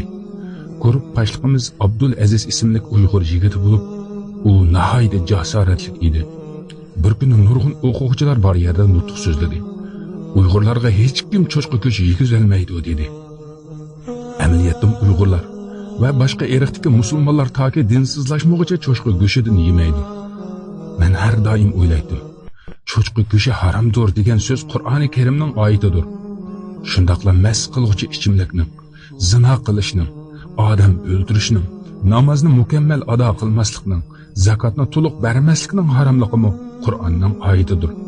Nima uchun cho'chqa go'shti yemaslikka rioya qilingan kabi Qur'onning boshqa buyruqlariga rioya qilinmaydi. Buning javobini toki hozirgacha topolmadim. 12 o'quvchi tarafidan qurilgan jamiyatda men bor edim. O'zimizcha kommunizmni maqtab, kommunizm boshqacha. Agar fashizmda bo'lganimizda bu jamiyatni qura olmas edik deyishadi. 1963-yili 2-oyning 29-kuni edi. Fakultetda hamma o'quvchilar oldirash bir kun bo'ldi. O'qishga mas'ullar hayajon bilan bugun nihoyat cho'ng yig'ilish bor. Shunga birmi o'quvchi qilib qolmay yig'ilishga qatnashish kerak deb barliq o'quvchilarga buyruq beribdi. Hammamiz shu kuni atiganda maydonga yig'ildik. Minglab o'quvchilarning ko'z oldida bir kishi mikrofonni elib, barcha o'quvchilar anglaydigan darajada gap qilishga boshladi. Oldiga chiqqan kishi: "Hurmatli o'quvchilar va yo'ldoshlar, fashizmga qarshi inqilob sifatida kommunizm qurildi. Ammo kommunizmga qarshi Sovet rahbarlari qora surkashdi. Chunki Sovet rahbarlari kommunizmni to'g'ri yo'lga qo'yisha olmadi. Kommunizmning haqiqiy yuzini Xitoy xalqi dunyoga ko'rsatib berdi. Bu inqilob sizlarga omonat qoldiriladi. Kelgusining boshliqlari, boshqaruvchilari sizlar bo'lasizlar va sizlar sababli kommunizm o'zining oltin nurini dunyoga parlatib yashaydi. Fashist Ruslari bularni qila olmadi, lekin sizlar qilasizlar. Ammo bizning go'zal kelgusimizning parlaq bo'lishiga qarshi turish uchun Ruslar oramizga josuslarni avatmoqda. Bu josuslar ularning 2-4 tal puliga aldanib yurtimizni setishmoqda. Yurtimizni Ruslarga berishga xohlashmoqda. Oramizdagi ba'zi ahmoq, xoinlikqa moyillarni tepib, ularni setib elishmoqda, dedi. Biz bu gaplarni anglab nafratlanib ketdik. Bu o'quvchilar yurtimizni qanday qilib Ruslarga setishi mumkin? Kommunizmning boshqarishiga kirish bilan Xitoyliklarga setilganimizdan hatto xabarimizmi yo'q edi. Cho'ng boshliq gap qilayotgach so'radi: "Bu vatan xoinlarining jazosini beramizmi yoki yo'qmi?" dedi. Hamma o'quvchi birdek ovozda: "Beramiz. Bu vijdonsizlarni jazosiz qoldirmaymiz", deyishdi. Yeliqi kishi undaqda ularning ismini o'qiymiz dedi. Jon qo'lqimiz bilan ismlarni angladik. Ular bizning ismlarimiz edi. Albatta ularning orasida mening ismim bor edi. Ondan bizni oldiga chiqarishdi. Biz orqali o'quvchilarga ogohlantirish berib, hamma zolimliklarni va ojizliklarni namoyon qilar edi. Qo'l puturimizni bog'lashdi. Ondan har birimizni boshqa mashinaga selishib, Rus jasuslarini tutganda elib ketishdi. Salimgul bularni aytib berayotganda kameraga saqchi kirib qolgach, parani mushu yerda to'xtatdi. Davomini keyin aytib bermang Komil aka, dedi. Uning so'zlariga qiziqqanimdan yerilib ketaydigan edim.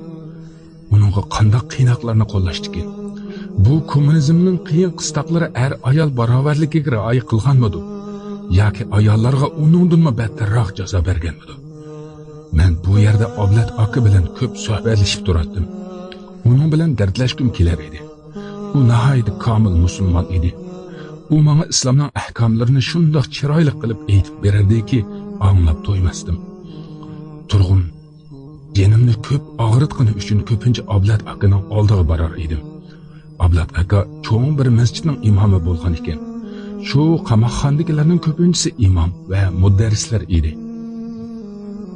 Bir kuni uningga dardlanib, ichimga sig'may yerilib ketay deyapman aka, dedim. Bir necha kundan beri bu yerda yuragimni siqib ezyapti. Bundan keyin qanday qiynoqlarga selishar dedim. Oblat aka beshidan ko'p issiq sovuq o'tgan kishi edi. Menga ma'noli qarab, hammasiga chidab yashash bir ne'matdir. Sabr qil va bu ne'matlarning qadriga yetgin, dedi. Va so'zini davom qilib, sening yashashdagi maqsading nima deb so'radi. Men unga tushunolmadim. Nima demoqchisiz? U demoqchi menga insonning dunyoda yashashi o'ziga foydali bo'lishi kerak. Sening foydang nima deb so'radi. Men unga bu gaplaringizdan hech narsa tushunmadim. Meni o'ldirmoqchimisiz dedim. U tamkinlik bilan yo'q, yashashingda nima foyda bor demoqchiman. Men bilmayman. O'lmaslik uchun yashashga tirishyapman dedim. U javob qilib, yaxshi. Undaqda sen o'lgandan keyin yashagan hayotingda sana biror foydasi tegamdi, dedi. Men unga Ablat aka tepishmoq qilib gap qilyapsiz. Nima demoqchi bo'lganingizni tushunolmadim dedim. U aytmoqchimanki, sen nimishqa Allohga yuzlanmaysan? Allohdan yiroqlashishingning badalini hammamiz birlikda o'tadik. Sen boshqa badallarni mi o'tab ko'rmoqchimi dedi. Men unga har doim Alloh deyman. Qalbim to'xtamay har nafasda Alloh deydi u dedim. U yaxshi. Ashu qalbing sen namozni boshla. Kunda 5 vaqt beshingni sajdaga qo'yib, Alloh degan demadim u dedi. Men hayron bo'lib, uningga gaplaringiz to'g'ri Ablat aka. Musa aka o'lgan kuni men ham shu narsalarni o'yladim. Ammo nimishqa namozni boshlay olmayotganligimni o'zimmi bilmayman. Amaliyotda Allohni nihoyat yaxshi ko'raman. Balkim kunda qalbimda 100 ming qatam Alloh deyotgan deman dedim. Bu nihoyat go'zal ish. Lekin 100 ming qatam Alloh deyishning o'rniga kunda 5 vaqt namozingni o'qishing 100 ming qatam Alloh deganingdan foydaliroq bo'lar edi. Menga qara Kamil.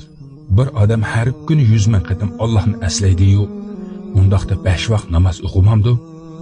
Bu qandoq bo'lg'ini? Allohni suygan kishi uningga sajda qilmay turib, qandoqsiga uning quli bo'lishi mumkin dedi. Uning bu gaplari qattiq ta'sir qildi. Nihoyat chiroyli gaplarni qilgan edi. Allohni suygan kishi uningga sajda qilmay turib, qandoqsiga uning quli bo'lishi mumkin. Endi bu to'g'risida tafakkur qilishni boshladim. Demak, men haqiqiy qul emas, saxta qulman. Shu kuni namozni boshladim. Namozdan keyin tuyub duo qildim. Ey Robbim, kechikib bo'lsa ham huzuringga keldim. Tortgan azoblarimni, qilgan gunohlarimning badali sifatida qabul qilgin. Meni ham o'z marhamating va karimingga olgin. Amin. Shu topda qalbimda ta'riflashga til ojiz keladigan xushallik paydo bo'ldi. Lekin xiyolimga turg'un kelishi bilan bu xushallik yo'q bo'lib ketar edi. Turg'un. Bir kuni o'ylab o'ldirib xiyolimga kelib qoldi. Bizning shu ahvolimiz haqida biror film ishlanganmidi? Buningda qo'rqinchli tush ko'rgan odam bormidi? Yo'q. Hatto tushkimi bunda qiynoqlik sahifalar kirmaydi. Bir kuni kechda Tosh Kanaddan qaytayotgan edik. Qamoqxonaning maxsus mashinasi oldimizdan chiqib qoldi. Uni o'tkazib o'tish uchun yo'lning chetiga chiqdik.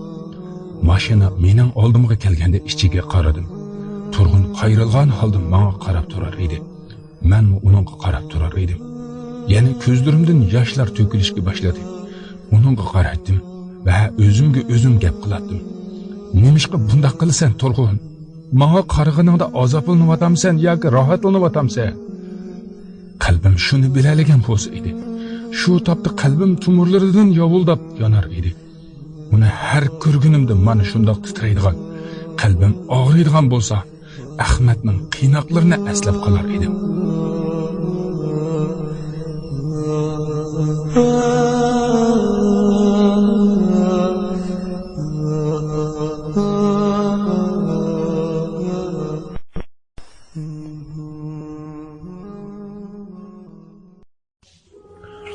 Qiyin qistoq. Kommunizmning haqiqiy aqdi bashrisini ichib beradigan Urumchidagi 21 yillik turma hayoti. Bu asarda kommunizm iskanjisining qurboniga aylangan Uyg'ur yoshining, shundoqla uning musulmon oilasining kechirmishlari aynan so'zlangan.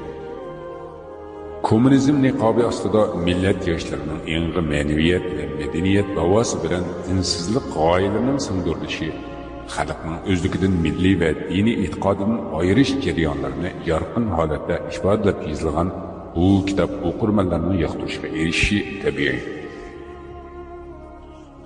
Asarda bir oila a'zolari beshidan o'tkazgan tuhmat va qiyin qistoqlar misolida Xitoy kommunistlarining Uyg'ur millatiga elib borgan azob uqubatlari, dard alamlari tafsili bayon qilingan. Qiyin qistoq 13-qism. Uni har bir ko'rganimda buningdek butun vujudim titrab, qalbim og'riydigan bo'lsa Ahmadning qiynoqlarini eslab qolar edim. 21 yildan buyon tortib kelayotgan qiyin qistoqlarimning o'z akam tarafidan kelgani uchun uni bu yerlarda ko'rib turishga chiday olmayotgan edim. Ey Allohim, meni turg'un yo'q boshqa o'rinda qo'ygin deb Allohga doim duo qilardim. Her qatim onun bilan uchrashib qolganda, Turg'unning ko'zlaridagi narsa meni azoblab butunlay nobud qilmoqda edi. Acaba mening ko'zlarimdan uningga ko'ringan narsami uni bearam qilayotganmidi? Men azoblangandek uni azoblanayotganmidi? Men o'zimga o'zim nimalarni deyapman? O'z dadisini o'ldirgan odamda bundoq yurak nima qilsin? Bir necha kun o'tgandan keyin bir kuni kechda xubdan namozini kamerda o'qiyotgan edi. Mahbuslarning jiddiylashgan ovozda pishchirlig'ini sezdim. Shu orada birisining turma boshlig'i keldi. Tezroq sapga tezalanglar deganini angladim. Ammo men namozimni buzmasdan davomlashtiraverdim. Chunki Turg'unning kelganini sezgan edim. Hatto u oldimgacha keldi. Ondan boshqa mahbuslarga: "Demak, oranglarda namoz o'qiydiganlar bor. Yaxshi. Hech kimning namoz o'qishiga aralashmaymiz. Davom etaveringlar" deb qo'yib chiqib ketdi. Gap qilgandagi uning ovoz ohangini tahlil qildim. Pushaymon qilgan odam kabi quloqqa yaqinliq ohang yoki mehr tuyg'usi yo'q edi. Bu turmada kunlar shu tariqada bir mezgil o'tdi. Har kuni uni ko'rish meni bakli bearam qilayotgan edi. Hatto meni chidab bo'lolmas qiynoq chirmib olgan bo'lib, bu Ahmadning qiynoqlaridan eshib ketgan edi. Ey Allohim, meni bu yerlardan elib ketgin. Turg'unni ko'rishga ko'zim yo'q. Chunki Turg'unni haqiqiy fashizmga tava kommunist zolim soqchisi sifatida ko'rishga toqatim yetmadi. Deb doim Allohga duo qilardim. Turmaning rahbariga xat yozmoqchi bo'ldim. Soqchidan qog'oz va qalam so'rgan edim, akilib berdi. Xat yozaman deb qog'oz bilan qalamni qo'limga oldim. Ammo yozish uchun qallamga biror harf kelmay, men ham to'xtab qoldim. Takror urinib ko'rdim. Yanala biror harf yodimda qolmabdi.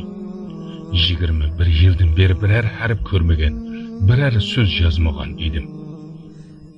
Ya Alloh, yozishni unutib qoldim. Bundan bakla afsuslandim va bir chetda berib o'ylanib o'tirdim. O'qish va yozishni unutganimni bilib, o'zimni butunlay boshqacha odam deb tasavvur qildim. Hatto bu qayg'uga yig'lashdan o'zimni zo'rg'a tutib turgan edim. Go'yo tug'ishqa yana bir qerinishimni yo'qotib qo'ygandek edim. Bir necha kun o'tgandan keyin Toshkentga ketayotgach, Salimageldun hikoyasining oxirini aytib berishni o'tindim.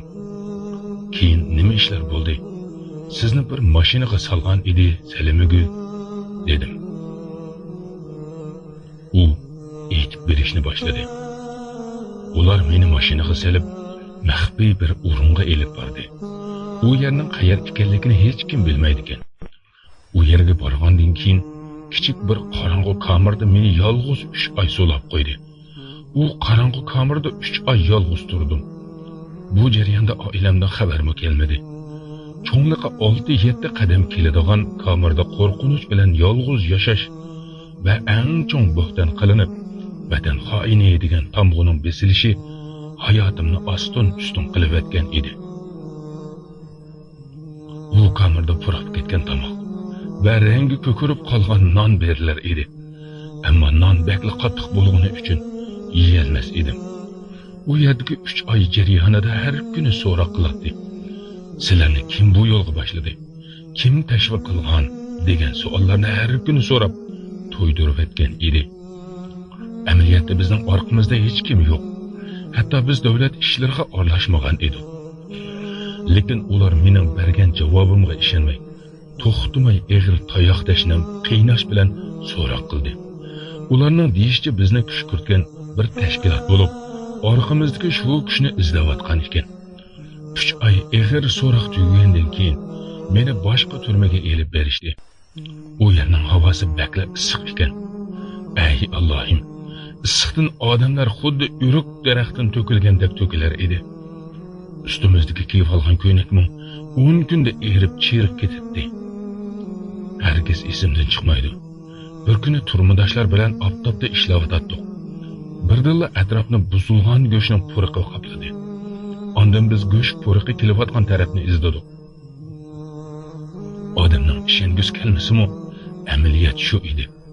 ba'zilarimizning dumbisining terisi oftobda kuyib purg'an bo'lib, bu puroq shuningdan kelayotgan ekan. Ba'zida o'zim haqida o'ylanib, qandoqmi u qiynoqqa chidigandiman deb ketaman. Qish faslida sovuq nihoyat qattiq bo'ladi. Hatto sovuqdan odamni oylantirib qo'yar edi. Bizning ishlayotgan vaqtlarimizda to'satdan soqchilar bizni qamchi bilan urib ketar edi. Gunohimiz osta ishlayotganimiz yoki yenimizdagi odam bilan gaplashganimiz ekan. Emgakning ig'irligida hamma odam o'z holi bilan tursa, nədiki gaplashish u? Bu necis Xitoylar bizga shuncha ko'p tadbir olganlariga qaramay, bizdan nihoyat ehtiyot qiladi. Yana bir ishma harakat esimda chiqmaydi. Bir kuni Pamidur etizida hammamiz birlikda Pamidur terayotgan edik. Kimdir birining qattiq vaqirab, meni qutqizinglar deb chaqirganligini angladim. Men ashu tarafga qarab yugurdim. Qarasam, Sirojiddin ismli bir yigit bor edi. Shu yigitning putidan daraxtga esib qo'yib, qamchi bilan qattiq urug'lab turgan ekan. Oldida bir ablah Xitoy tamokisini chekkach, yana shundoq jinoyat qilamsan deb tillayotgan edi. U yigitning og'zi burni qon holda bo'lib, nihoyat holsirgan holda, "Yo'q, endi unday qilmayman" deb javob berar edi. Uning qilgan gunohi Pamidur terib etib, o'zi tergan Pamidurdan bir dona yeb qo'ygan ekan. Bu yerdagi azob uqubatlardan bakli qo'rqib ketgan edim. Nurg'un qiz ayollar chidab bo'lolmay o'lib ketgan edi. Bu tutqun bo'lgan jarayonda oilamga to'liq 3 yilgacha men to'g'risida hech qanday xabar bermadim. Shuning uchun ota-onam va boshqa qarindosh urug'lar mening o'lik tirikligimni bilolmabdi. 3 yil o'tgandan keyin soqchilar onamni men bor turmaga elib kelishdi. Bechora onam kundi yig'lab ularga yalvorib, "Menga qizimni bir qatim bo'lsa-mu ko'rasizlar. Qaysi gunohi uchun bunday qilasizlar?" debdi. Dinsiz Xitoylar yolg'onni suv qilib ishganligi uchun onamga yolg'on hikoyalarni to'qib, "Qizingiz Rossiya josuslari bilan munosabat bog'lagan ekan. Biz buni tekshirib aniqladik. Ammo qizingiz bizga shu josuslarning kimligini aytmayotdi" debdi. Yana, agar aytib bersa, darhol qo'yib etamiz. Siz bilmaysiz, qizingiz vatan xoinlari bilan birlashgan debdi. Bechora onam bu gaplarga yuragi qandoqmi bardoshlik bergandi. Meni ular har xil qiynoqlarga selib, tayoq zarbalardan holsirsam, atigan soat 9 dan kech soat 6 gacha mavzudimning rasmi oldida tik turg'izib, uningga ehtirom va hurmat keltirsan deyshadi. Agar boshqurish musulmonlarning qo'lida bo'lganda, dinsizlarga bizning ilohimizga hurmat keltirsan deyishmas edi. Chunki islomda majburlab musulmon qilish yo'q. Faqatla butparastlar, dinsizlar qo'llariga hukmronlik tegib qolsa, o'zining ilohiga hurmat keltirishga majburlashadi. 3 yil o'tgandan keyin sudga chaqirishdi. Ey Allohim, bu tahi echilmagan g'uncha hayotimga qandoq imtihon bo'ldi. 1962-yilda G'o'lji va Charchan shahridan 90 mingga yaqin kishilar Qozog'iston orqali chet elga qochib ketgan ekan. Ularning hammasini men qochirgan ekanman. Bu ayblashni anglab hayron qoldim. Texi kichik bir qizchaq edim.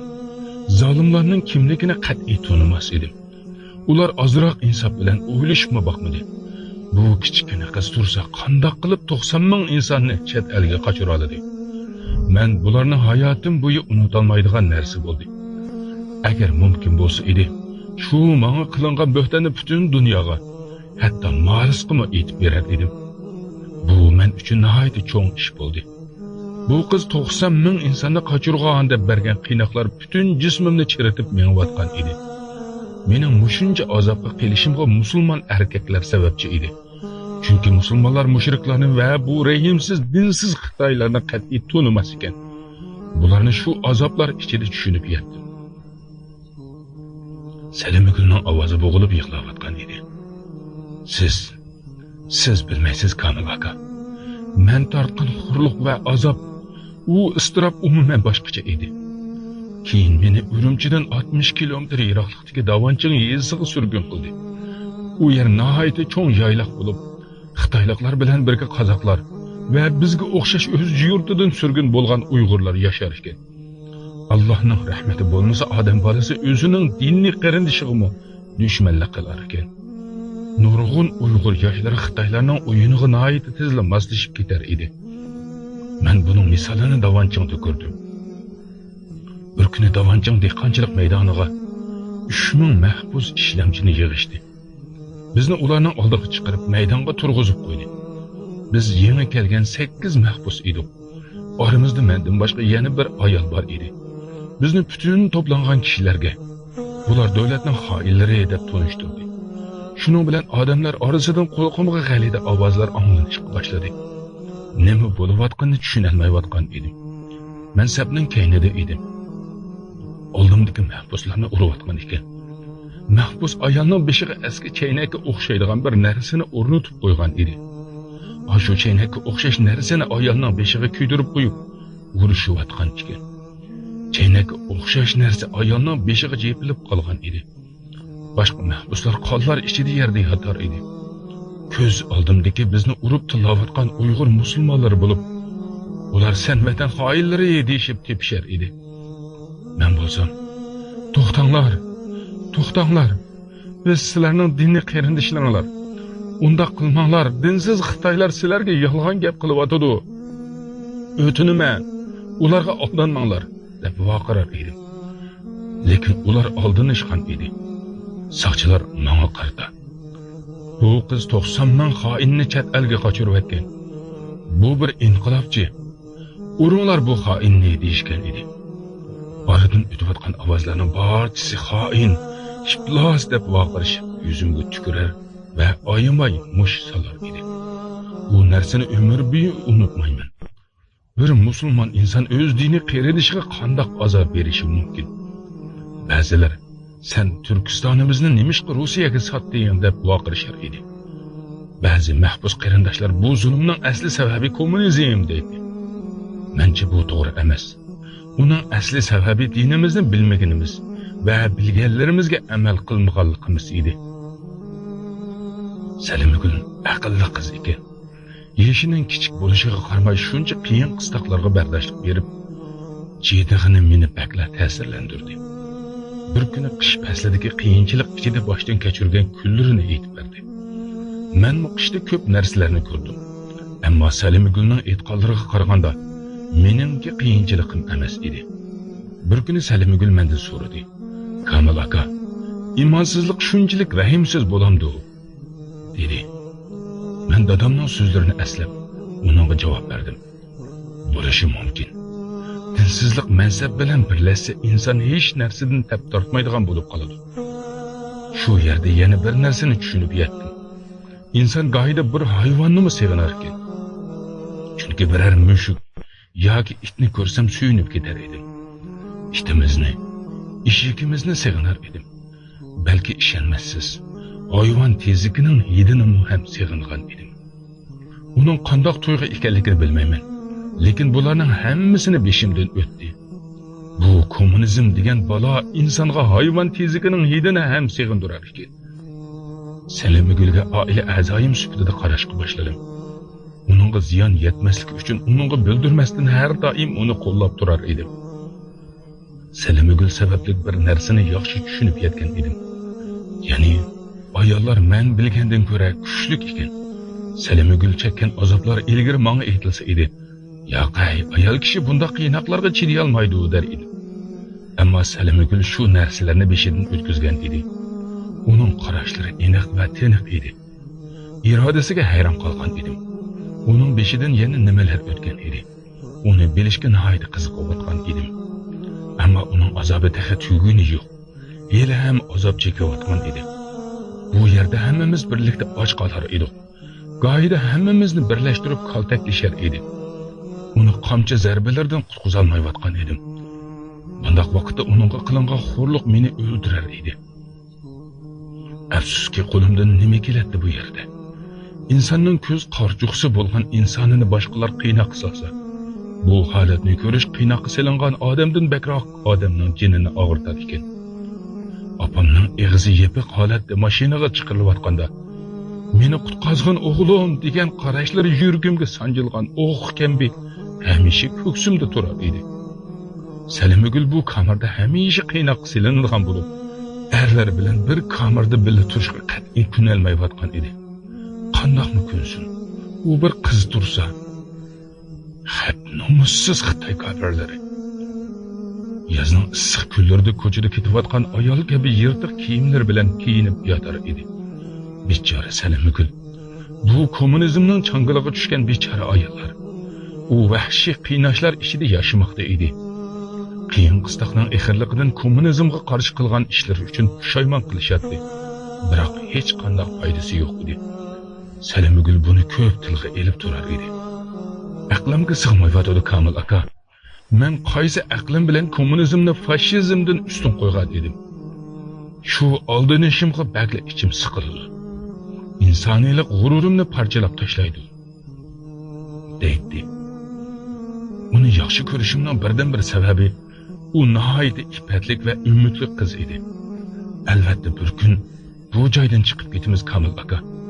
Shuncha qiynoqlarga bardoshlik bergizgan Alloh bir kun kelib bizni bu yerlardan ham qutqizadi deydi. Abirin sana Salimgul sonim. Qani hamma muslima ayollar sana o'xshagan bo'lsa edi. Men yana uningdan, yana qanday qiynoqlarni ko'rding Salimgul dedim. Sormang Kamil aka. Parazmi qilolmaysiz? dedi. Men birinchi bo'lib nomusga tegdimmi deb so'radim. U qizarib ketdi. Yo'q Kamil aka, yo'q. Bütün dünya zalimlar qo'lga tushgan ayollarning nomusiga tegilishini biladi. Ammo mening nomusumga tegmadi. Lekin beshimdan boshqacha ishlar o'tdi. Anglagan odam ayol kishiga bunday qilinmaydi deyiladigan narsalar edi. Shu kuni birinchi qatim yashashdan umidimni uzdim.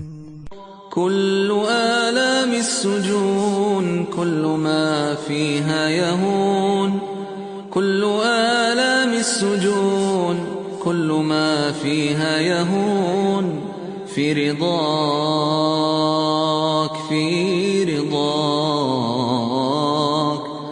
بغية العليل منية الكليل أن يراك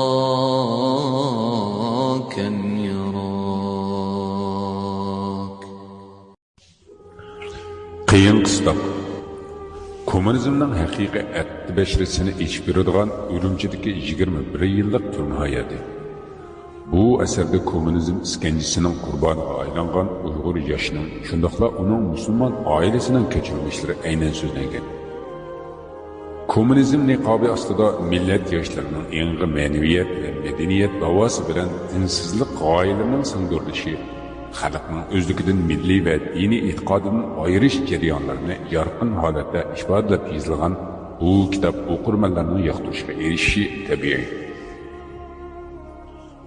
Asarda bir oila a'zolari beshidan o'tkazgan tuhmat va qiyin qistoqlar misolida Xitoy kommunistlarining Uyg'ur millatiga elib borgan azob uqubatlari, dard alamlari tafsili bayon qilingan.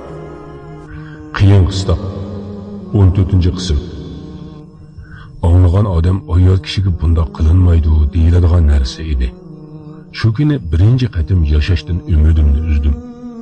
Ya'ni tayoq deshnam va qiynashning eg'irligidan bugun o'lib ketadigan bo'ldim deb o'ylagan edim. Salimgul bu hikoyasini boshlamoqchi bo'lgan edi, yenimizga saqchi kelib qoldi. Shuning bilan u ko'zlarimga qarab, "Boshqa kuni aytib beray Kamil aka" dedi. Shuning bilan hammamiz o'z ishimizga ketdik. Bu yerda bizning vaqtimiz nihoyat ko'p edi. Mahbuslarning ko'pinchisi o'zining sarguzashtisini bir-biriga aytib beradi. Bir kuni kechida bir do'stimiz o'zining hayotini so'zlab berdi. U boshqa yerdagi turmada turganda namoz o'qigani uchun uni jazolab, putini osmonga qilib daraxtga esib qo'yilgan holatda yerim kechagacha turgan ekan. Men turgan yerga o'lim vodisi bor turmada namoz o'qigani uchun jazolaydigan ish yo'q edi. Buning sababini endi tushunib yetdim. Namoz o'qiydigan musulmonlarning ba'zilari tuyuqsiz kamirda yo'qab ketadi. Biz ularni qiynoqda o'lgan bo'lishi mumkin deb o'ylaydik. Asli u turmadagi namoz o'qiganlarni o'lim vodisidagi sanduqlarga tiqib och qo'yib o'ldirgan ekan. Ablat akaning birovi ko'rib qolmaslik uchun o'ldirib namoz o'qishi, soqchi kelib qolsa bir oz mashq qilyapman deyishi bekor emas ekan. O'zimga ajablanyapman. Chunki shuncha uzun vaqtdan beri Alloh deb uni tilimdan tushirmayman-u, lekin namoz o'qish uchun o'ylab ko'rmagan ekanman. Men afsus, Xitoy qiynoqlari meni ozroqmi o'yga dalmagan ekan. Mana endi 20 yildan keyin hayotim o'zgarishga boshladi. Bu yerdagilar uchun qiynoq kundalik hayotimizga aylanib qolgan edi. Men uchun haqiqiy qiynoq turg'un edi. Uni har bir ko'rganimda o'lgunimdan battar azoblanardim. Uning menga tikilib qarashlari, hatto tushlarimga kirib, qarashlari xiyolimda qayta jilnalar edi. Kunduz uni ko'zim bilan ko'rsam, kechqurun tushlarimda ko'rar edim. Agar bechora dadam o'g'illarining bu ahvolini ko'rsa edi, o'lish uchun yolvorgan bo'lar edi. Bir xiyolim turg'unda, yana bir xiyolim Salima Gulda edi. Uning irodasi meni lol qoldirgan edi. Ablat aka meni har bir ko'rganida islom dinining asoslari haqida gap qilibdi. Qulluqning haqiqiy ma'nosini tushuntirib, dinimizdan biror narsa o'rgatmay turib, meni qo'yib bermas edi. Bir kuni o'zining ichi sirini aytib berdi. Kamil, bilamsan shuni? Ilgari dinsizlar insoniylik va erkinlik haqida gap qilsa, so'yinar edim. Ular musulmonlarni yaxshi ko'radi deb o'ylar edim. Lekin musulmon odam dinsizlarni asla sirlash tutmasligi kerak ekan. Boshqa dindigilar har qancha yaxshi gaplarni qilsa-mu, baribir ularning qalbida bizga yomonlik saqlaydi ekan. Ularning qalbida yushirilgan narsalar so'z va ish harakatlarida bilinib turar ekan. Ozroqla tafakkur qilgan odam albatta buni tushunib yetadi. Chunki hammani yaratgan Alloh ularning belgilarini bizga bildirib qo'ygan. Diqqat qildingmi Kamil? Bu yerdagi azob-uqubatlar ularning qalbidagi narsalarni bayon qilib bermoqda. Demak, ular bizga biz bilmaydigan darajada vahshiy nafrat saqlaydi ekan. Kel, kitobimizni o'qishni davom qilamiz. Bu ilohiy dalilning asli mohiyatini tushunishga tafakkur qilamiz. Kitobda mundoq keltirilgan. Iymon keltirgan musulmonlar boshqa dindagilarni yoqtirsa-mu, ular musulmonlarni yoqtirmas ekan. Sababi musulmonlar kitobning hammasiga iymon keltirganligi ekan. Bu so'zlarga qara Kamil. Ular bizni yoqtirishmas ekan. Buning sababi nima? Biz Qur'onning hammasiga iymon keltirgan ekanmiz. Haqiqiy mu'min bo'lmaganlar yerim ishonch bilan iymon keltirganlarni, ya'ni Qur'onning hammasiga emas, bir qismiga iymon keltirganlarni yoqtirar ekan. Ondan ular Qur'onning ba'zisiga iymon keltirib, ba'zisiga iymon keltirmaganlarni mu'min deyishar ekan. Ammo Qur'onning hammasiga iymon keltirganlarni bo'lsa, terrorist deb e'lon qilishadi. Bu so'zlar menga ajoyib ta'sir qildi. Ablat aka so'zlarini davomlashtirib, e'tiqodlarimni beshidan boshlab qayta o'rganib chiqamiz. Ya'ni agar musulmonlar ularni yoqtirsa-mu, ular musulmonlarni yoqtirmas ekan. Qara bu yerga. Ular musulmonlarni ko'rganda iymon keltirdik deyishidi. O'zlari yolg'iz qolganda bo'lsa barmoqlarini tishlab qilishidi. Bu yerdagi barmoq tishlashidagi maqsad ular cho'qim barmoqlarini tishlaydi degan ma'noda emas, balki ularning adovatlari shunchalik cho'ng ekanligini bildirish uchun ishlatilgan so'zdir. Va ham shundoq haqiqatning borligini mubayyan qiladi. Ba'zi kishilarning adovat sababli bir-biriga ochiqlangan holda kishilarning orasida barmoqlarini tishlaydiganlarmi bor deganidir. Bu so'zlar bizga ajoyib narsalarni bayon qilib bermoqda. Shundoq emasmi? Yuqorida ular sizlarning qiyin ahvolda qolishinglarni xohlaydi degan gap o'tdi. Haqiqatan men buni har doim his qilar edim. Dinsizlar musulmonlardan biror xato qilgan kishini yoki oldamchi musulmonning saxtakorligini bilib qilishadigan bo'lsa, uning xatosini islomga yuklab borib kuch bilan islomni so'kishga urinadi. Lekin haqiqiy musulmonlar qilgan yaxshi va foydali ishlar haqida gap qilmaydi. Dinsizlar har doim musulmonlarning ziyniga ishlaydi. Agar musulmonlarga biror yaxshilik yetsa, ularga yomon ko'riladi. Agar musulmonlarga biror yomonlik yetsa, o'zlari bilan bayram o'tkazishadi. agar mushuningdek vaqtda musulmon odam sabrlik va taqvodorlik qila olsa, ularning hiyla mekrlari hech narsaga yaramay qoladi. Quloq sol Komil. Alloh taolo musulmonlarga yana shuni bildirib qo'ymoqda. Ya'ni ularga bo'lgan adovatinglar ularga adil qilinadigan muomalada adolatsizlik qilishinglarga sabab bo'lmasin deyilgan. Bu nima degan go'zal nasihatlar? Bu insonlar uchun eng to'g'ri yashash nizomi. Shundoq emasmi? Albatta shundoq. Allohning so'zidan kuchliroq dalil bo'lishi mumkinmi? Yo'q. Ablat akadan anglab ma'nosini tushungan har bir so'zlar qalbimga orom berar edi. Bu tuyg'ularimni ifodalash uchun Ablat akaga oddiy tillarim bilan ko'z yoshlarimni tutolmagan holda aytishga boshladim. Bu mening islom uchun yoki o'z aqidam uchun tunji ichimdan to'kilgan yoshlar bo'lib, xo'shallikdan yig'lab yoki azoblanib bilmaydim. Ablat aka, bu so'zlarni o'rgangancha qalbim orom elib, butun vujudim bir nur tarafga ketayotgandek tuyg'ulardim dedim. U kulimsirab javob berdi. Sen hozir oyatlarni o'rgandim dedingmi? Yo'q, texi o'rganib bo'la olmadim. Faqat mazmunini angladim. Agar o'rgangan bo'lsam biror oyatni men o'qib berginchu dedi. Men o'qib bera olmadim. Ablat aka nihoyatda astoydillik bilan Komil bir oz tirishish kerak dedi. Xuddi u o'z qarindishimdek mehri bilan qarab turar edi. Hatto u ko'zlarimga dadam kabi mehribon ko'rinar edi. Komil, seningcha Qur'on oyatlari vaqt sarf qilishga arziydigan eng go'zal narsa emasmi deb so'radi. Ablat aka bir soatcha dars bergandan keyin timmini o'zgardi. Suhbatdoshlari zerikib qolmaslik uchun har doim shunday qiladi. Bir timmini takrorlamaydi. Ablat akaning bu qamoqxonadagi tajribasi ko'p edi. Men uningdan turg'unni tuniydiganligimni bildirmasdan so'radim. Ablat aka, turma boshlig'ini qachondan boshlab tuniysiz? 5 yil bo'ldi. Sizningcha u qanday odam? Qanday odamligini aniq bilmayman, lekin vahshiy kofirligi aniq. Nimishqa undoq deysiz? Agar u shundoq kofir bo'lmasa edi, bu turmada uni boshliq qilisharmidi? Mana bular zolim tuzumida egallagan mansabning menga deb berganlari. Shuning uchun qilayotgan ishing sening kimligingni aytib beradi dedi. Bir qatim qayerdan xiyolimga kelib qolganini o'zimmi bilmayman. Ablat akaning ko'zlariga qarab, Ablat aka, necha yoshga kirdingiz dedim. 40 yoshda dedi. U mendan yosh ekan. Ammo men o'zimni texicha 25 yoshlik yosh yigit deb o'ylayotgan bo'lsam kerak. Lekin Ablat aka obdalla juda qerib ketgan bo'lib, tasavvur qilg'ili bo'lmaydigan darajada edi. Uningdan buncha judab ketganining sababini so'radi. Anlamasqa soldi. Bakli bilgim kelgani uchun qayta so'rab, gap qilish joiz emasmi dedim. G'amkin bo'lgan holda yuzimga qaradi.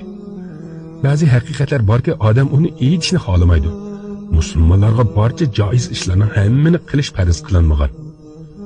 Joizlarning farzlari, vojiblari, sunnatlari, mubohlari va mustahablari bor dedi. Shuning bilan ortiq qistimidim. Bir necha soat o'tgandan keyin orqa tarafdagi yotoqlarning biridan ko'zlari ishig'an holda kirib keldi. Sizga nima bo'ldi Ablat aka? deb so'radim. Yo'qay Ablat. Shuncha uzundan beri aka deb chaqirib kelayotgan odamni endi o'z ismi bilan chaqirish qiyin ekan. Shunga yanala. Nimishqa yig'laysiz aka dedim. Yuzimga qarab. Suhbatlanguvchiga akshidi. Suhbatlanguvchi aytilmagan joyda suhbat aytilmaydi dedi. Keyinroq bildim. Uning ko'z oldida Xitoy bosqinchilarini, oilasidagi ayol qizlarning nomusiga tegib, andin o'ltirib etgan ekan. Ey kommunizm, sen haqiqat eding-ku. Sen dinsizlikni zamonaviylik, dindorlikni qaloqlik deytding-ku. Toshkanadan qaytayotganda yana 5-6 odam o'ldi. Tizdan hammasini shu joyga ko'mdik. Birarsiga rasmiyat ishlari elib berilmadi yoki hech yerga ismlari yozilmadi. Udul oxiratga ravon bo'ldi. Musulmonlar albatta shahid bo'lib ketdi deb o'ylar edim. Lekin bundoq o'lish insonga alam bo'lar ekan. Bir kuni qamoqxonada ajoyib o'zgacha bir ayolni uchratib qoldim. u ayol 35 yoshlar bo'lib, odatdagi jinoyat qilgani uchun qamoqxonaga tushgan ekan. Xitoylar davlatga qarshi jinoyat qilmaganlarga yaxshiroq munosabatda bo'lar edi. Shundaqla ozroq jazo berishar edi. Bir kuni u ayoldan qanday jinoyat qilganini so'radim. Menga hayot hikoyasini qisqa qilib so'zlab berdi. Men yo'ldoshim bilan yana oila qurgan edim. Bir kuni kechqurun uni elib ketishdi. Shundan keyin uni qaytarib bermadi va u to'g'risida biror qitim xabar ola olmadim. Uni 5 yil kutdim. Keyin yo'ldoshimni izlab turmalarga ko'p borganim uchun meni qamashdi. Lekin men uni izlashda davom qilaman dedi. Hay dinsiz kommunizmning agashkuchilari. Sizlarga Allohning la'nati bo'lsin. Qanchalik ko'p bo'lsanglar hammaning har biriga Allohning la'nati bo'lsin. Bularni o'ylasam o'zimga azor berar edim. Chunki shu kommunizm uchun bir kunlarda ishlagan edim. Musulmonlar shuncha ko'p musibatlarga qaramay yashashga intilar ekan. Boshqa qamoqxonaga yo'tkalmoqchi ekanligimni mahbuslardan biriga yozdirib, turma mas'ullariga avatdim. Hayajon bilan xabar kutayotgan edim. Bir haftadan keyin bir soqchi oldimga keldi. Ruxsat berilmadi deb bir tol qog'ozni berdi. Qog'ozni ichib qaradim. Turg'unning yozmasi edi. Shu minutlarda menga nima bo'lganini bilmayman. Biror harfmi yozolmagan men Turg'unning javobini o'qishga boshladim. Rad qilindi deb yozilgan edi. Qog'oz qo'limda holatda dir-dir titrayotgan edim. Uning yozmasini ko'rish men uchun og'ir qiynoq edi. U tuyg'ularni aytishga til ojiz keladigan tuyg'ular edi. Meni nimishqa yo'tkalga qo'yishmadi. Uni ko'rib turishga chiday olmayotganligim uchun u iltimosni yozganimni u ham yaxshi bilar edi. Uning yozmalariga hech qanday ko'z yoshi tanglasholmaydigan azob bilan bir necha qatim takror qaradim. U bizni ish o'rnimizda ko'rib ketish uchun Toshkentga keldi. Ko'z qirim bilan uning bir qatim qaradim. Qisqa qarash bo'lsa-mu ko'zlarimiz to'qnashib qoldi. U ham menga qarab turgan ekan. Oldimga qaradimda bor kuchim bilan toshlarga urishga boshladim. Bu qatim u boshqacha holatda qarar edi. Uning yana nima niyatining borligini hech tushuna olmas edim. Uning yanadagi soqchiga qilgan g'uva ovozini angladim. Bugun mushinchilik yetdi. O'liklarni ko'minglar, ondan qoydimiz dedi. Bir o'lik, 2 o'lik va sanoqsiz o'liklar edi. Mana bu sharoit bizni o'limga va o'liklarga shu darajada ko'ndirgan ediki, o'liklarning ustidan bemalol o'tib ketaverar edi. Xitoylik bir musulmon bor edi. Ba'zan meni nihoyatda hayron qoldirar edi. Bir kuni umuman musulmon bo'lganimdan keyin ulardan meni ajablantiradigan narsaning nima ekanligini bilamsan. Dinsizlar dunyoning bir qismida odam bilan hayvonning bir xil ekanligiga ishontirishdi. Musulmonlar bo'lsa insonlarni hayvondan oliy ekanligini tushuntirib berolmadi dedi. Bu shu Xitoyning fikri edi. Men uning fikriga qo'shilmagan bo'lsam, biroq uning so'zlaridan meni o'ylantirgan taraflari bo'lgan edi. Bir necha oylik jazoga tushib jinoyat qilib qamoqxonaga tushgan mahbuslardan biri turmadan chiqadiganida menga berib qo'yish uchun soatini soqchiga berib qo'yibdi. Soqchi omonatlarni menga yetkazdi. Lekin bu jallod soqchining menga bu narsalarni akilib berganidan ajablanaman. Chunki bu odamning mahbuslarni urmaydigan kuni yo'q edi. Mahbuslarning narsasini elib olish uning uchun oddiy ishlar edi. Endi men bu soatni nima qilaman? Bularni o'ylab xiyolimga bir fikr keldi. Bizni Toshkentga elib boradigan soqchiga bu soatni berib uning badaliga men menga qamchi ur degan joyda menga qamchi urish sharti bilan bu soatni senga hadiya qilaman dedim. Va boshqalar nima uchun meni qamchilaydiganligini so'rab qolsa, mavzudingni so'kdi deysan dedim. Nahida ochko'z ablah edi, rozi bo'lib kelishdi dedi. Kunlar, haftalar o'tib ketdi. O'zimni qamchilatadigan fursat topolmadim. Men Turg'unning oldida qamchilanishni xohlaydim. Hech fursatini topolmadim. Turg'unni ko'rgan vaqtda soqchini ko'rgan vaqtda bo'lsa Turg'unni topolmaydim. Bir kuni yana Toshkentga ketayotgan edim. Uningga ro'baro kelib, beshimni pastga egib o'tib ketdim. Xiyollarimdagi savollarni so'rash uchun uni yolg'iz uchirib olmagan edim. Uning keynidirek turgan saqchini tillashga başladım. Sen iflassan, sen bir iştisan dedim. Tuyuqsiz mening tillashlarimni anglagan saqchi nima qilishini bilolmay qoldi. Turg'un bizdan 20-25 metr yiroqlikda edi. Mening gaplarimni anglamaydi. Saqchi qamchisini elib ayamasdan urishga boshladi. U urgan sari men uni haqorat qilaverdim. Bu ablah meni shundoq urardiki, shu holim bilan turg'undan nimalarnidir chiqarib o'ch elishga tirishar edim. Shu kuni bir narsani tushundimki, inson davlatning topshirig'i bilan har qancha g'azablansin, o'ziga qilingan haqorat tufayli g'azablangandek g'azablanmas ekan. Yerda tayoq yegan holda turg'unga qaradim. U bizga bildirmaslikka tirishgan holda menga qarab turar edi. Men qamchi yegan sari uning menga qarab turishidan shundoq rohatlandimki, qamchining og'riqini sezmas edim. Keyin uni anglasin deb, tayoq yeyotgan o'z inisi ekanligini bilib, bu azobni o'zining berganligini his qilsin-da, uning yuragi nimalarnidir o'ylasin deb, meni qutqizinglar deb vaqirishga boshladim. Ondan boshqa saqchiga yolvorgan holatda, meni qutqizing, men nimani xato qildim deb bari ovozim bilan vaqirar edim. Ammo meni urayotgan saqchiga pichirlab, itning bolasi, bari kuching mushumu der edim. Bu gaplarim uning texmi ochiqini keltirar edi. Shuning bilan u yuzimga ham urishga boshladi. Qamchining eng og'irligini yuzga urilganidir. Bu qatam haqiqiy og'riq sezdim. Endi haqiqiy vaqirashga boshladim.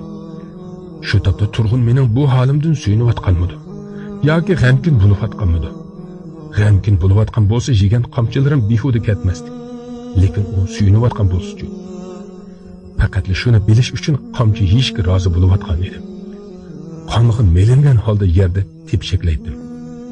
Yerga yumilib yotganimda ham turg'unga qarab qo'yar edim. Oxir u chidolmadi bo'lg'ay, yenimizga kelib saqchidan so'radi. Bu bo'lguncha nima qildi dedi.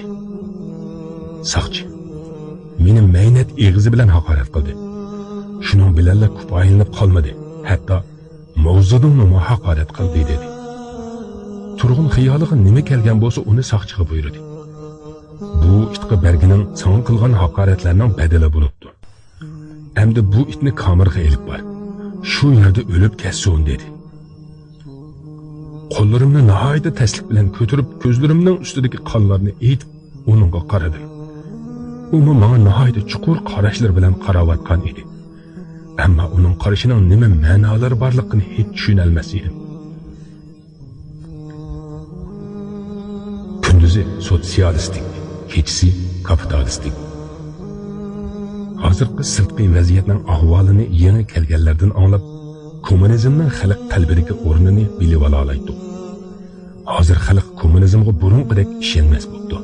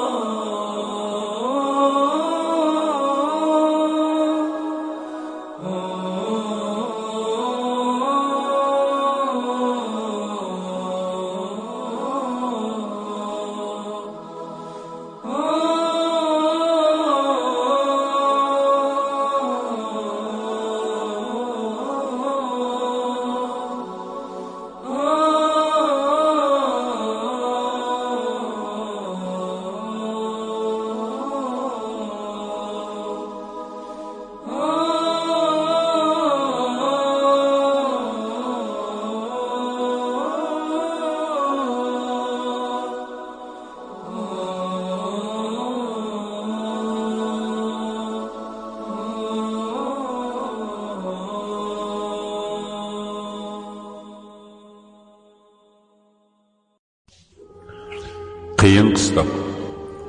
Kommunizmning haqiqiy aqdi bashrasini ichib beradigan Urumchidagi 21 yillik turma hayoti. Bu asarda kommunizm iskanjisining qurboniga aylangan Uyg'ur yoshining, shundaqla uning musulmon oilasining kechirmishlari aynan so'zlangan. Kommunizm niqobi ostida millat yoshlarining yangi ma'naviyat va madaniyat davosi bilan dinsizlik g'oyalarining singdirilishi, xalqning o'zligidan milliy va diniy e'tiqodidan ayirish jarayonlarini yorqin holatda ifodalab yozilgan bu kitob o'qirmanlarning yoqtirishiga erishishi tabiiy. Əsərdə bir ailə əzaları beşidən ötküzgən töhmət və qiyin qıstaklar misalida Xitay kommunistlərinin Uyğur milletiga elib bargan azab uqubatları, dərd ələmləri təfsili bayan qılınған. Qiyin qıstak 15. qism. Gündüzü sotsialistik, kechisi kapitalistik. Hozirgi sirtqi vaziyatning ahvolini yangi kelganlardan anglab, kommunizmning xalq qalbidagi o'rnini bilib olaydi. Aytishlarga qaraganda shu yillarda xalq kommunizmga burunqidek ishonmas bo'ldi. 20 yoshga to'shay degan kommunizm endi ojizlashqa boshlagan ekan. G'alida xalq bizga hamroh bo'ludi deyishar edi. Kommunizm insonlarni shundoq ahvolga akilib qo'ygan ediki, yoshlar ota-onalar o'lganda ham yig'lamay qo'yibdi. Albatta insonni tuyg'u o'lgandan keyin yig'i qolmaydi-da. Xalq mahkamalarning hammasini chiqibdi. Adolatning nimaligini bilmaydigan xalqdan adolat bilan ish qilishni so'raganda qaysi adolat deyishibdi. Qaysi adolat? Kommunizmda adolatning shakli qandoq? İslamda adolatning bir shakli bor. Haqdorning haqqini berish. İslam ta'limotining asosida mana shu bor. Va adolatning qonunlarini oldin insonlar qalbiga o'rinlashtirish. Shuningga qaramay qoida islom hokim bo'lgan tuzumlarda ham kichikkina adolatsizliklar uchrab turdi. Bular qonundan adolatni bildirmasligi mumkin. Lekin bu vaziyatda qalblarda adolat tuyg'usi o'rnashgan insonlar bundoq nohaqchiliklarni bartaraf qilish yo'llarini biladi va adolatsizlikning hukmron bo'lishiga yo'l qo'ymaydi. Kommunizmdan boshlab barcha insoniy tuzumlar va rejimlar adolatni faqatla qonun bilan qaror topqizishga harakat qilgan. Qalblarga adolat tuyg'usini joylashtirmagan. Shuning uchun kommunizm va boshqa izmlarda ozgina odam o'z haqqini talab qila olgan xolos. İslamda bo'lsa, o'z haqqini ola olmagan odam ozdir. İnsoniy tuzum va rejimlarda bo'lsa, o'z haqqini ola olgan ozdir. Mana bu sirtlardan bizga yangi kelgan mahbuslardan kelib turar edi. Xalq mahkamalarga bo'lgan ishonchini yo'qotib bo'lgan edi. U bo'lsa kommunizmning yana bir qanatidan ayrilganligini bildiradi. O'lib ket kommunizm, o'lib ket. Bizni yashatmading, lekin o'zing ham yashay olmading. Sening chochlaring meningkidan tezroq oqirdi. Kommunizmning eng katta xatosi o'z umrini uzartishni qo'rqish asosiga qurgan edi. Kelayotgan xabarlarga ko'ra, o'zini o'zi o'ldirib olish eng yuqori darajada ekan. Bir necha kishilar buningdan ta'sir kuchli zahar ishlab chiqarib setishni ham boshlagan edi. Tafakkur islohoti amalga oshirib, ma'rifatliklar to'pini yetishtirmaymiz degan va'dalarini berganlar. Bir necha ma'rifatvarlarni allaqachon o'ldirib bo'lgan edi. Kommunizm kelishdan 30 yil oldin uning g'avoyilariga zid kitob yozgan yozuvchi 30 yildan keyin xalqning ko'z oldida esib o'ldirilgan edi. Ayni vaqtda muhokama qilinayotgan mavzu yoshlarga o'ylanishni targ'ib qilish masalasi edi. Diniy ta'lim bilan birga ixtisoslashgan hamma oliy maktablardagi o'qishliklar yo'q qilinibdi. Barliq oliy maktablar boshqadan ixtisoslashtirilibdi. Islomiy bilimlarim eshib borgan sari masalalarni yana ham yaxshiroq tahlil qilishga boshladim. Mamlakatda ish berguchi o'z ishchisiga yegan kabi yeyilgan, kiygan kabi kiydigan bersa edi deb o'ylaydim. Mal dunyoning 40 dan birining zakatini bersa edi. Peygamberlarga yordam bersa edi. Ish topolmaganlarga ishsizlik tayinlansa edi. Ish berguchi ishchisiga birodarlik muomalasini qilganda edi. Musulmonlar falsafa va mantiq ilmini islomiy o'lchamlarga silib o'rganib chiqsa edi.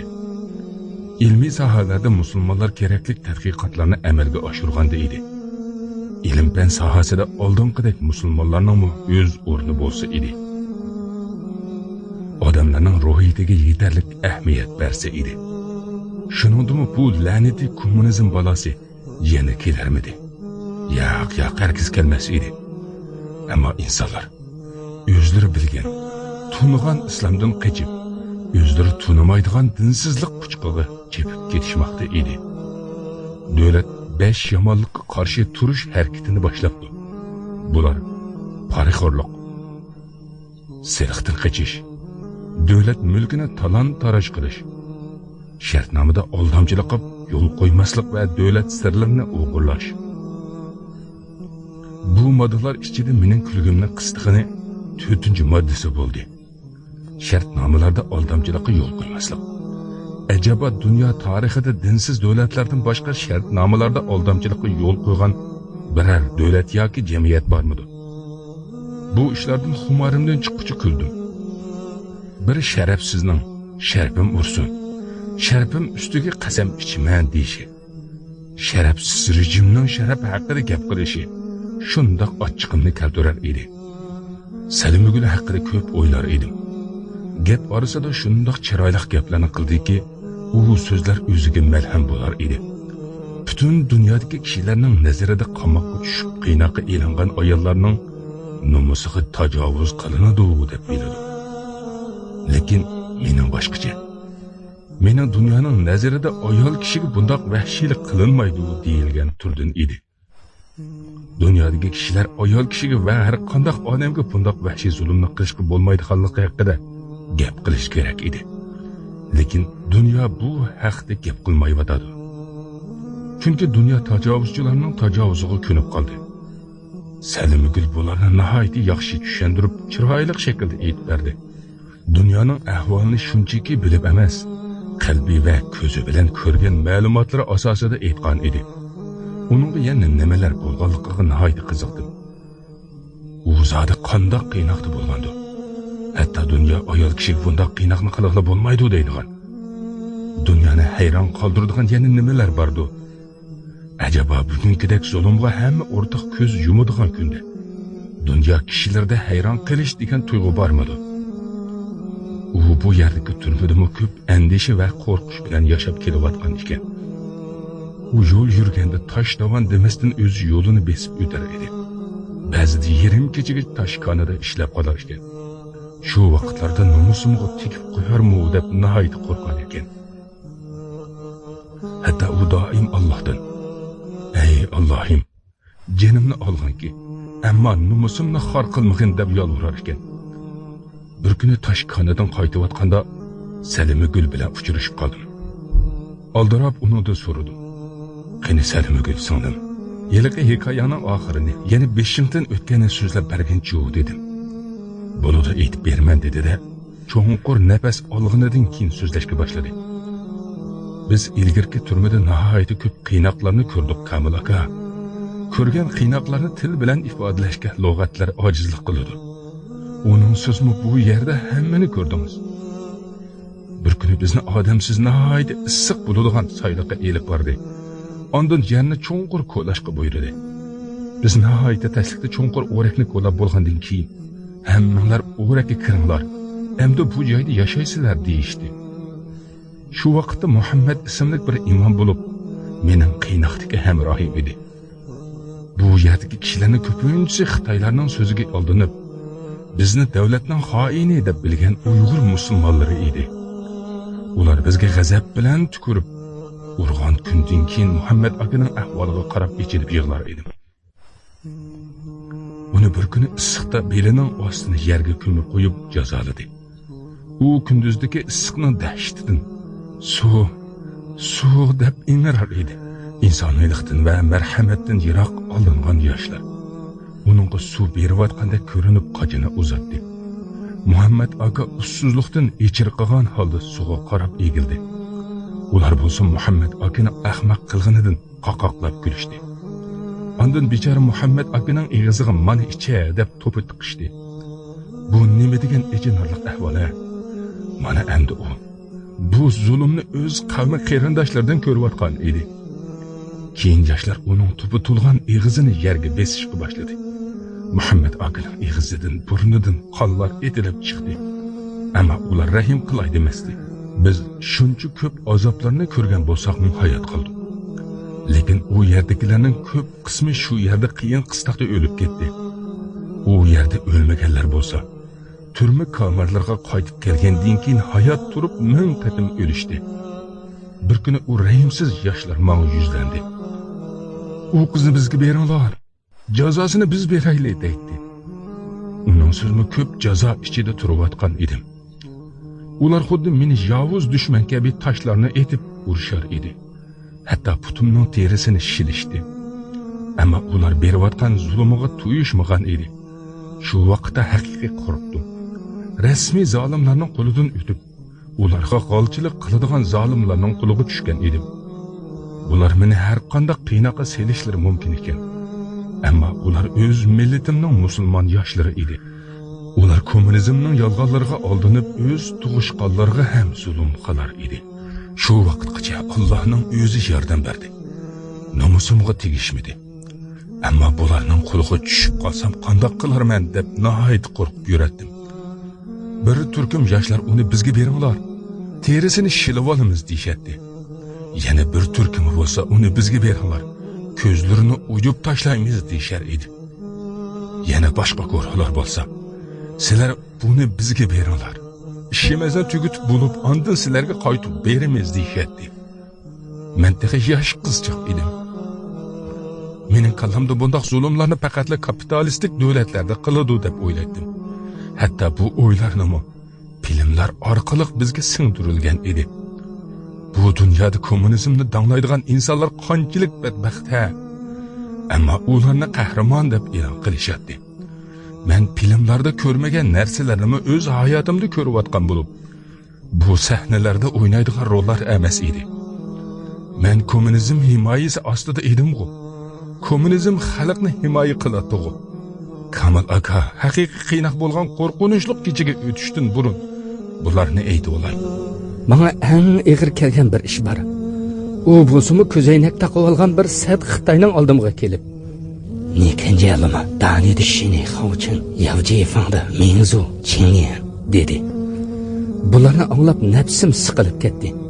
Keyin askarlar bizni er ayol demasdan hammamizga buyruq berib, "Bu toqqa suv ochqisilar" deyishdi. Bu qandoqmi mumkin bo'lsin? U toqqa suv ochqishning imkoni yo'q-ku.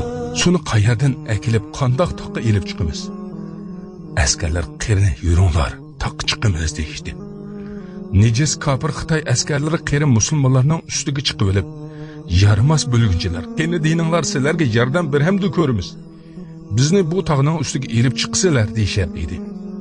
Bichora qiri buvaylar ularni ko'tarolmay yiqilib tushadi. Ustidagi kommunistlar meni yiqitvatding deb bir kaltak urar edi.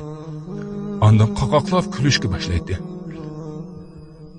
Men Salimgul bilan gapishib menayotganimizda yenimizga soqchi kelib qolgan edi. Shuning bilan gapimiz uzildi. Hey, shu sababdan u dahshatli voqeaning oxirini anglayolmadim. O'ylab ketdim. Bir ayol turib nima degan ko'p va og'ir azob chekkan ha? Ayol deyilganda xiyolimga 3 ayol keladi. Kamal, qutqaz meni bolajonim degan onam. Ko'zlari bilan yolvorib meni qutqaz degan ocham. Va boshqalar ko'rmasligi uchun qo'li o'rniga barmoqlari bilan pulanshitgan qiz do'stim. Mana endi bularning orasiga 4-chi ayol ham qo'shildi. Salimgul beshi uchuq qiz bo'lib, texi maktab o'quvchilari edi. Islomiy hukmlarni hatto farazning nimaligini bilmasdi. Lekin nihoyatda nomusli va irodali qiz edi. Oblat aka menga Qur'oniy xabarlarni aytib berishni yaxshi ko'radi. Bir kuni uning bilan birga Toshkoniga qarab ketayotgan edik. Qamoqxonadan Toshkoniga bormoqchi bo'lsak, ba'zida uni zanjirlaksiz elib borar edi. Oblat aka vaqtning ko'pini Qur'on ilmi bilan o'tkazishni xohlaydi. Ikkimiz yo'lda ketayotgach paranglashdik.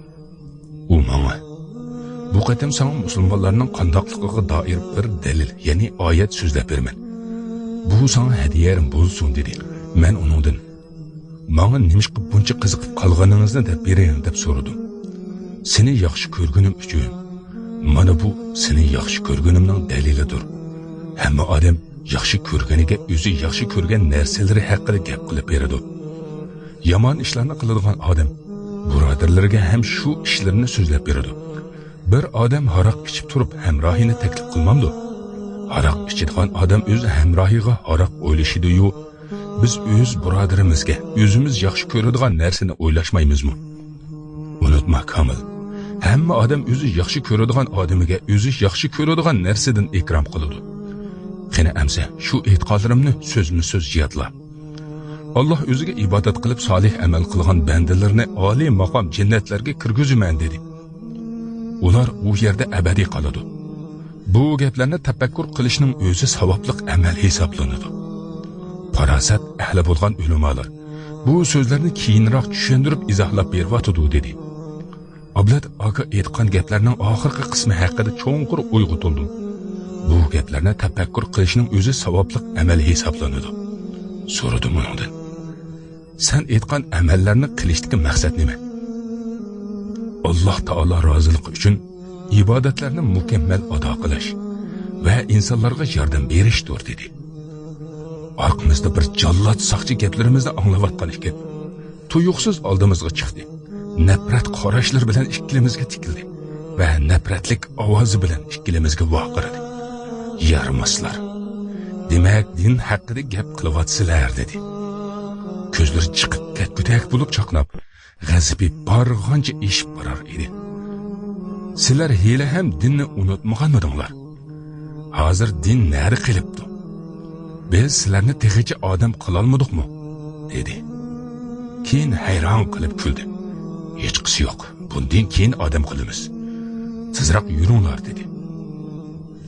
Ikkilimizdan orqamizdan qamchi bilan urar edi. Va sat onalarga qo'shib bir ozdan keyin ko'rsilar deydi.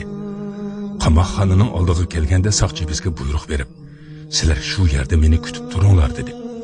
Ko'p o'tmay oldimizga 6 soqchi bilan keldi. Bizni yana haqoratlik so'zlar bilan tiladi. Nachar odamlarning qarashlari shunchalik qo'rqinchli bo'ladi ekan. Hatto odamning tini cho'chib ketar edi. U mehnat egizlar bilan bizni haqorat qilg'ach, endi ikkingiz dindorlikning nimaligini ko'rasiz dedi. Bizni nima qilar degan ma'noda Ablat aka bilan bir-birimizga qarashdik. Gohida ko'zlar bir qarashning o'zida nihoyat ko'p narsani gaplashar ekan. Bularni shu yerlarda nihoyat yaxshi o'rgandim. Bizning qamoqxonaning oldidagi daraxtga putimizni osmonga qilib esib qo'ydi. Ondan g'olchilarga bular bu holatda yerim kechigacha esiqlik tursin. Kechining oxirida tushirib etib, saharga yaqin yana esinglar. Adi o'zim bularga kerakli ishlarni qilaman dedi. Yerim kechigacha putimizdan esilib turdi. Kechining bir vaqtida qarasam turg'un ketdi. Yanada 15 atrofida soqchi turardi. Uni ko'rib toza vaqirashni boshladim. Yordam bering onajon. Qayerdasiz onajonim? Keling, o'g'limizning ahvolini ko'ring, dedim. Turg'un mening daraxtga esiqlik holatimni ko'rib, mong'on yerida to'xtab qoldi. Ondan yenikdigilardan bu bo'lgunchilar nima qilibdi deb so'radi. Ular darhol javob berdi. Doklat efendim. Bular mahbuslarning ichida diniy tashkilot qurishgan ekan. Shu ishlar boy qilib qo'lga tushibdi dedi. Putimdan esiqlik holda uning ko'zlariga qaradim. U ko'zlarini mendan elib qochar edi. Hech narsa demasdan mashinasiga o'tirib ketdi. Abdus aka ikkimiz esiqlik holimiz bilan gaplashib turar edik. Undan so'radim. Ablat aka, sen menga Alloh o'ziga ibodat qilib solih amal qilgan bandalarni oliy makon jannatlarga kirgizman deding-ku. Seningcha mening biror yaxshi amalim bormidi? U past ovozda javob berdi. Allah hech bir bandasining amalini zayo qilmaydi. Bir necha soat puturimizdan esilib turgandan keyin chidab bo'lmas holga keldik. Bu ahvoldan qornimizda nima bo'lsa hammasi eg'izimizga tiqilib qolgandek tuyuladi. Qorong'uda oldimizga 2 kishi keldi. Past ovozda gap qilib, sizlarni hozir yeyishib qo'yamiz. Agar ati boshqalar so'rab qolsa, sahargacha esilib turdik deysizlar. Biz atiganda kelib sizlarni yana esib qo'yamiz dedi. Bu 2 kishi kim edi? Nemishqa bizga bu yaxshilikni qildi? Shuni hech tushunib yetolmas edim. Saharda bomdod namozining aziniga yaqin yana esildik. Qiynoqchi bir necha soatdan keyin keldi. Qo'lida bir tal bizning paketimiz bormish, lekin nimaligini biz bilmasdik. Ablat akını aldımğa elip geldi. Keyin onun çaşlardan tartıp, dostunun onisi hakkında hakaretlik gaplarni ayt, dedi. Dal bu vaqtda yaraqdan Turg'unni ko'rib qoldim. Lekin uni ko'rmasga soldim. Qiynaqchi vaqirab gaplarni takrorladi. "Qani bo'l, bu itning onisi haqida haqoratli gaplarni ayt", dedi. Ablat aka jim bo'lib qoldi. Saqchi bu qatim ismimni atab turib, yalang'och badanimga qamchi bilan urishga boshladi. "Qani bo'l, Komilning onisini haqorat qil", dedi. Ablat aka yig'lashga boshladi. Yo'q, o'lsammi aytmayman. Qiynaqchi atrofimizda aylanib turar edi. Keyin yondagi saqchiga buyurib, "Bu ikkisining putlariga eng ig'ir kishani selinglar", dedi.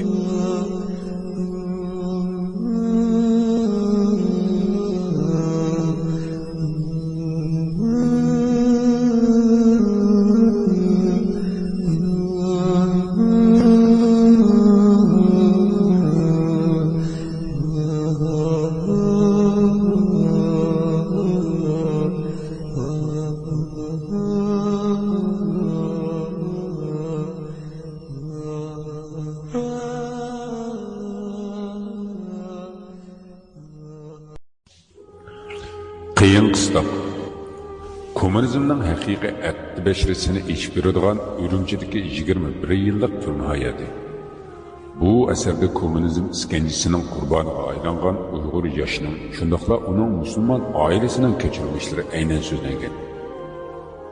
Kommunizm niqobi ostida millat yoshlarining yangi ma'naviyat va madaniyat davosi bilan dinsizlik g'oyalarining singdirilishi, xalqning o'zligidan milliy va diniy e'tiqodidan ayirish jarayonlarini yorqin holatda ifodalab yozilgan bu kitob o'qirmanlarning yoqtirishiga erishishi tabiiy. Asarda bir oila a'zolari beshidan o'tkazgan tuhmat va qiyin qisloqlar misolida Xitoy kommunistlarining Uyg'ur millatiga elib borgan azob-uqubatlari, dard alamlari tafsiliy bayon qilingan. Qiyin qisloq 16-qism. Keyin yandagi saqchiga buyurib, "Bu ikkisining putlariga eng ig'ir kishanni selinglar", dedi. Ondan u ikki saqchi menga tahdid qilib, "Qara hamroyingga, bir ozdan keyin navbat senga keladi", dedi. Keyin Oblatga qarab, "Uning onasini haqorat qil", deb uningga vahshiylarcha vaqirdi. Turg'unning bizga qarab turg'unini biletdim. İntiqom hislarim tufayli hayotimdagi eng cho'ng xatoni qilib soldim. Men Oblatga qarab, bor kuchim bilan vaqirdim.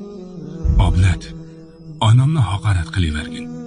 Chunki onam dunyodagi eng ablah o'g'ilni tuqqan. U ayol haqorat qilinishga loyiq", dedim. Eg'izimdan chiqayotgan so'zlarni quloqim anglamas edi. Ko'zlarimdan yoshlar to'kilgan holda, "Meni kechiring, ona. Bu gaplarni o'zimni bosolmay deb soldim. İhtikabi o'g'limizdan intiqom olmoqchi edim", deb o'zimga pichirlab yig'ladim. Oblatga yana vaqirdim. Chunki u rahimsiz saqchining bor kuchi bilan urishida qamchilanayotgan edi. Uningga tekkan har bir qamchining zarbasidan uning badanidan qon etilib chiqayotdi. Men uningga, "Haqorat qilsangchi onamni, bo'lmasa terang suyulib yerga tushidi", dedim. U bo'sh ovozda, "Yo'q, herkes unda qilmayman", dedi. İttin nesillengen saqchi kulib turib, "Deydig'ining faqatli bu emas, qiladigining yana bor", dedi-da, qo'lidagi so'mkadan Qur'onni elib yerga otdi. Ondan buning ustiga chiqib turib, "Diningga va Komilning onasiga haqorat qilasan", dedi. Oblat buni ko'rib nihoyat azoblanganligidan yerga dumulab turib yoqirdi. Yo'q, sening qamchang bilan o'lishga rozimanki, hargiz men unda qilmayman", dedi. Buni anglagan ikki saqchi texim g'oljirlashib, Oblatni tepib urishga boshladi. Oblatni tepib verib putut holda bo'lg'ay, arg'amchi bilan daraxtga esib qamchi bilan yana urdi. Oblatning burnidan tushgan qon xuddi jo'makdan suv oqqan kabi eqiyotgan bo'lib, butun badani qonga buyurib ketgan edi. U asta lavlarini midirlatib, "Endi o'lib qolaman. Yetar. Bo'ldi, urmanglar", dedi. Ammo Ammo bu zolimlarga yetmasdi. Urayotgan qamchisi hech yetmasdi. Ular uni to'xtamay uraverdi. Bir ozdan keyin uning badani chinqilib jimmidi turadi. Tegayotgan besimli qamchi zarbasiga hech ovoz chiqarmadi. Chunki bu tabiat qonuni edi. Ya'ni o'liklarning ovozi chiqmasdi. Bir uzun oblatga qarab turdim. Uning esilib turgan jestida ham isil zodilik ko'rinib turadi. Bari ovozim bilan vaqiradim. Ko'rishgich aman bo'l oblat. U dunyodagi mukofotingni olg'ili borgan yerdagi kishilarga mening salomimni yetkaz dedim. Ularning urush navbati menga kelgani uchun bir necha soat meni qamchi bilan qattiq urishdi. Ular meni uraverib, hushimdan ketibdimi? Kamerg'imi qandoq kelganimni bilmayman. Men kamerda hushsiz holatda bir necha kun yotgandan keyin hushimga kelganimda qo'l putim uyoqda tursin, bir tal barmoqimni medirlatolmadim. Butun vujudimdagi og'riq bir necha haftaga ketmadi. Ozroq o'zimga kelganda birinchi bo'lib xiyolimga kelgan narsa turg'un bo'ldi. Acaba u soqchilar meni shuncha qattiq urayotganda menga qarab turganmidi? Bularni bilishga shunchalik qiziqatdimki, buning uchun barimni berishga tayyor edim. Barimni? Nimam bor edi mening? Ko'zlarim kamerdagi Salima gulni izladi. Ammo uni ko'ra olmadim. Chunki men boshqa kamerda ekanman. Agar Salima gulni tashqanida yoki yo'lda uchratib qolsam, undan so'rab dunyoning odamlari ayol kishiga bundoq qilinmaydi deydigan qiyin qistoqning zodi qandoq ekanligini bilib olmoqchi edim.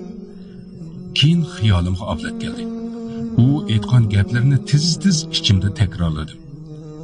Allah o'ziga ibodat qilib solih amal qilgan bandalarni oliy maqomdagi jannatlarga kirgizaman dedi degan edi. U ketdi. U bu dunyodan ketdi.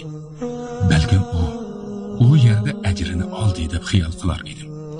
Xiyolim tasavvur qila oladigan darajada ostidan ustanlar eqib turadigan jannat bog'chilarini har birisining cho'ngligi dunyoning kengligichilik deb o'yladim. Ammo u yer men o'ylagandan boshqacha bo'lishi aniq. 20 yildan beri bu turmalarda o'zim tunigan nurg'unlagan insonlarni yo'qotdim. Men ularning nurg'unlarini yaxshi ko'rdim. Ammo ularning hammasi o'ldirildi. 1 kishi, 2 kishi, 5 kishi, 30 kishi. Ondan ko'p kishilarni sanay olmayman. Buningga yurkim chiday olmaydi. Yüzlab insonlar ko'z oldimda o'lib ketdi. Begunoh o'ldirgan shu kishilarni ey Alloh taolo o'z rahmatingga olg'aysan. Ularning hammasi qiyin qistoqlarga bardoshlik bera olmay jon bergan edi. Ah turg'un, meni tirik qo'yib ko'ydiryapsan. Bu yetmagandek oldimda ko'p paydo bo'lasan. Her kuni chidash qiyin bo'lgan bu azobdan to'lg'inib azoblanar edim. Keyin bir oydak uning bilan uchrashib qolmadim. Bu kamerdan o'zimga yangi do'st topdim. U imom emas edi, ammo u o'qituvchi ekan. Qamoqxonada begunoh yetayotgan nihoyat ko'p imom va o'qituvchilar bor edi. Men bu kunlarda namozimni tashlamasdan o'qiyotgan edim. Ham bu yerda namozni yurib o'qishga hojat yo'q edi. Chunki turg'un buyruq berib biz ibodatlarga aralashmaymiz degan edi. Amaliyotda bu ishning so'zlariga ishonmayman. Kunni ko'rayotgan azobdan yurgim pari edi. Tartgan azoblarimning yaralarini sizga aytib bera olmayman. Lekin turg'un qanotgan yaraning cho'nqurligi va og'riqi hech narsaga o'xshamaydi. Ey Allohim meni qutqaz.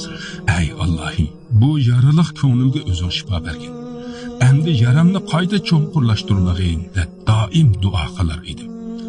Bir kuni kamerda namoz o'qiyotgan edim. Bir cho'ng dadash orqamdagi bo'sh o'rinda yotgan ekan. Tuyuqsiz turg'unning bu bo'lguncha yana namoz o'qiyotamdi degan ovozini anglab qoldim. U keyin yedindikilarga buyruq berib, sizlar chiqib turinglar. Bu bo'lguncha bilan yolg'iz qolmoqchiman. Eshikni ham yopib qo'yinglar dedi. Yeliqqa qeri buvaydan boshqa hamma odam chiqib ketdi. U kirgandan keyin namozda elishib, eng oz bo'lganda sura Fatihaning yarmigacha 10 qatim o'qidi.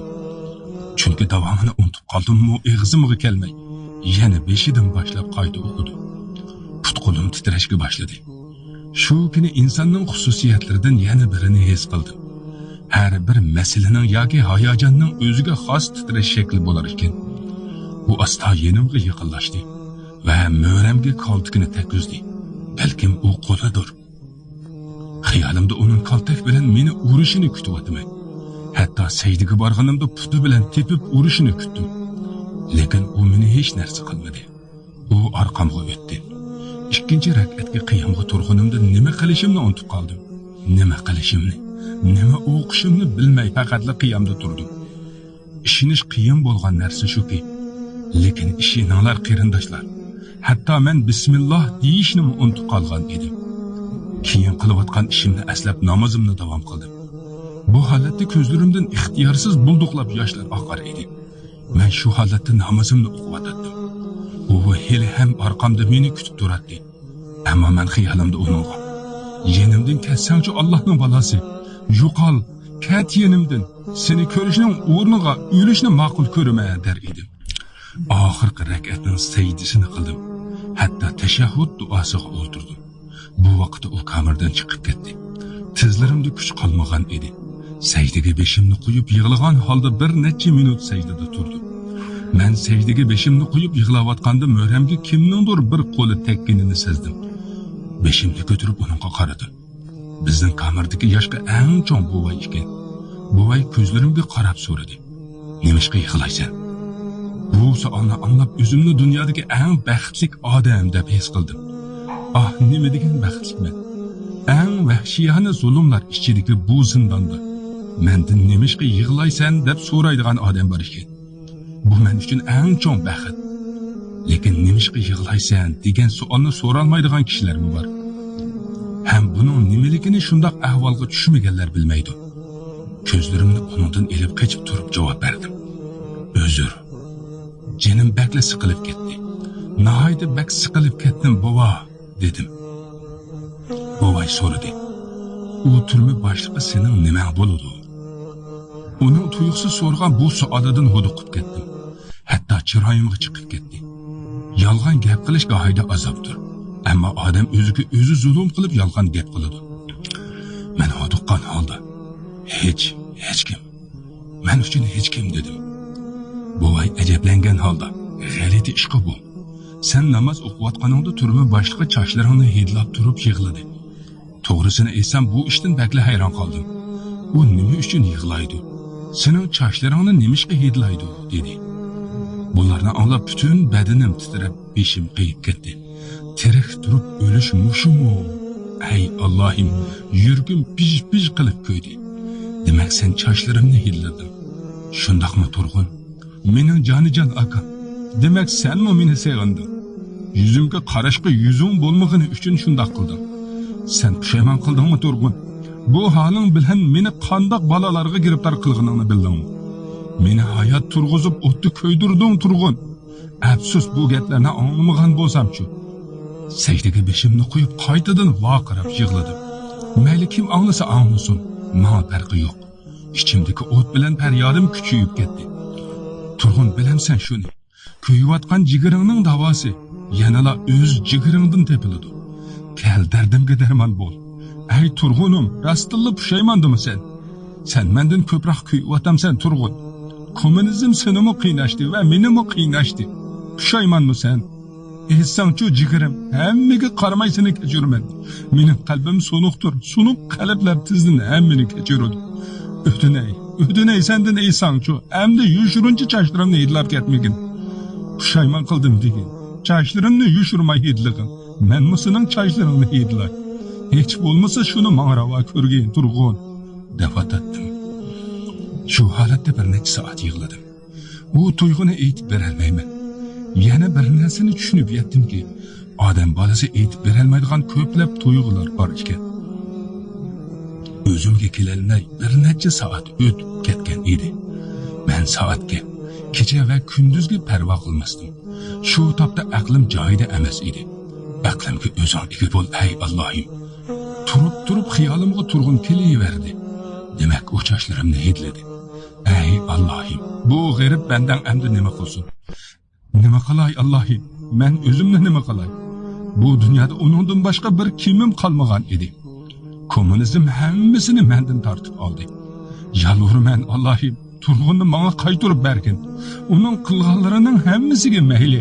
Agar u rostla pushaymon qilgan bo'lsa, uni kechiraman. Sen kechirgan bandangni men ham kechiraman ya Rabbim. Acaba talvalar ham menga o'xsharmikin? Hech narsani ko'rmayapman. Ovozlarni anglamayapman. Hayotligimning eng cho'ng isboti nafas elib chiqarayotganim edi. Shu paytda odamlar mening haqimda nimalarni o'ylashyapti? Hech narsani bilmayman. Hech narsani o'ylamayotgan edim. O'zimning qanday ahvolda ekanligimni bilmasdim. Ko'p o'ylash, umid qilish bilan oradan bir necha kunlar o'tdi. Bir kuni tuyuqsiz meni sudga chaqirib, u yerga elib berishga soqchi keldi. Qamoqxonaning boshqarma bo'limiga bordim. U yerda kutib o'tirdim. Bu sud menga qayerdan chiqdi? Mahbuslarni nazorat qilish ishga oldida boshqa mahbuslar bilan birga kutayotgan edim. Soqchilardan biri oldimga keldi. Seni boshliq chaqiryapti. Tezroq men uning yeniga kirsan dedi. Ey Allohim, bu tortgan azoblarim nima? Badanim yana muzlab ketgan edi. Hatto badanim dir-dir titrar edi. Quloqlarim hech narsani anglamas bo'lib, ichimdagi tuyg'ular meni saron qilib qo'ydi deb o'ylaydim. Demak, ma'naviy qiynoq moddiy qiynoqdan bakroq ta'sir qilar ekan. Biror qiyin qistoq meni bu ahvolga tushirolmagan edi. Keyin astaha o'zimga keldim. Ismimni esladim. Ismim Komil edi. Keyin boshqa narsalarni eslashga boshladim. Ammo o'zim qayerda edim, unisini bilmasdim. Tuyuqsiz soqchining ovozidan seskinib ketdim. "Qani tez bo'l Komil, nimaga kelinlarga o'xshash noz qilasan?" dedi. Albatta noz qilish kelinlarning haqqidir. U ota-onasining uyini tashlab kelgan edi. Kuyovul ham biraylarning uyiga borsa, bir oz noz qiladi. Haqiqatan har insonda noz qilish bor. Nozlanish ba'zanda ehtiyojdir. Hatto odamlar suyganlariga ham noz qiladi. Xo'sh, undaqda men kimga noz qilaman? Kimga noz qilaman? Men soqchining keynidan tezroq menishga harakat qilsam ham, put-qo'llarim birdilla Turg'un tarafidan chaqirilganligini his qilyotdi. Biz menvatdik, lekin qayerga? Buni bilmasdim.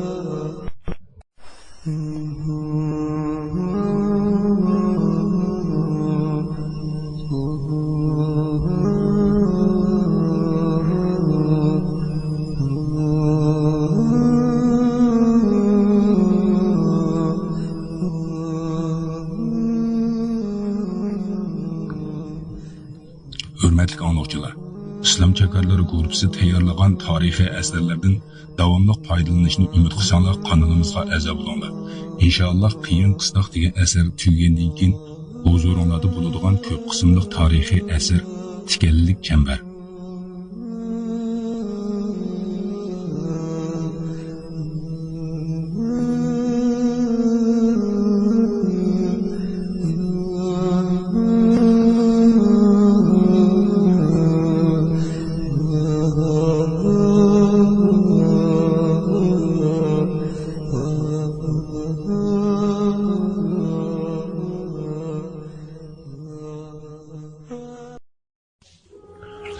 Qiyin qistoq. Kommunizmning haqiqiy atti bashrasini ichib beradigan Urumchidagi 21 yillik turma hayoti. Bu asarda kommunizm iskanjisining qurboniga aylangan Uyg'ur yoshining, shundoqla uning musulmon oilasining kechirmishlari aynan so'zlangan. Kommunizm niqobi ostida millat yoshlarining yangi ma'naviyat va madaniyat davosi bilan dinsizlik g'oyalarining singdirilishi, xalqning o'zligidan milliy va diniy e'tiqodidan ayirish jarayonlarini yorqin holatda ifodalab yozilgan bu kitob o'qirmanlarning yoqtirishiga erishishi tabiiy. Asarda bir oila a'zolari beshidan o'tkazgan tuhmat va qiyin qistoqlar misolida Xitoy kommunistlarining Uyg'ur millatiga elib borgan azob-uqubatlari, dard alamlari tafsili bayon qilingan. Qiyin qistoq 17-qism. Boshliqning ishxonasi oldida to'xtadim. Soqchi eshikni chekdi. Ichidan kir degan buyruq ovozdan keyin soqchi menga qarab, "Sen bu yerda kutib tur" deb qo'yib ishxona ichiga kirib ketgach, ishxona eshigini yopdi. Men uchun bu yerda nima ishlar bo'ladi? Allohim, o'zing menga sabr ber. Men har xil xiyollar ichida kutib o'tdim. Saqchi 5 minut o'tmasdan ichidan chiqdi. U menga qarab, "Ichiga kir, boshliqqa hisob berasan", dedi. "Hey, nima hisob? Men bermagan qaysi hisob qoldigina?" Eshikni ochib, ishxona ichiga kirdim. Ishxona ichida ko'zimga birla odam ko'rindi. U bo'lsa-mu Turg'un. Turg'un o'rnida menga tikilib o'tirardi. Men uni ko'rib, eshikning oldida yog'ochda ketib qoldim. Uning chiroyiga qaray olmadim. Menga nima bo'ldi? Nemishqa uningga qaray olmayman? Aslida u mening chiroyimga qaray olmasligi kerak edi-ku. Ammo men nemishqa uning chiroyiga qaray olmayman? Bu tuyg'uning ismi nima? Keyingi kunlarda kishilar menga bu tuyg'uning ismi texi qo'yilmadi deyishdi. Men uning chiroyiga qaray olmayotgan edim. Ammo uning menga qaysi holatda, yana pushaymon qilayotgan ko'z bilanmi yoki kommunist ko'z bilan qarayotganmi, shuningga qiziqayotgan edim. Men eshik oldida shundoq titrar edimki, sumaklarim bir-biriga urilar edi. Lekin bu qatim yig'lamadim. Beshim egilib turg'achqa ko'zim putlarimning uchiga tikilgan holatda edi. Bu ahvolim nimasi? Men ahmoqmi? Yo'q, hargiz ahmoq emasman. Undaqda uningga qarayman degan tuyg'ular bilan beshimni ko'tarib uningga qaradim. Turg'un beshini ustalning ustiga qo'yib, ovozini chiqarmay yig'layotgan ekan. Ko'zim boshda uning mo'risini ko'rdi. U haqiqiy ma'noda to'lg'inib yig'layotgan edi. Mo'risidagi titrashdan bular ma'lum edi. Ba'zanda o'zimni tuniyolmay qolaman. Yo'q, ba'zanda emas. Ko'pincha vaqtda o'zimni tuniyolmay qolaman. Bugungi tuyg'ularimda butunlay hayron qoldim. Acaba bugun nemishqa yig'lamayman? Normalda bundaq ahvolda aniq yig'laydim. Lekin hozir yig'lamayotgan edim. Ammo Turg'un to'xtovsiz yig'lar edi. U nima uchun yig'layotgandi? Uning shu yig'ilishi bir necha minut davomlashgan bo'lsa-mu, beshini ko'tarib menga qaramasdi. U toza teliqib yig'lagandan keyin beshini ko'tardi. Ko'zlari qizarib ketgan ekan. Men beshimni ko'tarib uningga qarab turayotgan edim. U ko'zlarimga tikdi. Ko'zlarida boshqacha g'amkinlik bor edi. Necha yildan buyon so'rashni orzu qilib kelgan shu savolimni endi so'rab, "Qandaqsan Turg'un? Qilganlaringdan xushalmasan? Bu o'rindiqda nimaning badaliga o'ltirding?" Bu gaplar tilimning uchigacha keldi, biroq aytolmadim. Agar u rostla pushaymon qilgan bo'lib, uning ko'z yoshlari faqat ufqsini seg'ingani uchun emas, balki pushaymon qilayotgan bo'lsa-chi, undaqda uning zulm qilib qo'ygan bo'lmaymanmi? U menga har qancha xoinlik qilgan bo'lsa-mu, men uningga undaq qila olmaydim. Men gap qilmasda u gap qildi. "Men uchun bir yaxshilik qilamsan, Komil", dedi. Bu qandoq yaxshilik degan ma'no bilan uning ko'zlariga tikilib qaradim. Men javob bermasdan so'zini davom qildi. "O'tinay Komil, menga bir yaxshilik qil. Meni o'ltir Komil. Endi bu qiynoqlarga ortiq chiday olmayman. Bu yukni yana davomli ko'tara olmayman", dedi. Men past ovozda uningga javob berdim. "Sen ko'tara olmayotgan qandoq yuk ekanligiga qiziqib qoldim." "Qandoq yuk u?" dedim. "Sening yuking. Sening bu holingni ko'rib turishga endi chiday olmayman. Tushunyapsan? Har kuni bu holingni ko'rsam bir qatim o'lyapman. Nihoyat pushaymon qilyapman, Komil", dedi. Uning maqsadini yoki so'zlarini hech tushuna olmayotgan edim. Shu topda Turg'un kommunizmga hamkorlashgani uchun pushaymon qilyapti. Yoki meni setib qo'ygani uchun pushaymondim. Buni bilish uchun undan so'radim. "Nimadan pushaymon desan?" Uning ko'z yoshlari yomg'irdak oqar edi. "Bundoq savolni menda so'rama Komil. Bu savol meni o'ltirdi. Nimishqiliqining sababini bilamsan?" dedi. Men bilaman. Albatta ko'p sababi bor." U ochiqlanib ketdi. "Sabab sen nimishqa buni tushunmaysan?" dedi. "To'g'ri, lekin qaysi qilganim uchun men? Gapni so'zma Turg'un. Pushaymon qilishingning sababi nima? Nimaga pushaymon qilding? Kommunizmga teramni shildirganing uchunmi? Kommunizmning buningga arzimas iflos ekanligini bilganing uchunmi? Yoki 20 yildan beri menga berayotgan azoblaring uchunmi?" deb so'radi. U yuzimga tikilib qarab, o'nlik ovozda, "Sening qiynalib ko'rish meni o'ltiryapti. Sen bu yerga kelgandan boshlab qandoq azoblanayotganligimni tushuntirib berolmayman. Har kuni o'lib tirilaman, Komil. sening o'rningda u qiynoqlarga meni selishni xohlayman Komil, dedi. Voh, ajaba. Shu topda mening as-hushim joyidimi? Turg'unni hali ham tushunolmayotgan edim. Turg'un nima deyotdi? Qilgan xoinligidan pushaymondimi yoki kommunist bo'lganidimi? Uning ichida nimalarni o'ylayotganini bilish uchun unga qaytadan qaradim. Qancha zulmlarga imzo etilgan bu o'rindiqda Turg'unning o'ltirganini ko'rish taqdirimda bor ekan. Butun vujudimdagi titrash to'xtamagan edi. Men shu titragan holim bilan uningdan qayta so'radim. Sen nima deyapsan, Turg'un? Tushunolmadim. Nimaga pushaymon qilganligingni ismini qo'yayli. Aytqin, nimaga pushaymon qildim? Sana qilganlarimdan, dedi. Men yondirib so'radim. Kommunizmning bunga arzimasligini bilganing uchunmi? Hozir u ishlarni qistirma deb qattiq vaqiradi. Amaliyotda vaqirash navbati menda edi. Uni qistirmasdan bu hayotim bir nafas olmaydi. Qiziq qo'ysan Turg'un, uni qistirma deganing nimasi? Shunda qilg'ilimi bo'lamdi? Gapni so'zma Komil. Meni o'ltir deyapman, dedi. Yana shu titirgan holim bilan uning yuziga qarab turardim. G'azab bilan tishlarimni g'ijirlatib uningdan so'radim. Esingda bo'lsin, men odam bo'lay deb buyruq bilan odam o'ldirishni butunlay tashladim Turg'un. O'lishni shunchalik orzu qilgan bo'lsang, buyruq bilan odam o'ldirishni xizmatchilik nihoyat yaxshi qila oladi. Sen bu ishlarni ularga havola qil, dedim. Ko'zlaridagi yoshni surtib, mendan boshqa narsani talab qildi. Seni bu yerdan qochirib etaman. Shunda qilishimga ruxsat ber, dedi. Uning bu taklifi menga o'qdek sanjilgan edi. Hargiz unda qilmayman. Ya'ni sening yordaming bilan hargiz qochmayman.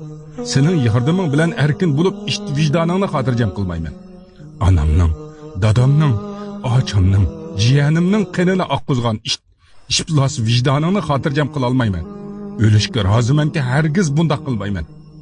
Qayta meni bu maqomingga chaqirma. Seni ko'rsam kallamdan ketay deyman, dedim. Bu qatim u yolg'irgan ohangda sana qilganlarimda bag'lab pushaymondim men Komil.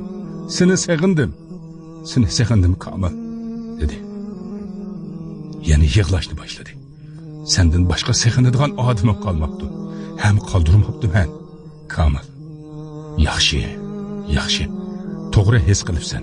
Bularning hammasiga kommunizm sababchi emasmi? Menga ochiq javob bergin. Sana qarab o'ldiradigan holim yo'q Turg'un. U yana shu javobni takrorlab, uni tiqishtirma, dedi. G'azabim bilan uni oldiga udul berib vaqirdi. Qenimni oqtirgan butun g'ururimni yerga urgan kommunizmni qandaqsiga tiqishtirmayman. Bu qandaq taklif bo'ldi. Bundan keyin har nafsimda shuni o'ylayman. Ham unutmayman, dedim. U o'rnidan turib oldimga keldi. Uning holi bakli yumshab qolgan edi. O'zingni besib ol Komil. Seni bir qatim bag'rimga bosmoqchiman. Hech bo'lmasa shunga ruxsat ber. Seni bakli seg'indim, dedi. Uning bu gaplaridan turgan o'rnimda muzlab qoldim. Hozir sen savolimga javob ber. Undan keyin boshqa ishlarni o'ylab ko'ramiz, dedim. Qaysarlikni yo'qotmabsan Komil, dedi u. Yo'q. Bu qaysarlik emas. Bu shaxsiyatimning misolidir. Undan yana so'radim, pushaymondimisan? Bu savolimga javob bermasdan mavzuni o'zgartdi. Meni yolvurishga majburlama Komil. Yana shu gapimni takrorlayman. Seni bu yerdan qochirmoqchiman Komil. Qoch, qutul. Bu qiynoqlar sening haqqing emas. Sana yaxshilik qilmoqchiman. Meni tushun, shuning ruxsat ber, dedi u. Texim ochiqim keldi. Menga qaysi sifatda yordam berasan? Oddiy bir inson sifatidami yoki bir kommunist sifatidami? Oldi bilan bu narsa aniq bo'lsin. Sen buningga javob bermayapsan. U yerga qarab qoldi. Keyin beshini ko'tarib menga qaradi. Past ovozda javob berdi. Men inqilobchiman Komil. Buni bilasan. Kommunizmni qo'llab-quvvatlayman, dedi. Ustimdan qaynoq suv to'kkandek bo'ldi. Ko'zlariga nafrat bilan qaradim. Vaqirab javob berdim. Isht, kuchuk. Men bilan hozirmi kommunist bo'lib gaplashyapsan? Hozirmi kommunist bo'lganingni bilganimda edi, sen bilan gaplasharmidim. Talabingga keladigan bo'lsak, men texi insonligimni yo'qotganim yo'q. Sendan har qanday yordam olmayman. Hargiz bunday qilmayman. Sen meni 20 yildan beri bu joyda chirivyapsan. Onamni, otamni, hamma narsamni qo'limdan olding. Men kerak bo'lsa o'laman, lekin sendan keladigan yordamga ko'z qirimni solmayman. sening vijdoningni xotirjam qilmayman, hargiz xotirjam qilmayman, dedim. U ovoz ohangini o'zgartib gap qildi. Ishli qilma Komil, g'ayratimni so'ndirma. Men sendan boshqa yordam so'ramayman. Tushunyapsan? Menga bergan eng katta hadiyaning ko'zimga ko'rinmasligingdir. Seni ko'rishga toqatim yo'q. Tushundingmi buni? dedi u. Ammo uning beshi igilik holda, ko'zlari yosh bilan to'lgan edi. Hech narsa demay ishga qarab ketayotgan edim. U qayta gap qilib, "Komil, sen hayotingda ishlarni quchoqlamaganmi? O'tinay, meni ish o'rnida qo'yib, bir qatim quchoqlagin." Arqamga qarab uningga javob berdim. "Hayotim bo'yi sendek pastkash ishga duch kelmadim." deb qo'yib ishni qo'pollik bilan ichib kamerga qarab mondim. Kamerga qaytib ketib o'zimdan o'zim bag'irlanib ketdim. Barakalloh Komil, mashaalloh Komil, sen haqiqatan izzatlik insonsan. Qiyinchilik bo'lsa-mu shu itning yordamini qabul qilmadim. O'zingni pastga urmading deb o'zimdan mag'rurlanib ketdim. Kamerga kelganimda ajoyib bir ahvolda edim. Bu yerdan chiqib ketish umidi ozroqmi yo'q edi. Aslida insonlar ozroq bo'lsa-mu, hamma narsadan umid qilishni o'rganishi lozim edi. Lekin bu kommunizm hatto odamlarning qalbiga umid qilishni mukishallab tashlagan edi.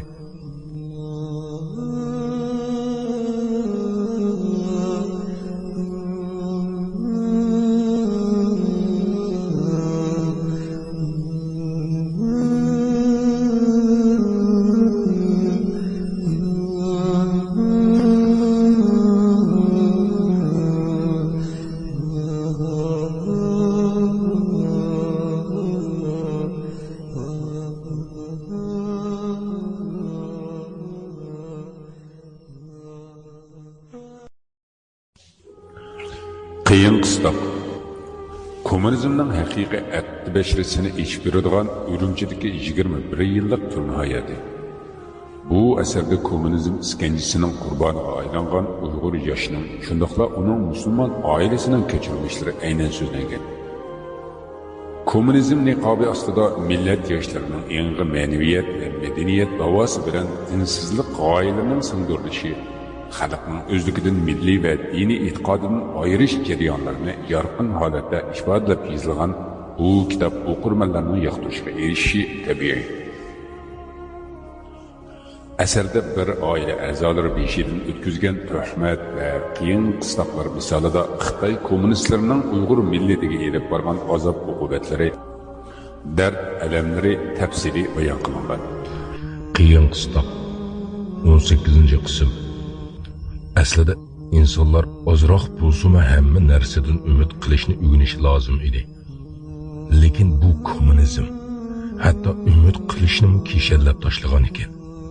Bir necha kundan keyin sudga chiqish uchun sud mahkamasiga elib ketayotganda yana turg'un xiyolimga kirib qoldi. Yaramas xoin. Xiyolimni ham qo'shib olgan ekan. Gap qilishga xili ko'p tirishgan bo'lsam-mu, sudchilarning oldida gap qila olmadim. O'zimni aslimga ola olmadim. Sudxonada ularning so'rgan tunji savoli, "Gunohing nima?" deb so'rashdi. Men bilmayman dedim. Bu savollar qayta so'raldi. Men javoblarni o'xshash qilib yuraverdim. Oradan beri qandoqsiga bilmaysan dedi. Bo'lgan ishlarning hammasi men tushunmaydigan narsalar. Shunga qandoq holisingiz shundoq tushuning. Qiyining, yesin, o'ldiring. Lekin mendan hech narsa so'ramang. Nimalar desam baribir menga ishonmaysiz. Undaqda so'rab nima qilasiz dedim. Ular keyin yana sudga kelasan deyishdi. Men suddan qaytishda turg'unga duch kelib qoldim. Menga nisbatan ko'ni tuyg'ularim yo'q bo'lib ketgan edi. Men u ichinishli ko'zlar bilan qarab turardi. Yenimga kelib qo'limga pichirladi. Supatingni ozroqmi yo'qotmabsan Komil? Yana men bilan qarshilashsang, seni ularga o'zim topshirib berman. Xabaring bo'lsin dedi. U pastkash it ko'zlarimga g'alati qarab turardi. Onundan gumonlanishga boshladim.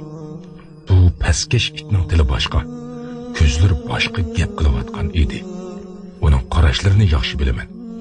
Til qalbdagi narsaning boshqasini aytishi mumkin, ammo ko'zlar qalbga yaxshi bog'lanadi. Ey Allohim, bu ish shu qarashlari bilan rol o'ynayotamdi. Allohim baloyingni bersin turg'un. Men kamerga kelib etib koridorda Salimagulni uchratdim. Uning bilan salomlashib o'tib ketdim. Sizga ilgari aytib bergan edim. Men yaxshi ko'radigan bir o'qituvchi bor edi. Kimni yaxshi ko'rsam shu o'lyotdi. Yo'q, kechiring. Men xato so'zlab qo'ydim. Men yoqtirmaydiganlarmi bu yerda o'lyotdi. O'qituvchi oldimga kelib so'radi. So'ting qanday o'tdi? Nachar o'tdi muallim. İnsanni zulm bilan ayblaganlardan adolat kutmaganingizdak, ulardan qo'g'dinish ham kutmaydigansiz. Ular bilan qilishgan so'zlarning vaqtini isrof qilganingizda qoladi. Natijada biz yanala bu yerdamiz. Hech narsa deyishmadik. Jazo muddatimning qanchalik ekanligini yoki qanchalik qolganligini aytishmadi. Ahvolimni so'ramang muallim. Shundoq pasib ahvolga tushib qoldimki, o'lsam buningdan yaxshiroq bo'larmi deb o'ylab qoldim. Buningdek sud mahkamasining bo'lishi yoki bo'lmasligi men uchun farqi yo'q. Sudchilarga shundoq gap qildimki, ko'rganingizda edi, meni olqishlab qo'yatdingiz. Kechirasiz. Yana xato gap qildim. Olqishlay olmaydingiz. Chunki inson kommunizmda o'zi yaxshi ko'rgan narsani ham olqishlashga haqqi yo'q. Olqishlangan narsani kommunizm qabul qilmaydi. Siz olqishni va hurriyatni kommunizmdan hargiz umid qilmang. Keyin bir kuni tuyuqsiz qattiq kasal bo'lib qoldim. Shunda holamdan ketgan edimki, men qamchi ursa ham o'rnimdan midirlay olmasdim. Bir necha kun shu holda yetib qoldim. To'xtamay badanim tunur kabi qizigan edi. Shuning bilan birga titraydim. Buni o'zim ham bilmasdim. Keyin ozroq yaxshi bo'lganimda esladim. Shu kasal holim bilan uxlab tush ko'rdim. Tushimda onam oldimga kelib, "Jigar param, sening kasalligingga men chiday olmayman" deb menga suv ichirayotgan edi. G'ayratlik dadam va ochamni ko'rdim. Hammasi yenimda to'planib turar edi. Bir qatim turg'unni ham ko'rdim. U eshikning keynidan bir ko'z ko'rinadigan holda beshini chiqarib menga qarab turardi. Ko'zlarida nihoyat g'amkinlik va ko'p yoshlar bor edi. Turg'un hatto tushimdimi meni tinch qo'ymasdi. Azizam onam asla qiyramatdi. Ammo ocham bilan dadam bakli qiyirib cho'kib ketibdi. Cho'ng akamni tushlarimdimi ko'rmasdim. Uningga ancha mehrim bo'lmagani uchun hatto tushlarimga kirmasdi. Ah, onajonim, qayerdaligingni bilsam edi. O'lmasdan burun sizni ko'ralisam edi. Kesal bo'lib qolganimda sizni har doimdagidan bakroq sig'inib ketaman ona.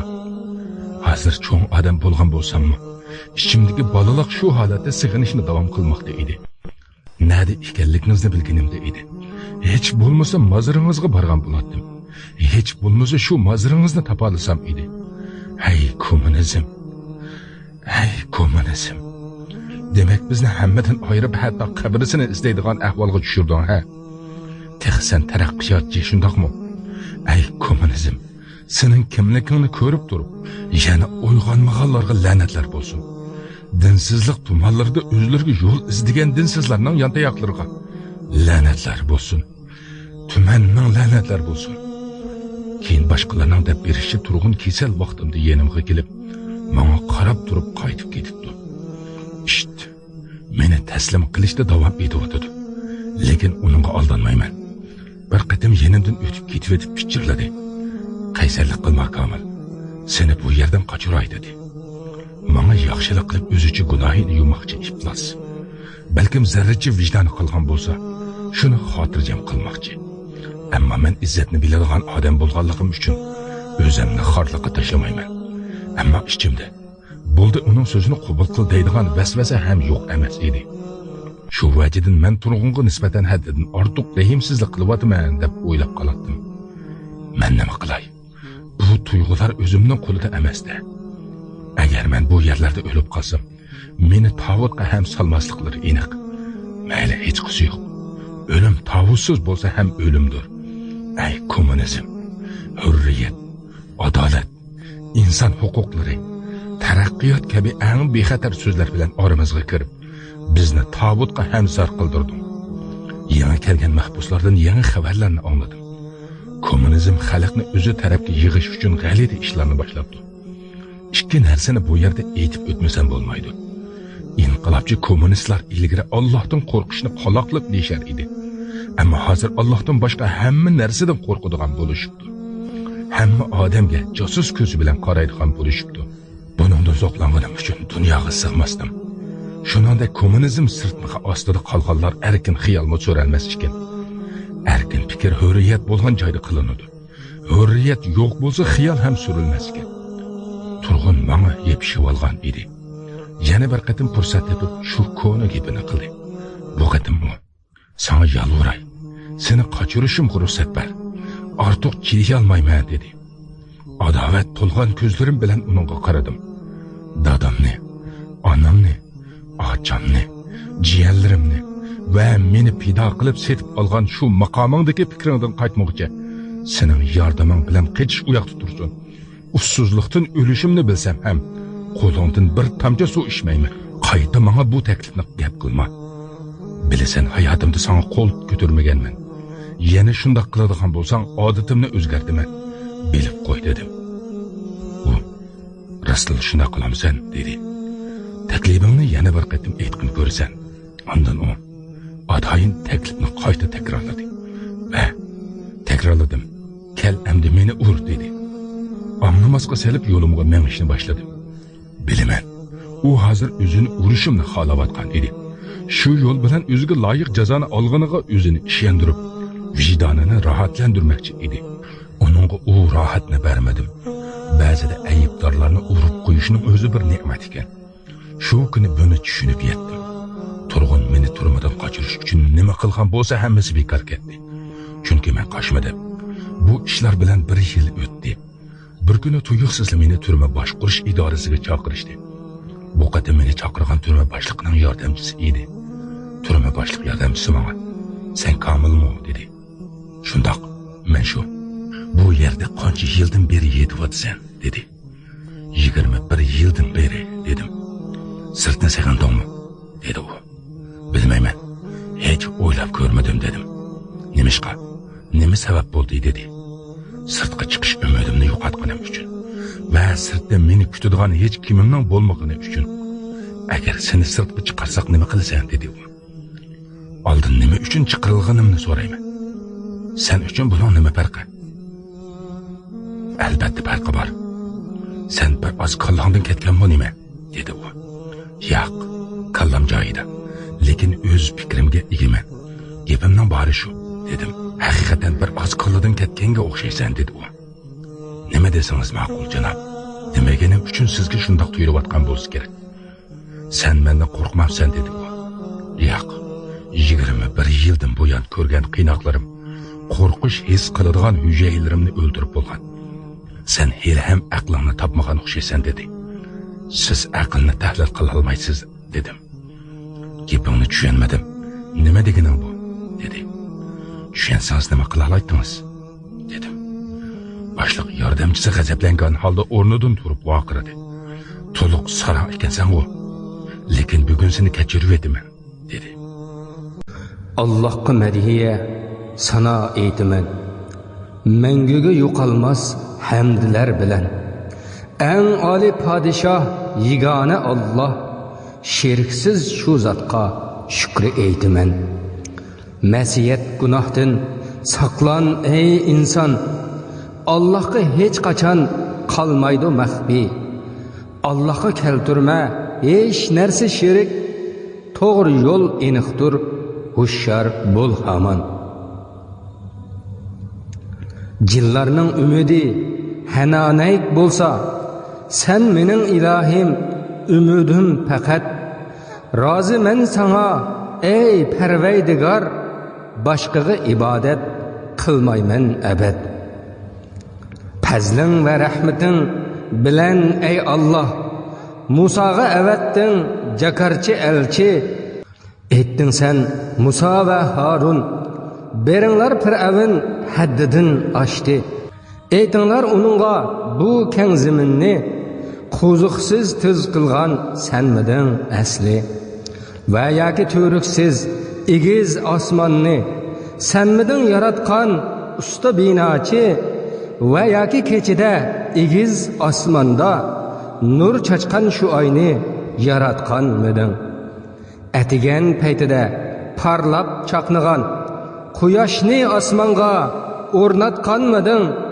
Eytinglar tuproqda danni undirib, ko'ktatlar o'stirib, avad qilgan kim? Kimdir u maysidan bashaq chiqargan, ibratlar oladi, aqli bor har kim. Beliqning qarnida kechilar yotgan, Yunusni qutqizding o'z fazling bilan. Tasbihlar aytaman, isming yod etib, gunohim kechirgin in'aming bilan. İhsan qil, rahim qil, mendek qulunga, berkat ber melimga, avlodlarimga. Qiyin qistoq. Kommunizmning haqiqiy atti bashrisini ichib beradigan Urumchidagi 21 yillik turma hayoti. Bu asarda kommunizm iskanjisining qurboniga aylangan Uyg'ur yoshining, shundaqla uning musulmon oilasining kechirmishlari aynan so'zlangan.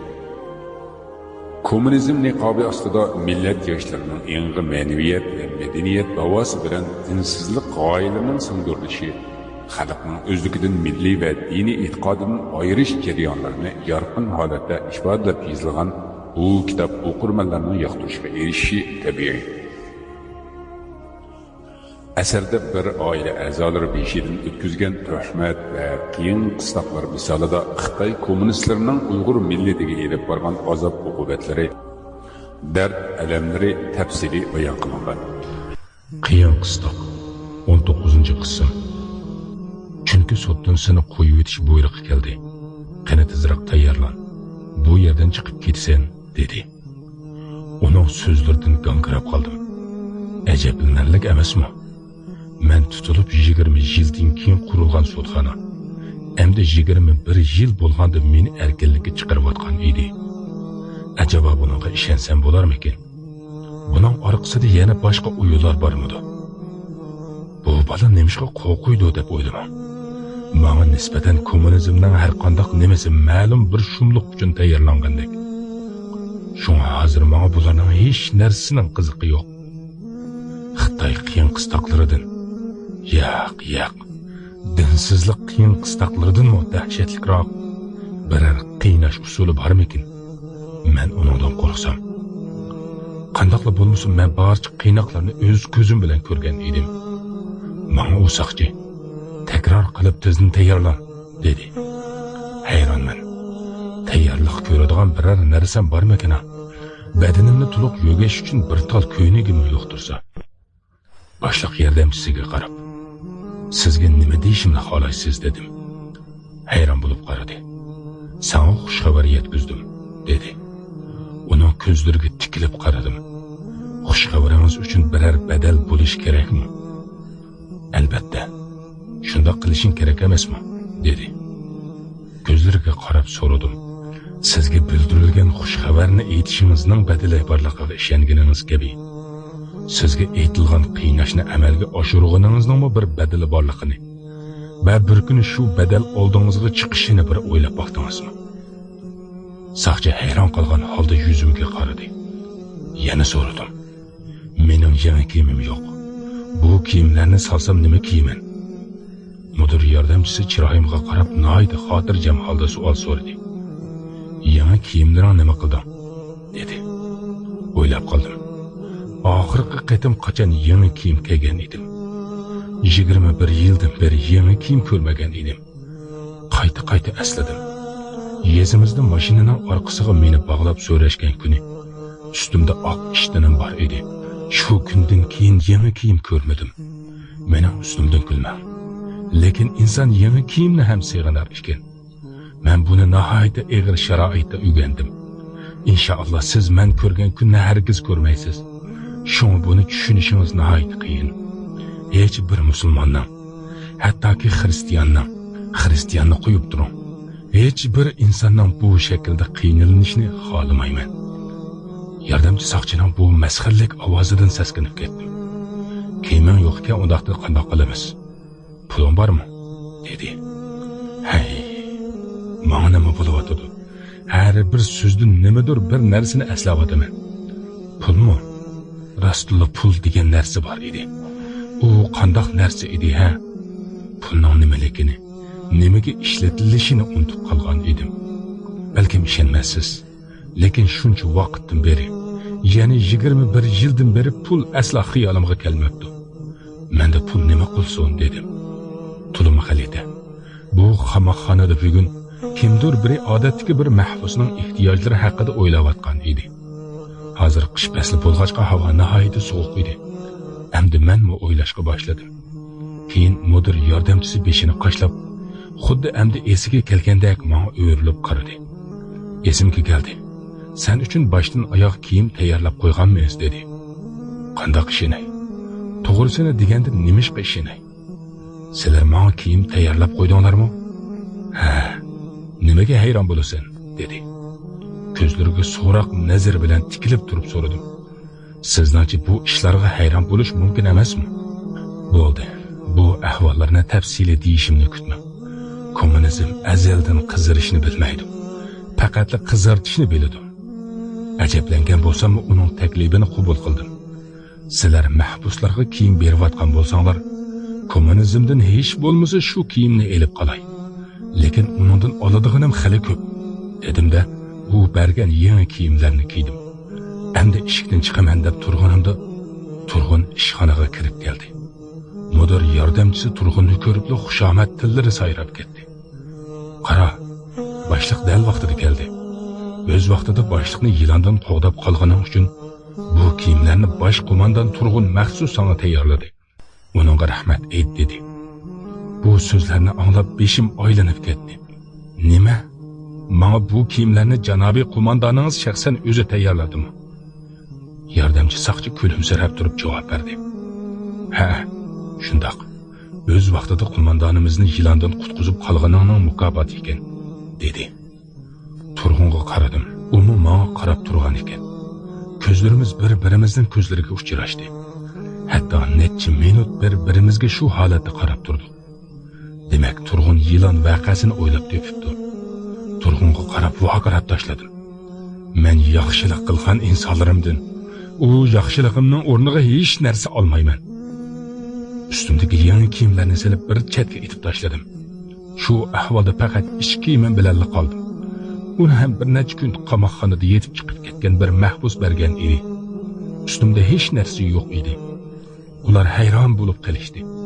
Ustimda hech narsa yo'q holatda qamoqxona darvozasidan sirtga chiqdim. Bu Kozvan rayoniga selingan Urumchi shaharlik birinchi turma edi. Sirtga hamma taraf muzliq edi.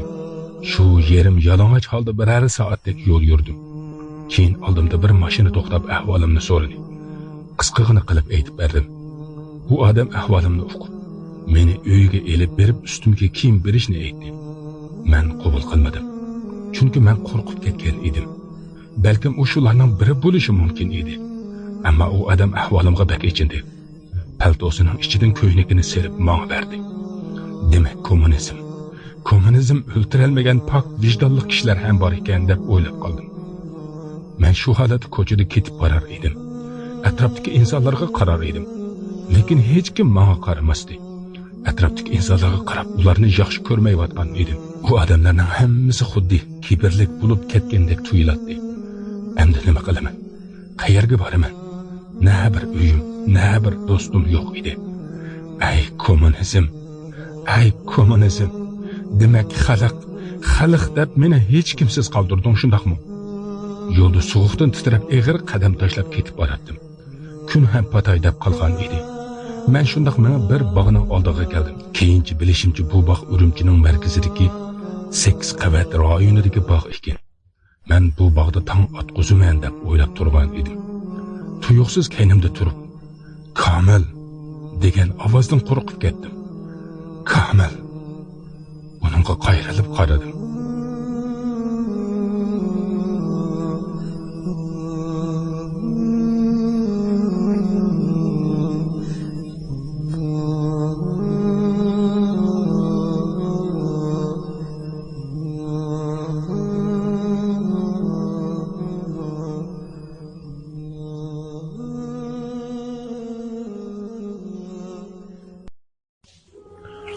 Qiyin qistoq. Kommunizmning haqiqiy aqdi bashirisini ichib beradigan Urumchidagi 21 yillik turma hayoti. Bu bu əsərdə kommunizm iskencəsinin qurbanına aylanğan Uyğur yaşının, şundaqla onun Müslüman ailəsinin keçirilişləri aynan sözləngan. Kommunizm niqabı astida millat yoshlarının yangi ma'naviyat va madaniyat davosi bilan dinsizlik g'oyalarining singdirilishi, xalqning o'zligidan milliy va diniy e'tiqodidan ayirish jarayonlarini yorqin holatda ifodalab yozilgan bu kitob o'qirmanlarning yoqtirishiga erishishi tabiiy. Əsərdə bir ailə əzaları beşidən ötküzgən töhmət və qiyin qıstaqlar misalida Xitay kommunistlərinin Uyğur milletiga elib bargan azab uqubətləri, dərd ələmləri təfsili bayan qılınған. Qiyin qıstaq 20-ci qism. Bu Turğun idi. Qabağımni turib so'radim. Yana meni qandoq qilmoqchisan? Meni nima qilsin deysan? Menden nima istaysan dedim. U menga yig'lagan holda yiqilishib kelyotdi. U ovozi bo'g'ib qoldi. Seni xohlayman Komil. Yenimga qaytishingni, meni kechirishingni umid qilaman Komil. Men qilgan barliq ishimdan ishtikibi pushaymondaman dedi. Men uningga itlar pushaymon qilishni bilmaydi. Nimadan pushaymon desan? Kommunizm için qilganlaringmi yoki kommunizmga ishonganlaringmi?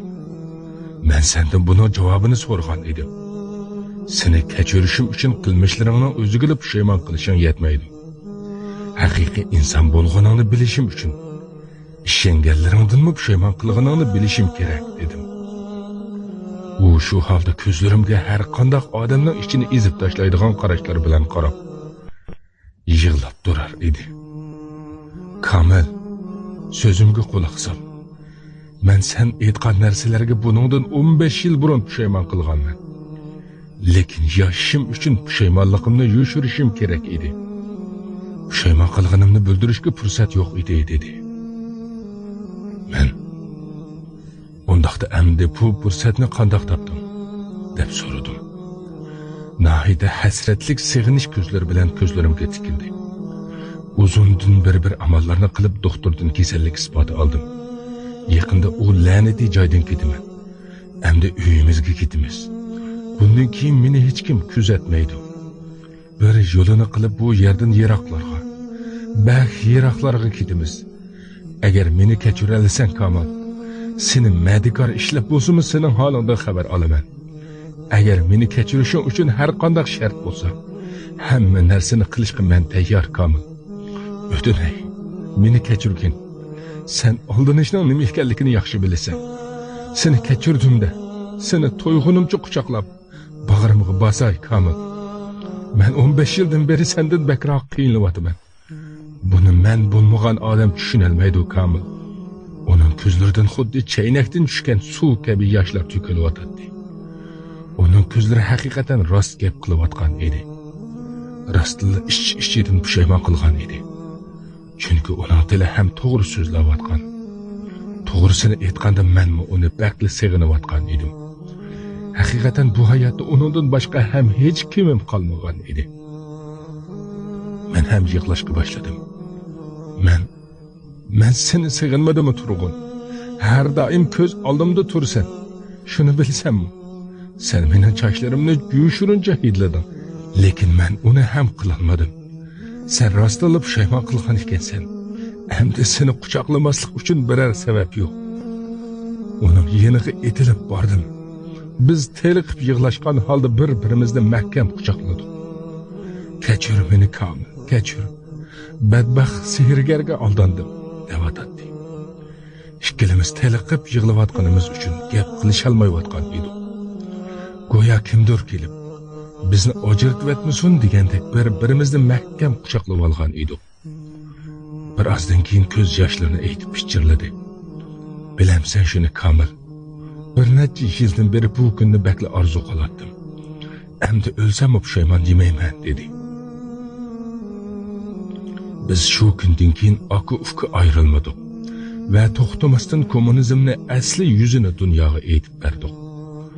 Turkistonliklarning kommunist Xitoylarga aldanganligiga oid qayerda kitob o'qisangiz bilingki, u kitobning nomi qandoq bo'lishidan qat'iy nazar uni men yozganman. U mening yoshirin ismimdir. yoki uni yozgan boshqa mendirman. Yodimdan chiqmasdan aytib qo'ymoqchiman. Salima Gulni qayta ko'rmadim. Ammo uni asla unutolmadim. Butun dunyo bilmaydigan shu qiyin qistoqning nima ekanligini ham bilolmadim. Keyin men Turg'un bilan birga Xitoydan chet elga qochib keldik. Qo'lni qo'lga berib, ovozimizni barcha butun dunyoga anglatdik. Ammo ismimizni har xil taxallus bilan atadik. Lekin tuyg'ularimiz yolg'on emas, haqiqiy edi. Kommunizm to'g'risida tajribalarimiz ko'p edi. Chet elga kelgandan keyin bizga qora qo'lni uzatganlar bo'ldimi? Buni o'zingizdan so'rang. Unutmang, ey Uyg'ur qarindishim. Kommunizm biz kabi qarindoshlaringizning qinini ichiyotgan edi. Siz biz uchun nima qildingiz? Millatchilik butun dunyoni qoplab ketdi. Xitoyning zulmini anglaganlarning ba'zilari haqiqiy zulmni tushunib faqat she'r yozishmoqda. Ey Uyg'urim, she'rlar faqat she'rlar yetmaydi. Uyg'on, uyqungni och va ovozimizga quloq sol. Sharqiy Turkistonda ezilgan, yer yuzidan yo'q qilinayotgan bir xalqning va odamlarning ohu-zoriga quloq sol. Dinsizlikning ikki bolasi bo'lmish. Kommunizm va kapitalizmni bildik va ularni yashab ko'rdik. Biz kommunizmni yaxshi bilamiz, ammo siz angladingiz. Lekin biz uningda yashadik. Biz uni shunchalik yaxshi bilamizki, hatto Lenin va Mao Zedong kommunizmning haqiqatini bizchilik yaqindan bilmaydi. Hurmatli o'qirman, bu asar 1972-yili rus tilida yozilgan bo'lib, hozirgacha ingliz tilida, turk tilida va o'zbek tilida tarjima qilinib tarqatilgan ekan. Biz bu asarni Uyg'ur tiliga tarjima qilishda asli rus tilidagi yozmasiga va ingliz tilidagi tarjimasiga selishtirish bilan birga o'zbek tilidan bevosita tarjima qildik. Uyg'urcha tarjimasining fasohatlik va tushunishlik bo'lishi uchun eng ko'ni bo'lgan Uyg'ur tilidagi so'zlarni ishlatdik. Asarda tilga ilingan shaxslarning ismlari o'zgartirib elindi. Shundaqla behayo va diniy e'tiqodga yot bo'lgan so'zlar elib tashlandi. Kamilning hargiz unutmayman deb tilga olgan 5 ayolning tarixi yozilgan asarlarni tez holatda tarjima qilib Uyg'ur qarindoshlarimizga Xitoyning haqiqiy yuzini aytishga tirishamiz. Asarni tarjima va ovozga elib tayyorlovchilar Islom chakorlari guruhi. Hurmatli xalqimiz, qarindoshlaringlarni qo'llab-quvvatlaysizlar. Solih duolaringlarda aslab qo'ygaysizlar. Keyingi asarda ko'rishguncha Allohga omonat. 2023-yili 2-oyning 18-kuni. Zulmatdan qutulup tavhidga malgan, hidoyat tepib ruhni paklagan, haq bilan batilni aniq ayirgan, so'zida rostchil sodiqlarni ko'r, ahdiga vafodor sodiqlarni ko'r.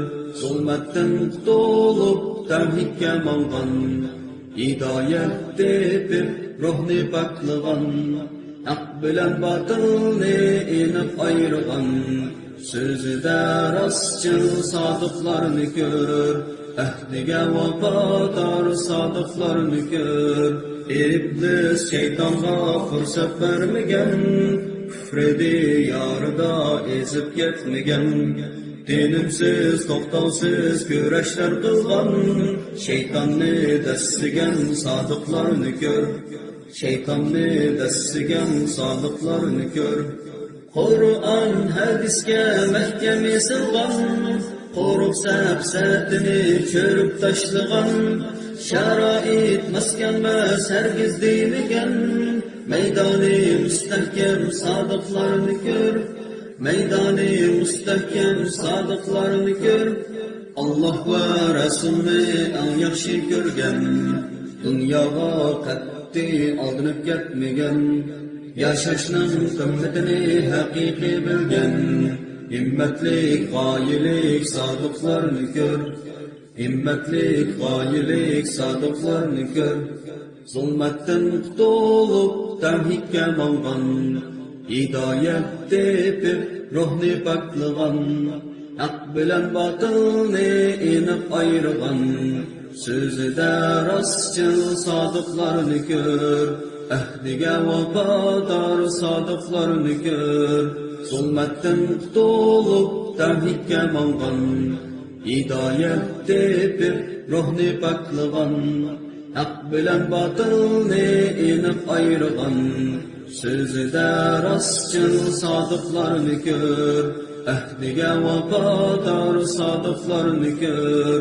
Hicratga rivatqa jihatqa mangan, xaylangan ummatga qalqonlar bo'lgan, yetimlar nolisi yurakka tekkan, ummatning o'g'loni sodiqlarni ko'r.